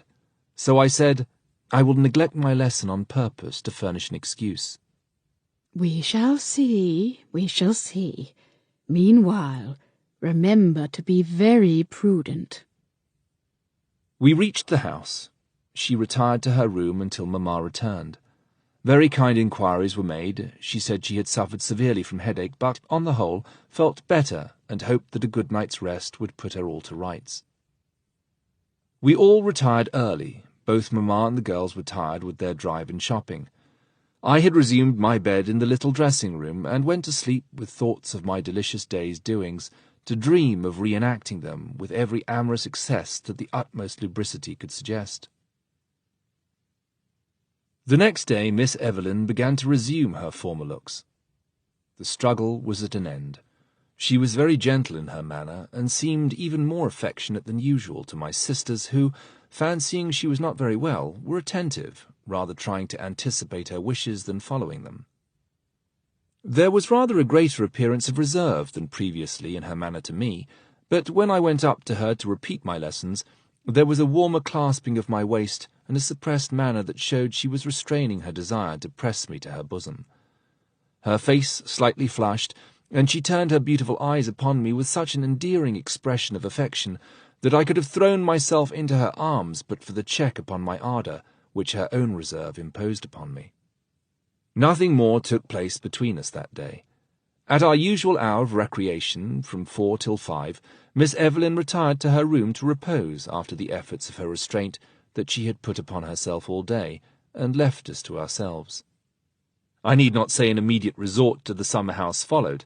There, first deliciously fucking Mary, and then gamma-hooching Eliza, with the addition of gently introducing, at the same time, a finger a short distance up her quim, I finished off with another voluptuous fuck with Mary. I thus was enabled to bear the bridle Miss Evelyn put upon the indulgence of my appetite in her person, and was apparently more reasonable than in reality. She again, on the second day, failed to give me the opportunity I so longed for. Thinking she might hesitate, from fear of discovery, and the fact of having no apparently reasonable excuse of being alone with me, I determined to play the idler next day in the afternoon. On being called up, I had done nothing. Miss Evelyn looked grave, but blushed deeply at the same time. What do you mean, Charlie, by this idleness? Go, do your lesson, or I shall be obliged to punish you. She took me by the arm and gently pressed it as she told me to resume my seat. At 4 o'clock, of course, my lesson was as far as before from being done. Mary and Eliza, you can go into the garden. Charles will remain until he finishes his lesson, or is punished for his idleness. They left, and Miss Evelyn locked the door after them. Then we flew into each other's arms and indulged in the most endearing caresses for a very few seconds. I had been in a state of most violent erection for some time, so that my hand was up her petticoats immediately. I gently pushed her back on her low, long, easy chair, and kneeling in front, first thrust my head between her thighs, and taking a glance at her beautifully haired cunt, already all moist and juicy, showing that she was as ready as myself, I gamma-hooched her until she spent in my mouth, and sucked the delicious liquid most greedily. There was something peculiarly sweet in her spend, and my tongue sought the innermost lining of her delicious quim as far as its limited length would admit, that I might not lose a drop of her exquisite nectar, worthy of the gods. The excitement I occasioned her was almost too much for her to bear. She drew me up, saying, "Oh, Charlie, my angel of a boy, come, oh, come to my arms." I raised myself up, threw myself into her arms, and in a moment I was engulfed up to the cods in her exquisite and throbbing cunt. She closed upon me with arms and legs. We were both too violently excited to pause for any of the more voluptuous movements of less violent desires, but rushed on in passion's wildest ecstasy, both far too eager to think of any restraint, and with the utmost vigour on both our parts, we ran our first course with great rapidity. My adored Miss Evelyn had quite got over every feeling of pain, and could not but be delighted with the heat and vigour of my attack. We both died away together, at the ecstatic moment pouring down a mutual flood of spunk to cool the inflamed members that had the instant before been in such tumultuous action. Darling Miss Evelyn hugged me close to her bosom, and threw her beautiful eyes, screaming with passion, up to the ceiling, as if to thank heaven for the joys she had felt. Our lips then met and glued themselves together in one long, long kiss of love, which quickly lighted up our lust. She was as eager as myself, and we had another vigorous encounter, ending in all the agonies of delight as before. Then, after a longer interval of the most endearing caresses and fond accents of murmured love, we ran our third course with more abandon, lengthening out our exquisite sensations by slower and quicker movements and pauses between, in which my beautiful governess began to develop an art in which she shortly became even superior to the more experienced Mrs. Benson, who had so charmingly initiated me into love's mysteries. There was a peculiar, charming, and endearing softness in the manner of Miss Evelyn, most winning and most exquisitely attractive. It was evidenced even in her mode of handling my prick. Without grasping it, her hand appeared to pass over it, hardly touching it, but in so exciting a manner that after any number of encounters she could raise it by her fairy touch in a moment. Our third encounter lasted quite half an hour, and we sank in the death-like luxury of discharge. Our whole souls seemed to exude with the exquisite distillation of our seed. We had long before regained our senses. I was still engulfed in her delicious cunt, but she begged me to relieve her of my weight. We rose. She took her petticoats down and assisted me to arrange my trousers. I then sat down and took her on my knee. Our lips met in a mutual warm kiss of gratified passion. She thanked me for the joys of paradise I had given her, and for my discretion in procuring an excuse for our meeting. She acknowledged that she had been as impatient as myself, but was obliged to take every precaution against raising the slightest suspicion in the house. You must always remember, my darling boy, that for me discovery would be my ruin forever. I risk everything to possess you, my beloved boy. I would care little for discovery if it would not also separate us forever. That idea, my adored Charlie, is insupportable. I can no longer exist without you. Here she threw her arms round my neck and burst into tears. I have already described the effect of tears on my unruly member, which, while I was consoling and vowing eternal attachment to my loved mistress, burst from its bonds and stood out in all its glory. I took her soft and beautiful little hand and laid it on it. She grasped it tightly, and looking at it, while smiling through her tears, said, "My Charlie, what a great big thing it is! I wonder how it could ever get into me without killing me." "You shall soon see that," said I, and changing places, I laid her down, lifted her petticoats, and was into her in a moment. She begged me to proceed slowly, and to lengthen out our pleasures as much as possible. We had a most glorious and truly delicious fuck, my lovely and charming mistress giving me most ecstatic pleasure by the exquisite pressures of the internal folds of her delicious and lascivious cunt. We lay enraptured for long after we had spent, and then resumed our sitting position and arranged everything in order, as the time for the return of my sisters from their hour of recreation was close at hand. Our conversation naturally turned upon how we should arrange for our next meeting. Miss Evelyn insisted that we must not think of meeting more than once in 3 or 4 days, as otherwise we might raise suspicions fatal to our meeting at all. However reasonable this was, I raised an outcry against such a tantalizing delay, and begged hard for a shorter period between our intervals. "It cannot be, my darling boy. Remember, discovery would separate us forever. By prudence, we may long continue these delicious meetings." I suddenly suggested that as I slept alone in the little room, which, when the spare room was unoccupied, was far away from everyone, she might steal along at night when all were asleep, and thus I could enjoy the whole of her exquisite charms without hindrance. She did not reply, but I could see her eye sparkled and her cheek flushed, as if already in imagination she was revelling untrammelled in all the luxury of voluptuousness such a plan opened out. However, she did not at once accept, but kissing me fondly, called me her dear and ingenious boy, and said she would think over my suggestion. We resumed our lessons on my sister's return. Miss Evelyn was again 4 days before she gave me another opportunity of an amorous meeting. It was only my purposed insubordination that obtained me this interview. We again indulged in all the luxuries of carnal enjoyment, as far as could be done, incommoded as we both were by dress and locality. Reverting more strongly than ever to my plan of meeting in my lonely room, I begged so hard that at last she promised to come the night of the following day.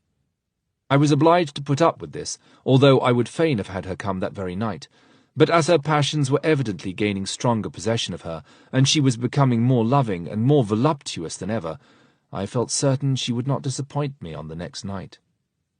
The delicious idea of revelling in charms I had so often furtively gazed on kept me away from my sister's next day. Under a plea of headache I went early to bed, and took up some oil, to oil the hinges and lock of the door, to be prepared for my loved mistress. I lay long awake, and was almost in despair of her coming, when I heard the clock strike 12. All at once I became aware she was at my bedside. She had entered the room with so gentle a step that, though on the watch for her, I did not hear her even when she opened the door, shut and locked it. She had come in her dark grey cloak, and when at my bedside this was dropped on the floor, she stood in nothing but a very fine and thin chemise. She flung herself into my arms as I rose to embrace her, and we instantly sank closely clasped in each other's arms. I was far too sharply set to practice any preliminaries. I turned her on her back and was into her in a moment, with one vigorous thrust which almost took away her breath and gave her intense delight. I was too quick for her, however, as I spent in 2 or 3 shoves into that delight-giving cunt. But as this hardly allayed the fires of my too ardent desires, the convulsive internal movements of our unsatisfied orbit quickly restored my scarcely reduced member to a renewed vigour.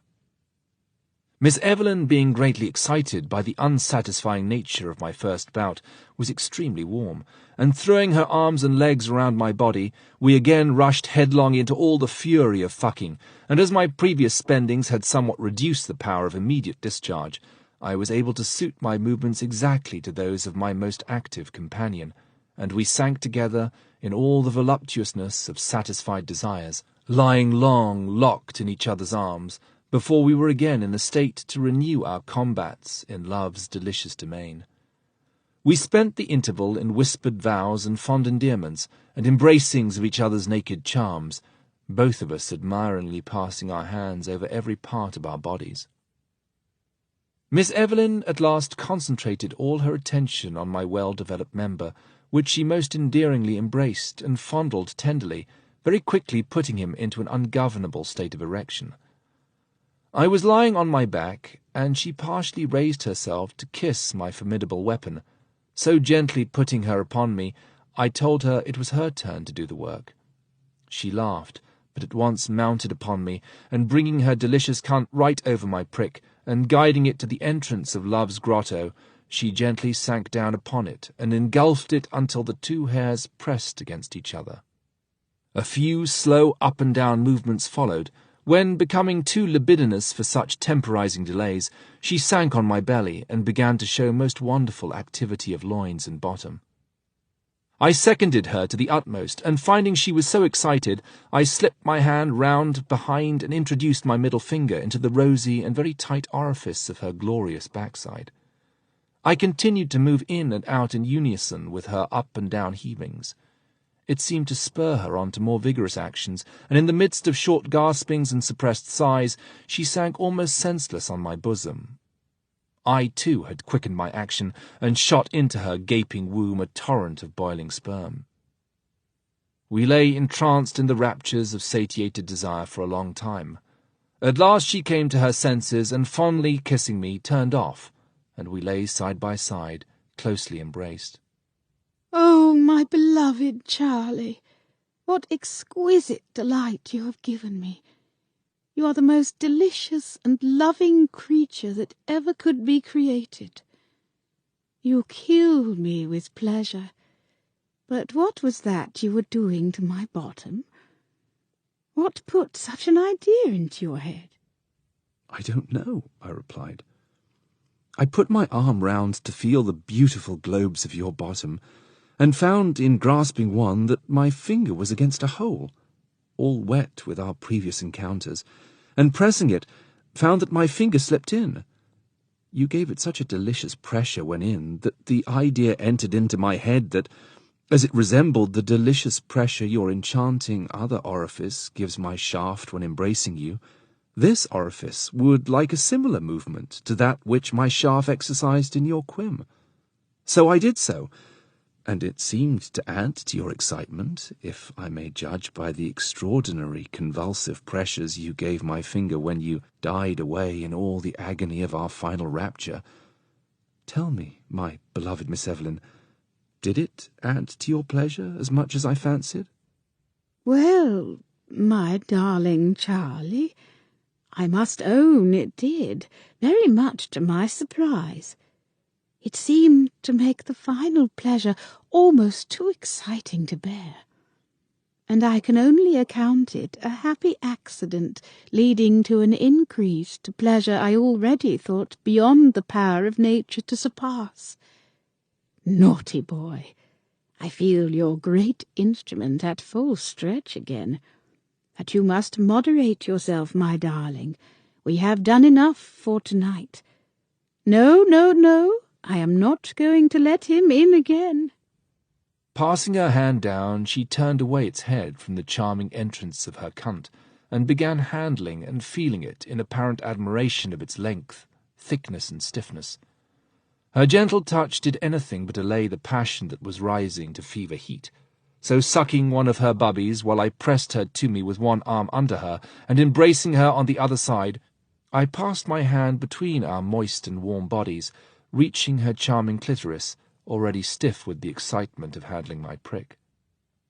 My titillations soon decided her passions, and gently prompting her with the arm under her body, I turned her once more on the top of me. She murmured an objection, but offered no resistance.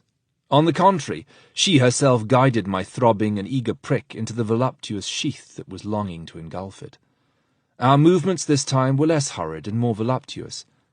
For some time she kept her body upright, rising and falling from her knees. I put my finger to her clitoris and added to the ecstatic pleasure she was so salaciously enjoying. She soon found she must come to more rapid and vigorous movements, and lying down on my belly embraced and kissed me. Toying with our tongues, I put an arm round her waist and held her tight, while her glorious buttocks and most supple loins kept up the most delicious thrust and pressures on my thoroughly engulfed weapon. I again stimulated her to the highest pitch of excited desires by introducing my finger behind, and we both came to the grand crisis in a tumultuous state of enraptured agony, unable to do aught but from moment to moment convulsively throb in and on our engulfed members. We must have lain thus languidly and deliciously enjoying all the raptures of the most complete and voluptuous gratification of our passions for fully 30 minutes before we recovered complete consciousness. Miss Evelyn was first to remember where she was. She sprang up, embraced me tenderly, and said she must leave me at once. She was afraid she had already stayed imprudently long. In fact, it was near 5 o'clock in the morning. I rose from the bed to fling my arms round her lovely body, to fondle and embrace her exquisite bubbies. With difficulty she tore herself from my arms. I accompanied her to the door, and with a mutual and loving kiss we parted. I to return and rapidly sink into the sweetest slumber after such a delicious night of most voluptuous fucking. She came again 3 times in the next 6 nights. Each time we renewed our mutual joys, with ever-increasing voluptuous indulgencies. On coming to me for the 5th time, she said, "Dear Charlie, I have only come to kiss you, and say I cannot stop." "Cannot stop?" I cried. "And why not, beloved Miss Evelyn?" "I am not well, but cannot explain more." I had sprung out of bed and clasped her in my arms. Then, passing a hand down to her beauteous and well-covered mons veneris, I found that she was tied up there in cloth. I immediately remembered how my loved Mrs. Benson had been exactly in the same way. I then also remarked the peculiar odour of breath, But pretending ignorance, I begged to know what had happened to my darling little grotto. I cannot tell you more, my dear boy, but it will keep me away from you for 4 or 5 nights. But why should that be the case? Cannot you let me enter that delicious cave of delight only once? No, no, impossible. My dear Charlie, absolutely impossible. It would do me very great harm, and you too.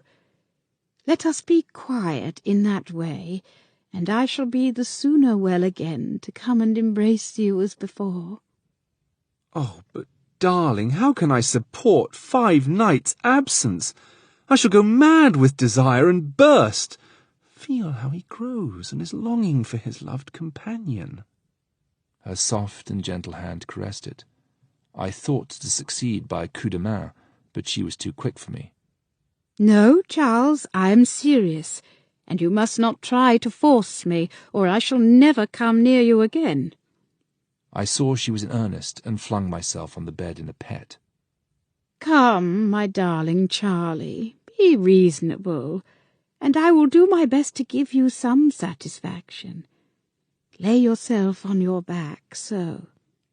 I will kneel on the floor at right angles to you, because you must not attempt to touch me down there. That is a dear boy. So taking my prick in her soft hand, she gently moved it up and down. Then suddenly stopping, took it into her mouth, sucking as much as she could get in, and titillating the knob with her tongue, while one hand frigged at the root of my prick, and the other gently handled my 2 crisped-up cods. She prolonged the pressure by occasional pauses, and at last, on finding the electric-like sensations coming, she hastened her movement, and I poured a torrent of sperm into her mouth. She continued her delicious sucking until not a drop more was left for her to swallow. This was the first time she ever gamma-hooched me, but it was not the last by scores of times. Ever after we improved upon the model, and added other endearments. When not under her courses, we mutually gamma-hooched each other, and she was the first to repeat upon me, with the intensest gratification, the delicious introduction of a finger behind while gamma-hooching me. At present, when she had thus taken the edge off my carnal appetite, she lovingly embraced me, and left me to my lovely slumbers.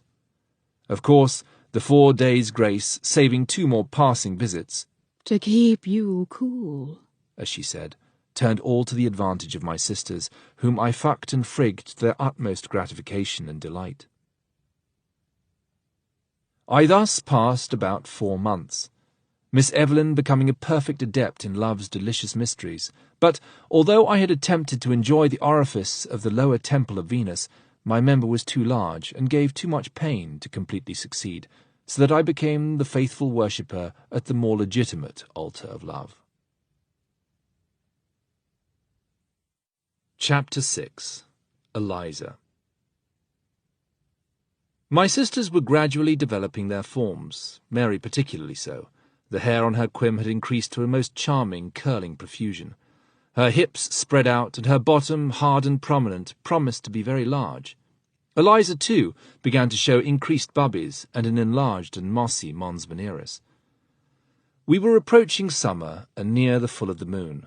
Mary had complained of feeling very low-spirited and very much inclined to cry. I tried to comfort her, and thought success would best attend my efforts if I fucked her. So, enticing her down into the garden, we entered the summer-house, and I at once proceeded to action. She was rather unwilling. She could not say why, but had an instinctive reluctance. She yielded, however, to my entreaties, and I fucked her without apparently exciting her in the usual way. I consequently withdrew as soon as I had run the first course, and at once discovered what ailed poor Mary. My member was covered with blood. For the first time her courses had come upon her. She was greatly alarmed, but I told her I had heard it was quite natural to young women when they reached a certain age, that she had better tell Mamma at once, who would instruct her what to do. I carefully wiped my reddened member, and then retired to my room to purify myself. That very night, on Miss Evelyn coming to me, I found she was exactly in the same state. She gave me my usual relief with her soft hand and caressing lips, and then left me for 5 nights, as at that time. I now found myself reduced to my dear little sister Eliza. Up to this time I had never actually fucked her, and her maidenhead was still intact. She was now approaching 14, and the down on her charming little cunt was becoming more decided. Her bubbies, too, under the erotic excitement of my attouchements and gamma-hooching, had assumed a decided prominence. My finger had somewhat rendered the opening of her little pinky slit more easy of access, so I resolved to complete her carnal education and fuck her thoroughly. The opportunity was perfect. Both Miss Evelyn and Mary retired to their rooms to lie down at our usual hours of recreation. Eliza and I at once hied to the summer-house and locked ourselves in.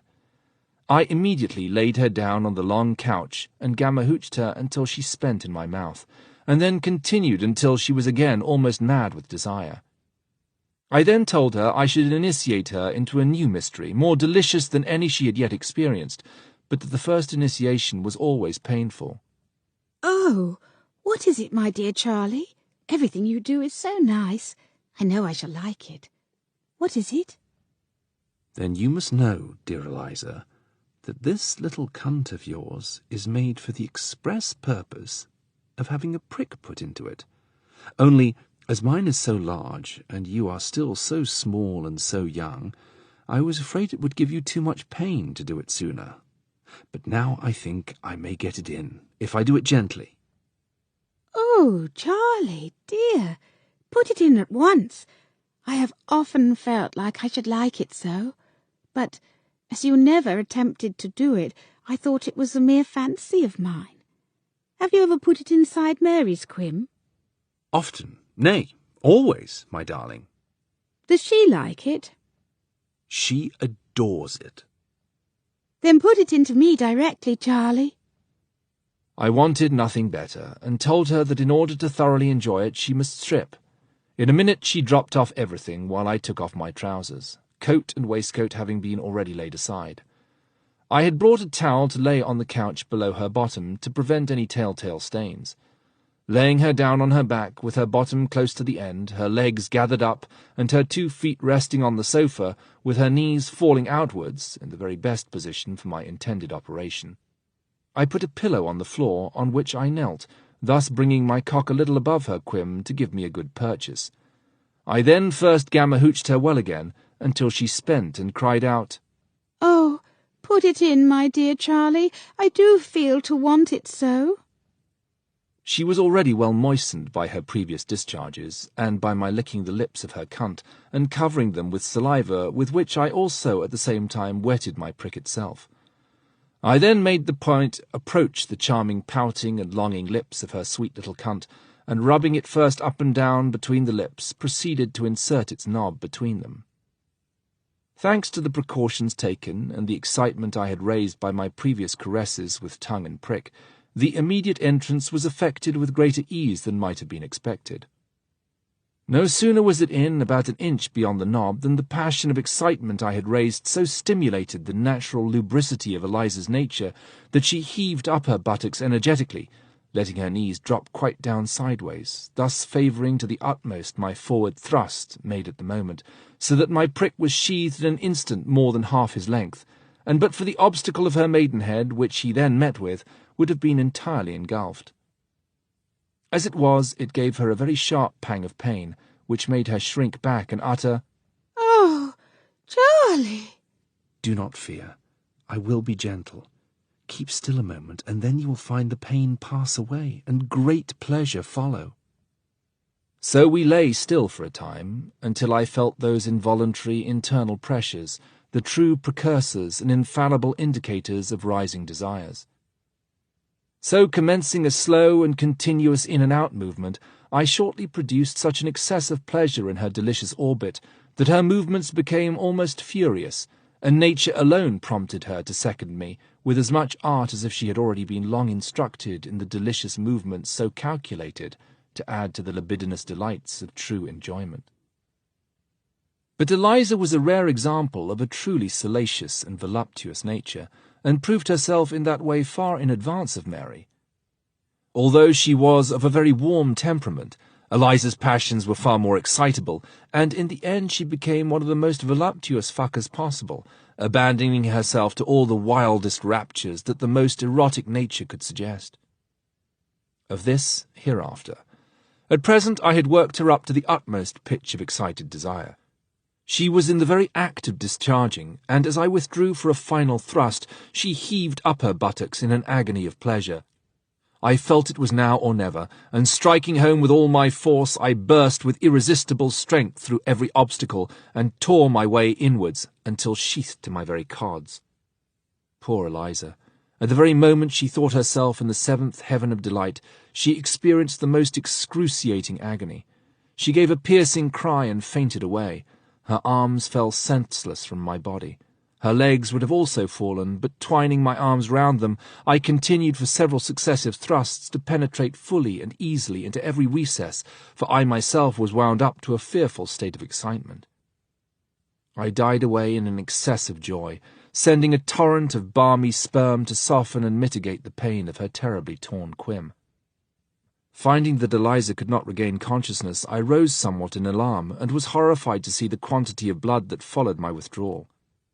It was fortunate my forethought of the towel, as it had not only saved the sofa, but helped to stanch her swollen and bleeding quim, and to wipe the blood from her thighs and bottom.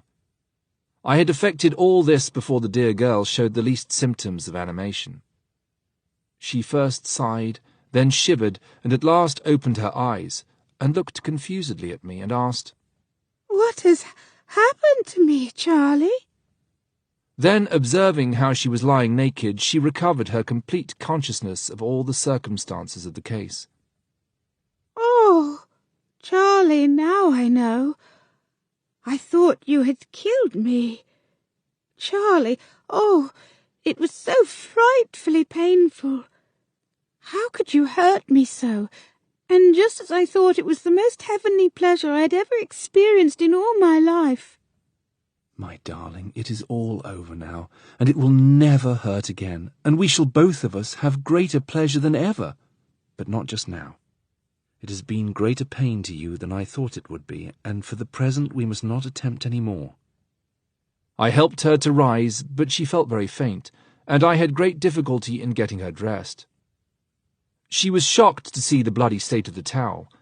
I told her to put my handkerchief between her thighs and partly up her slit, to prevent any marks of blood staining her shift. I then laid her down on the sofa while I ran to get some water from the fountain in the garden. I took a glass and the towel with me. I returned with the water, which greatly refreshed Eliza. I begged her to lie still as long as she could stay. However, when she attempted to walk, she found herself very much incommoded with the smarting pain. I was terribly afraid lest this would be observed when we got to the house, so I suggested she should purposely fall down when in sight of anyone and say she could not move because she had hurt her knee by the fall. This stratagem succeeded admirably. We were seen approaching by Miss Evelyn, my mother, and Mary. Dear Eliza acted her part admirably, was seen to fall heavily, and screamed.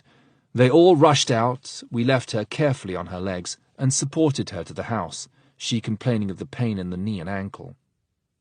My mother insisted on her going to bed at once, and having embrocations and hot towels applied. Eliza let them do as they liked, and eventually was left to quiet repose, which soon relieved the painful sensations she had undergone.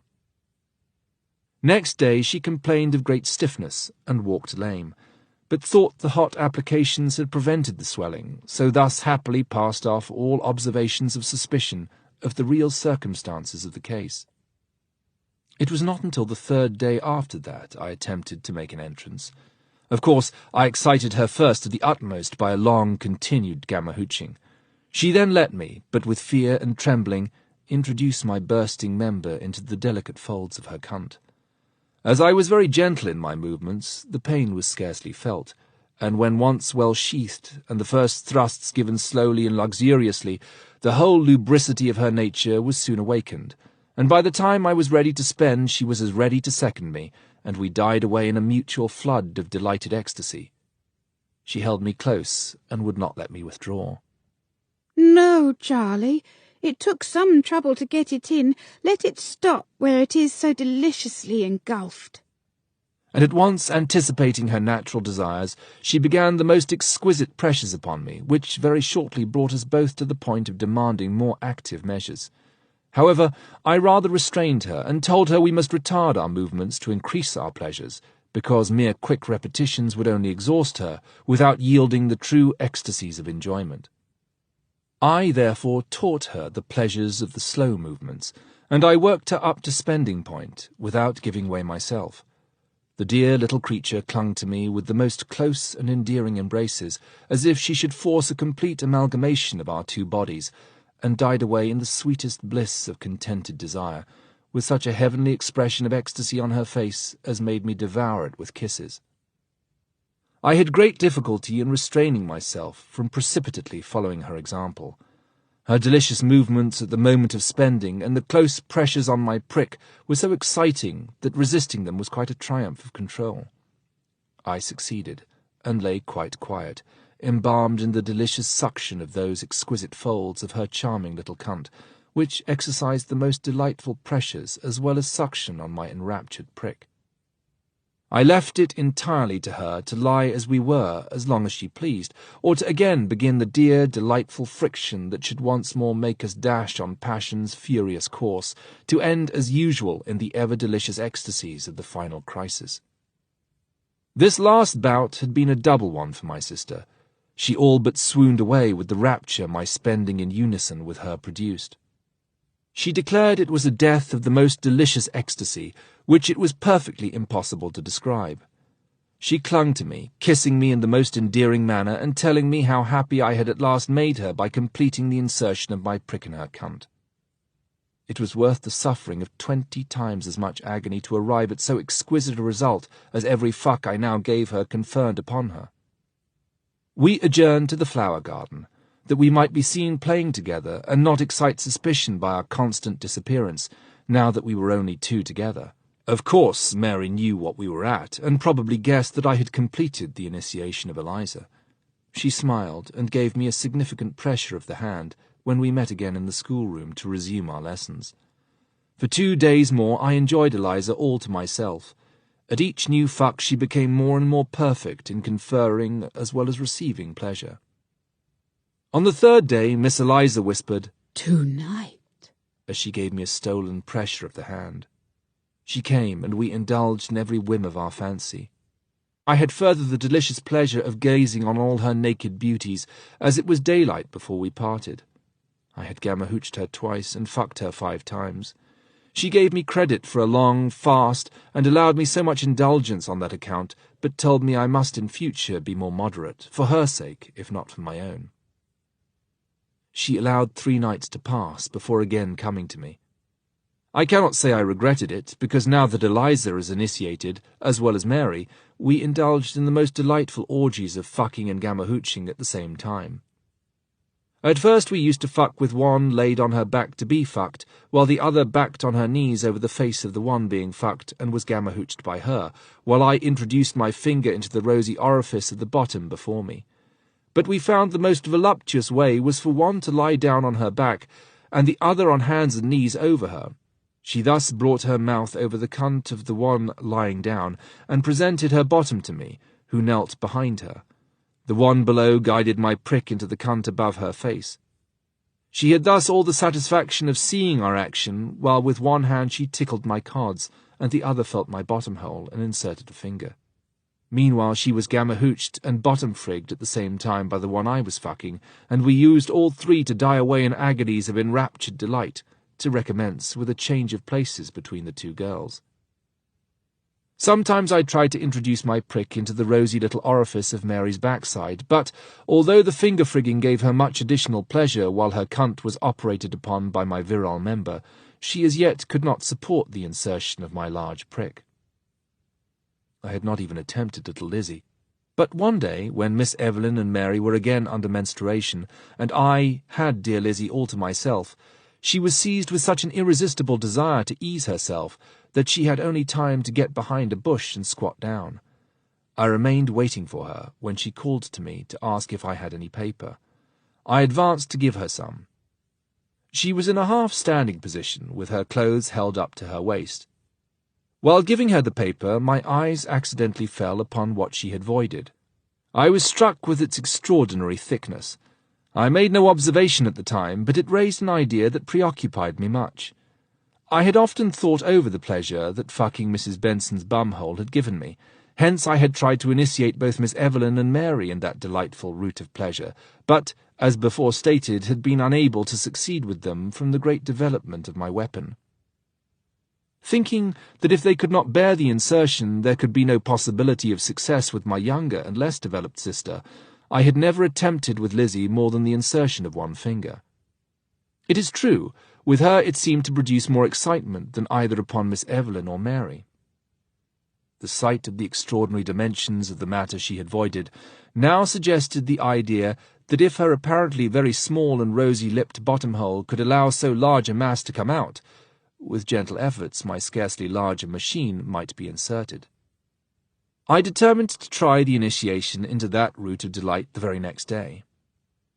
Remembering that dear Mrs. Benson always made it a rule that she should be first well fucked and gamma-hooched, and the prick well moistened, I began by exciting dear Lizzie to the utmost.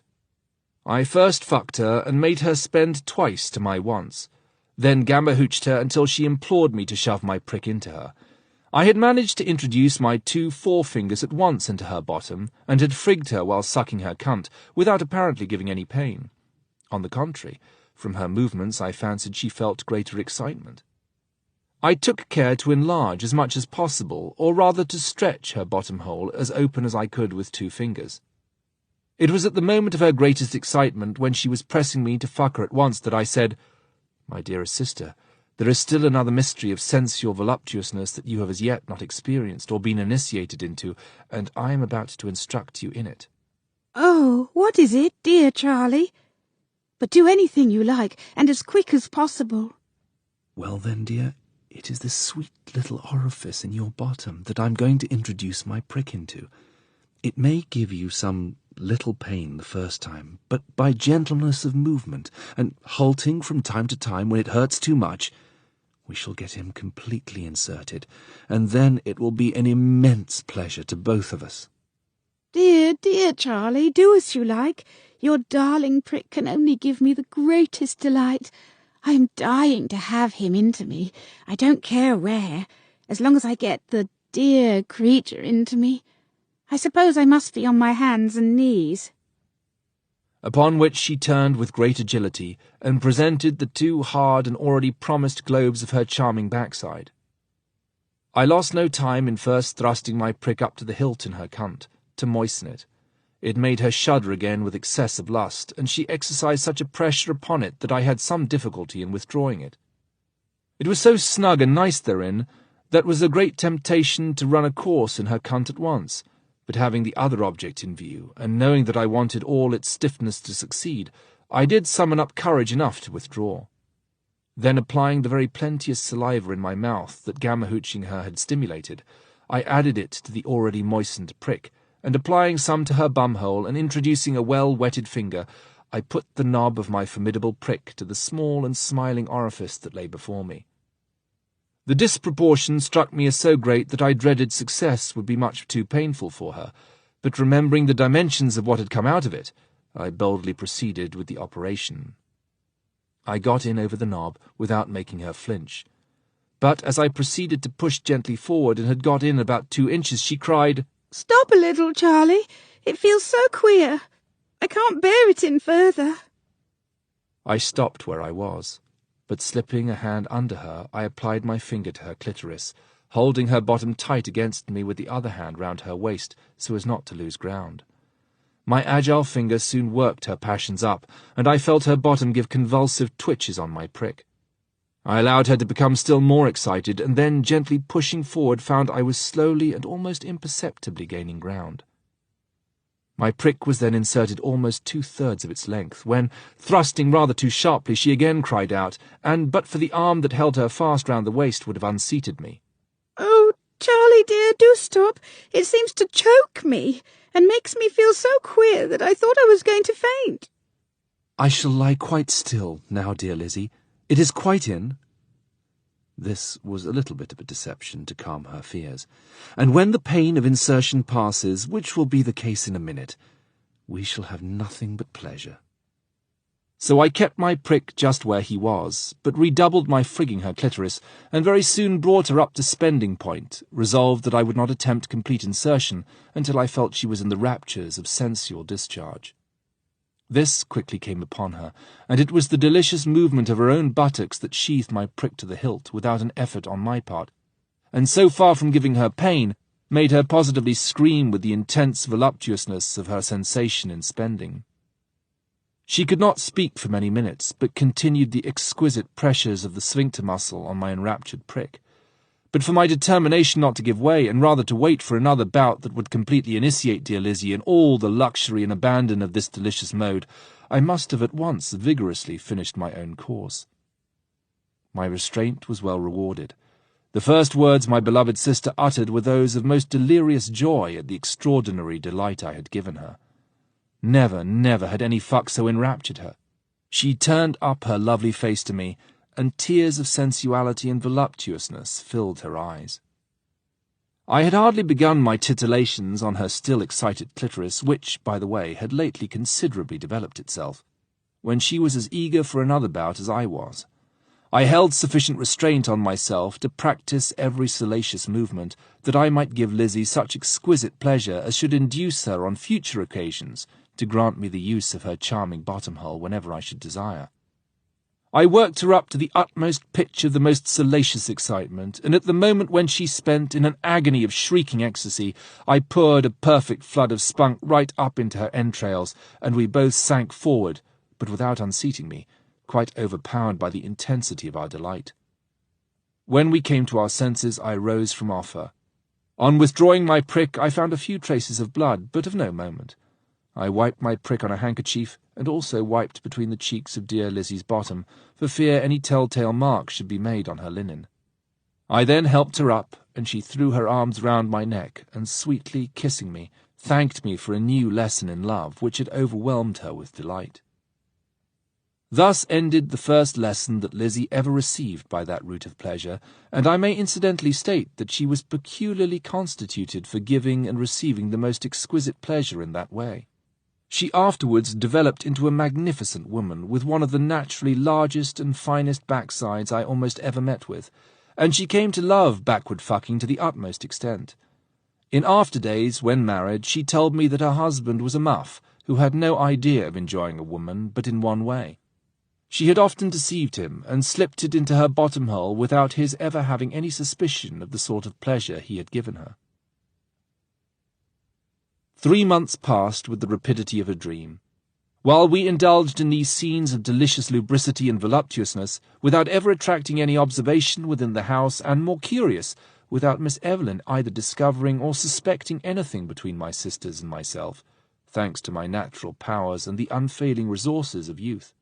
Both she and my sisters thought that they each gave me as much as I could get through, and therefore neither ever imagined I could seek carnal delights in other arms. So it was but now there happened 1 or 2 events which had a considerable effect on the after-tenor of our loves. A neighbour, a very nice, good-looking man, about 35 years of age, a gentleman farmer, very well off, had for some time past always waited for us at the church door on Sundays, apparently for a chat with Mamma, Miss Evelyn, and us. He treated and evidently considered us as mere children, nor did he appear to fix particular attention to anyone. One Monday my mother received a note from him, to beg she would grant him a short interview on the following day, as he wished for her advice on a subject of much interest to him. Mamma's reply begged him to come at 11 o'clock, when she would be happy to see him. He came, and was particularly neatly dressed. My mother had been very agitated all the morning, and looked flushed and nervous as the hour drew near. I really believe the old lady fancied it was for an idle avowal to herself that he was coming. Be that, however, as it may, the object of his visit turned out to be a proposal to Miss Evelyn, with an offer of marriage. He was ready to make such settlements upon her as could not but be satisfactory.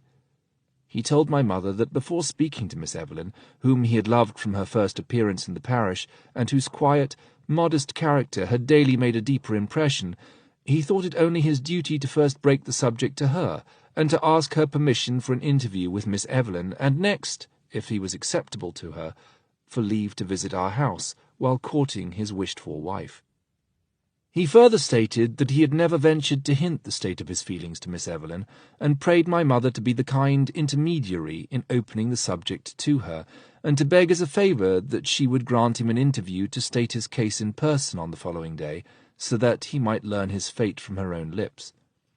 My mother, although probably inwardly a little disappointed, had the interest of Miss Evelyn too much at heart not to take up the matter warmly, and urged with all the volubility elderly ladies can so well exercise, whenever the marriage of a younger friend is in question, all the benefit that would accrue to her from so advantageous a proposal. Miss Evelyn was really taken quite by surprise, and stammered out some vague expressions of wishing for time to consider.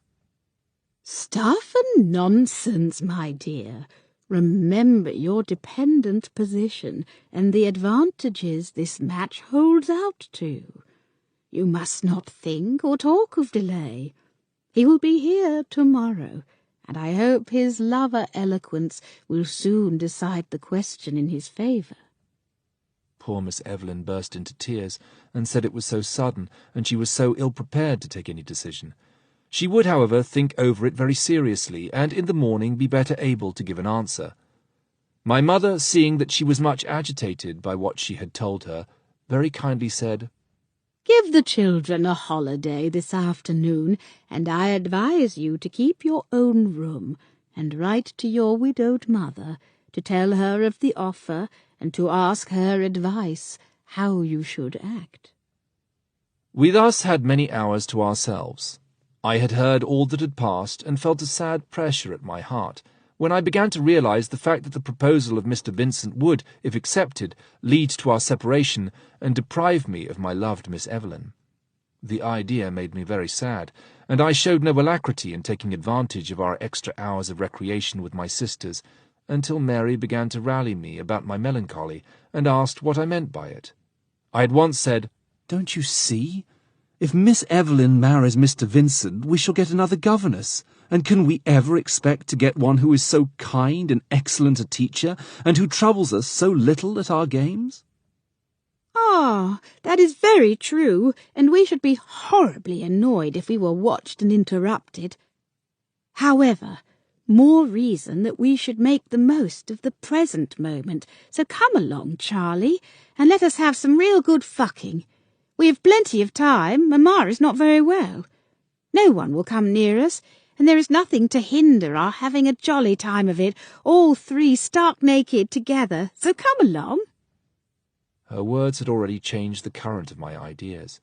Before she ceased speaking, my prick responded, which her quick eye immediately observed, and patting it with her hand, she said, "Ah, my dear little dummy, I am glad to see you are of my opinion, so come along." Away we went, and a most glorious afternoon of orgies we spent.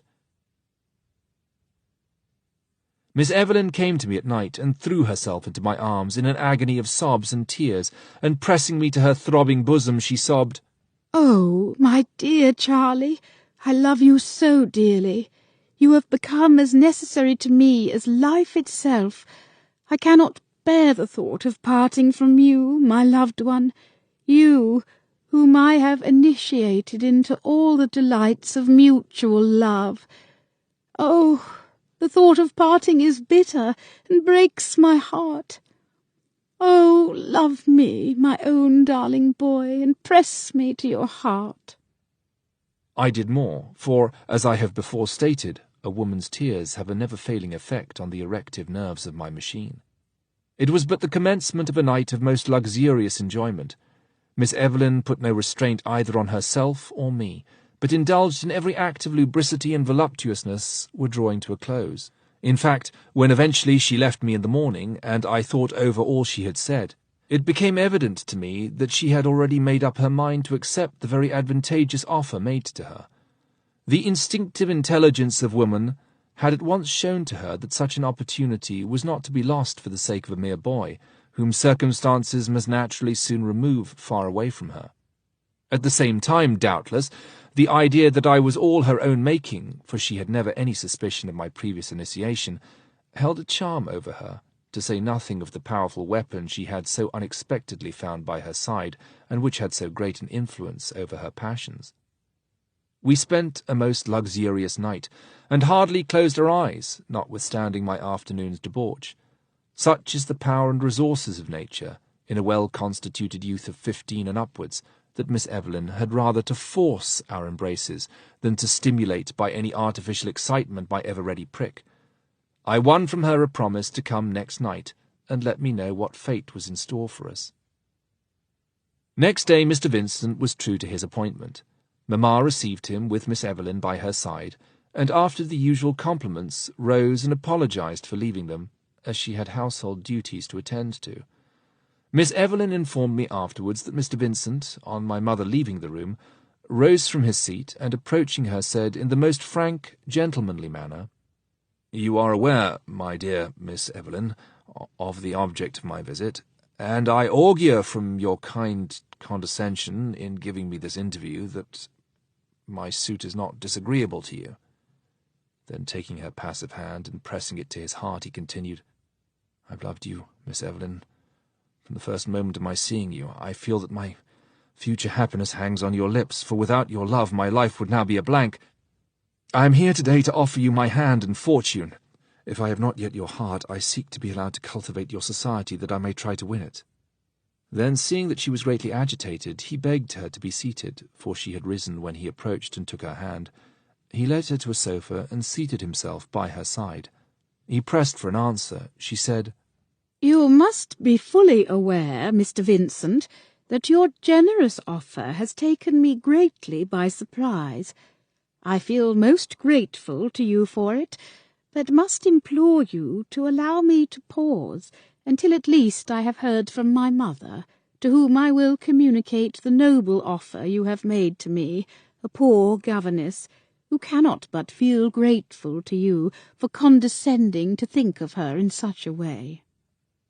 "Ah, say not so, my dear Miss Evelyn, and believe me, it is no sudden impulse that has driven me to your feet, but ardent love and real admiration of your great beauty and admirable conduct ever since you entered this family." The dear creature smiled through her tears upon me when she recounted those terms of affection that Mr. Vincent poured out to her. To be brief, before they parted, he won from her that his frequent meetings at church and elsewhere had gained him something more than esteem, but hopeless of ever becoming his wife, she had done her utmost to suppress wanner feelings. Oh, woman, thy name is deception. So she sent him away the happiest man in existence. He rode over every day afterwards, and was with Miss Evelyn from 4 to 5. Indeed, he was often the cause of our having half an hour's longer recreation. He also frequently dined with us. Miss Evelyn's mother naturally jumped at the offer, and most delightedly gave her consent. When Mr. Vincent heard of this, he became very urgent in claiming an early day for making him the happiest of men. Miss Evelyn wanted a delay of 6 weeks, but this raised such an outcry on his part, seconded by my mother, that at last she was driven from 6 weeks to a month, and then to a fortnight from that date. So all became extremely busy in getting ready marriage dresses, etc. The marriage was to take place from our house, and my mother insisted that she should provide the marriage breakfast.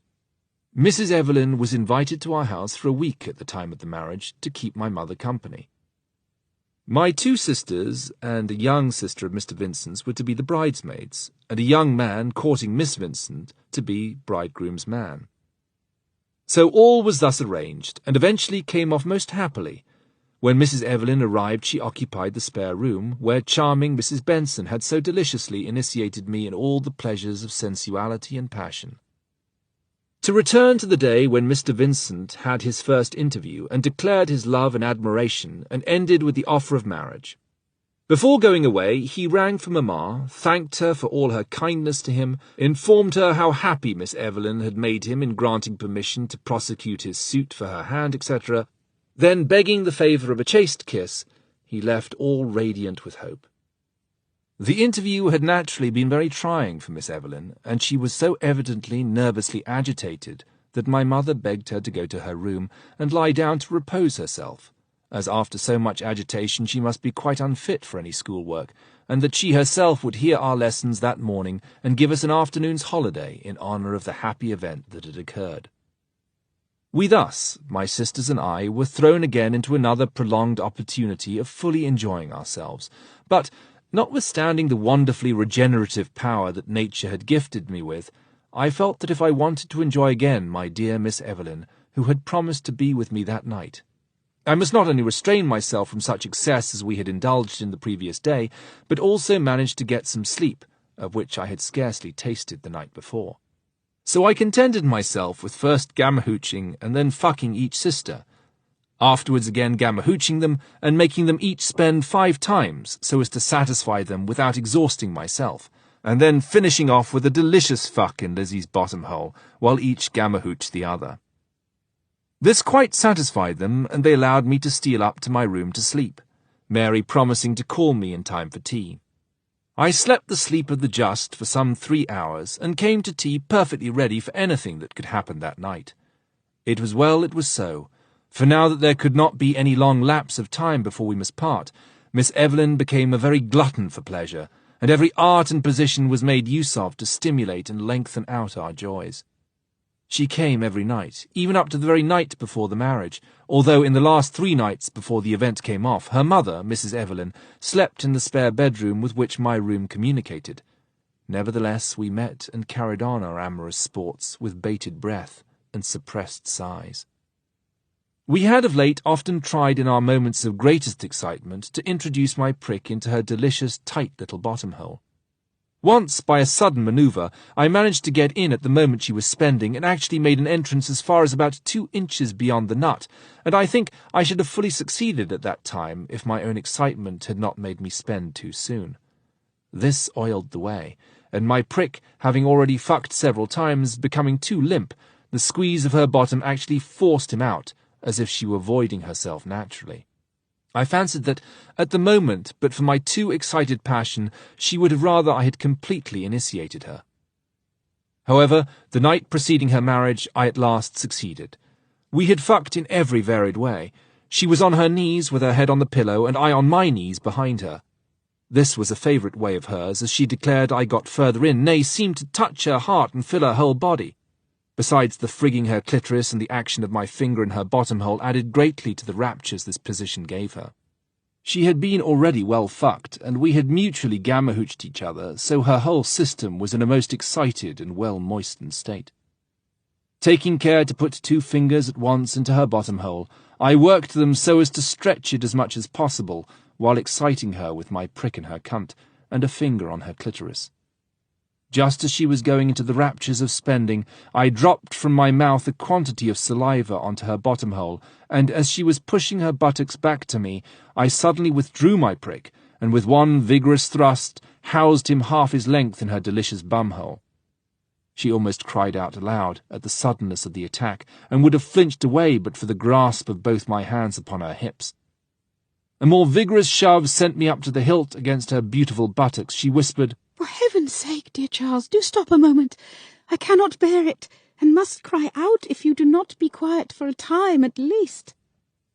As I was safely fixed, it exactly suited me to remain still, for had I gone on, a push or 2 would have made me spend. Now fairly engulfed, I wished not only to fully enjoy it myself, but, if possible, make her enjoy it too. So remaining quite still, as far as regarded my prick, I stole one hand down to her clitoris and began to excite that. The other I ran up to her bubbies and played with the nipples, a thing which I had found out excited her almost as much as playing with her clitoris. Her passions were soon reawakened, and the involuntary twistings of her loins and pressure of her sphincter convinced me that in a very short time I should work her up to the utmost. And so it was, and immensely she enjoyed both her own spend and mine when she felt my hot spunk shooting up into her very entrails. We sunk gently on our sides after this bout, but without unsheathing me, and her embracing, kissing, and tonguing each other when she turned her head, and sometimes sucking the nearest nipple to me, we soon once more were in a state to renew our delicious combat, and a second course was run in the delightful Callippian recesses of Venus's second temple of lubricity. This was our last bout, for alas, it was getting the hour when the house would be all astir. My lovely mistress embraced me most tenderly, and acknowledged that I had at last taught her a new pleasure. She wept as she tore herself from my arms, and I wept too when she left me, as I thought I had now lost her for ever as a mistress, and what a charming one she had been to me. Morning came, and with it bridesmaids, bridegroom, and man. To church we all went, my sisters perfectly enchanted with the idea of being bridesmaids and beautifully arrayed in new dresses. They were also still more delighted with some handsome jewellery presented by Mr. Vincent. In their eyes he became the handsomest and finest man they had ever seen. The breakfast went off as usual, and when the bride, who had changed her bridal dress for a neat travelling one, came down, pretty near all were in tears on taking leave of her. She pressed me tenderly to her bosom and whispered, "Courage, Charlie, dear." It was almost too much for me, but I managed to restrain any extreme demonstration of my grief. The carriage door was shut, and off they rattled to spend the honeymoon at Leamington. The friends assembled remained until the evening, and after the sensations of the day and the fatigues of the previous night, I was glad to get to bed. I cried myself to sleep, thinking that another at that moment was revelling in all the delights of amorous enjoyment of those charms that had been so long in my sole possession. Thus ended one of the most delightful episodes of my life, and although I, at some rare intervals, from time to time, found an opportunity of enjoying my loved mistress, they were flying fucks, very delicious, but very unsatisfactory. This was the first great incident that had an effect of changing the tenor of our existence for some time, but I will reserve the details of our after-adventures for a second part of these reminiscences of early experiences. This has been The Romance of Lust, Volume 1. The Romance of Lust, Volume 1 is in the public domain. Production copyright 2014 by Boutique Audio.